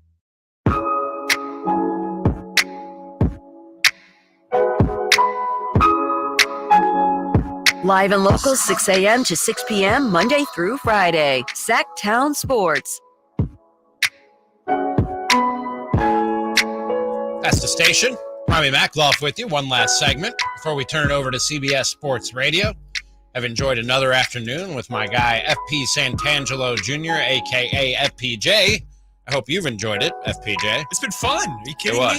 Spending time with you guys. It has been fun. It's been a party. And we still have more fun to go. Thanks again to Tim Rump for joining us, the director of quarterback on Netflix. I think I was remiss in mentioning that he joined us on the Folsom Lake Honda hotline. Folsom Lake Honda, your one-stop Honda shop. There was a segment on the. Were you about to say something, Nephew? No. Oh, okay. Sorry. You were adjusting your sleeve. I thought you were like, oh, I gotta say that. No, this isn't a classroom. I'm not gonna raise my hand. I'll just talk. There was a segment on the Today Show this morning with an expert, a medical expert, a dermatologist who had some advice that, in my non-medical opinion, I'm not a doctor, I would say, don't listen to this doctor and what you're about to hear from them. how often to shower per week? Yes. How many times do you think you should shower per week, according to dermatologists? I don't care what they say. I'm going to say A. The answer is actually B, 2 to 3 times per week. There are 7 days in the week. Yes, there are 7 days in the week. Now, the consensus is 2 to 3 times per week, but it does depend on the person. I'm looking at Al's face like, what is this? It depends on the person, your lifestyle, your skin type, your lifestyle, age, your activity level as well. At the end of the day, it's all personal preference, and I think the reason why— Not if you come in contact with other people. No, but I actually believe it. Like, I think for the sake of our skin. Exactly. So what they say is you have this natural bacteria that lives all over your skin. It's part of your microbiome, right? So you don't want to compromise that because it does help sort of protect you. And then there's other people who have skin issues, dry skin, eczema, rosacea. All these factors come into play. And when you're, scrubbing and using soap and harsh detergents, I can't stop looking at Al. It could I shower twice a day. And the look on Al Roker's face as she was saying what she was saying was like, are you serious? That is disgusting. That's foul. And look, she does say she says it depends on you and what your lifestyle and everything else. Man, first of all, any doctor will tell you you should exercise 4 to 5 times a week, right? Yep. You should get some. If you're working out and not shower, because she's saying 2 or 3 times a week you shower, so I'm supposed to work out according to my doctor, my physician, 4 to 5 times a week. But according to my dermatologist, I'm only supposed to shower 2 or 3 times a week. What about those other 2 or 3 times that I work out? Am I not supposed to shower? Because, man, I'm telling you right now, I don't know if I have a medical condition or what. I leave the gym looking like I dove in the pool with all my clothes on. Slippery. Yes. Yeah. Are you telling me in this Sacramento heat, I'm only supposed to take 2-3 showers? Was it a week? A week? I shower 2 or 3 times a day. Same. If I'm spending any time outside. Same. Are we taking crazy pills here? What's going on? I don't know, FPJ, but this is a thing. This is a thing because I will go back, and I'm not going to say his name, Declan Goff, my former producer in Minneapolis. I was about to start the show one day, and I'm at the mic, I'm sitting at the console, and he was in a different studio, cutting up some sound or something. And he comes rushing in the studio just before we start the show. And I look at him, and my guy was always well-dressed. He had his hair was always perfectly coiffed. He's one of these dudes. And I look at him, and he's wearing a 3/4 zip-up Twins thing, sweatshirt, and he has on his Twins hat. And I look at him and I go, why do you look like a clubby from the Twins clubhouse today instead of your usual dapper self? And he goes, oh, it's no shower Thursday. What? This is what this man said to me. It's no shower Thursday. What? And I was like, that's where we're starting the show. You can scrap the Twins talk that we had slated. What the hell is a no shower Thursday? And we started talking about it, and people do just pick days of the week where they just don't take a shower. That's foul, man. That is foul. And what Al Roker said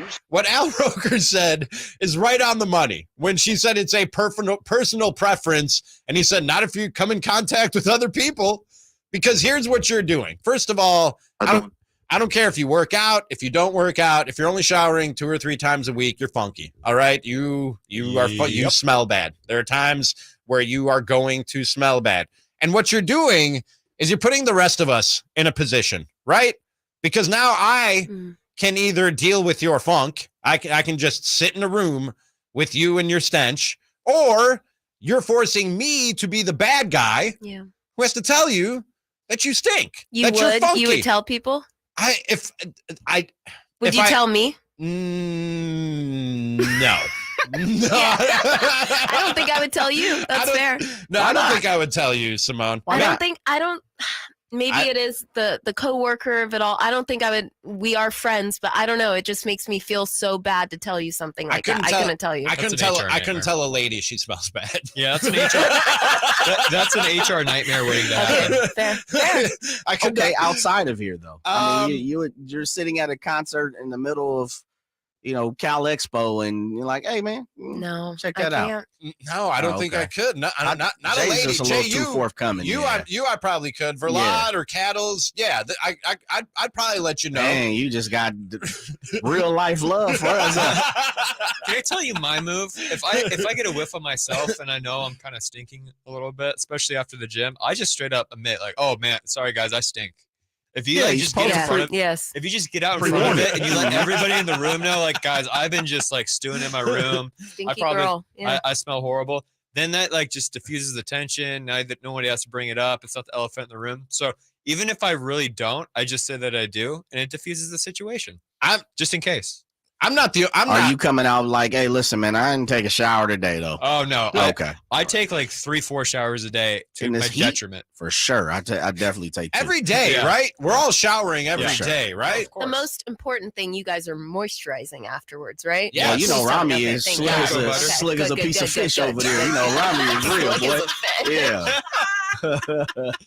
Yeah, I've told you guys my regimen. I've told you guys my regimen before. Exfoliating, yes, that's all I want. I want you guys exfoliating in the shower. Never-ending cycle. I will admit this. I mean, the wifey is a cosmetologist, so she's already in the beauty world, right? Yeah. So, I mean, I've been with her for 10 years, but prior, I was more of a man. Just put the cologne on, put the lotion on, whatever. Nah, it's the whole beard. It's the put the 2 different types of joints on the face and wash it, scrub it, exfoliate it, put the tea tree oil on it. Like, so she's definitely helping me out to that point. Better, right? Absolutely. It's better this way. Ain't nothing wrong with smelling good. No, nothing at all. Or your skin looking good, being soft and smooth. Man. Nice and supple. Oh, man, it's great. Absolutely. Yeah, that's why I moisturize and exfoliate every day. Every day I moisturize and exfoliate. Oh, boy. And shower. Use some soap. Yes. You know what I mean? The funniest move I ever did is I went into an Ulta and I talked to the clerk or whoever was working there and told them I worked in television. I didn't tell them I wasn't in front of the camera. I just told them I worked in television, and they thought I was a TV talent. Oh, so they start hooking you up with all the product. Yeah, so that's the move, by the way. And then you start getting all the lotions and all the exfoliators and all that stuff. And they were giving me primer. Primer. I learned I learned what primer was. Yes. Wait, I thought Jay was joking. I thought he was using a painting term. What is a primer? Wifey been in this thing for a long time. Yeah. I don't have me explain it to you. Let Simone explain it to you. But yeah, there is primer. Primer can you can put on. It's actually really interesting for redness. You can put on a green primer, so then it'll take down your redness. So there's all these different, or maybe you have that mixed up and it's purple, but there's different correlations of colors that you can use to combat different issues you're having. Wow, I'm learning. I thought I was pretty good with all my grooming and showering and everything. But you guys are teaching me new things here. I'm pretty sure it's green cancels out red. Wow. All right. I'm going to go look into some color wheel. Learn your color wheel. And really quick, last thing, always ask for samples when you're at the Ulta or Sephora's. They can give you samples. So. And at the very least, just take a shower once a day. Just shower every day. Is all we ask. We don't want to especially when it's 106. For real. Our thanks to John Feinstein, legendary sports writer, and Tim Rump, the director of Quarterback on Netflix. If you missed either of those or anything on today's show, check it out. SactownSports.com, the app right there, YouTube.com/Sactown Sports. While you're there, smash that like button, smash that subscribe button. Help us grow this thing. In the meantime, for FPJ, for Jay, for Simone, Ramie saying thanks for listening, and we'll talk to you tomorrow starting at 2.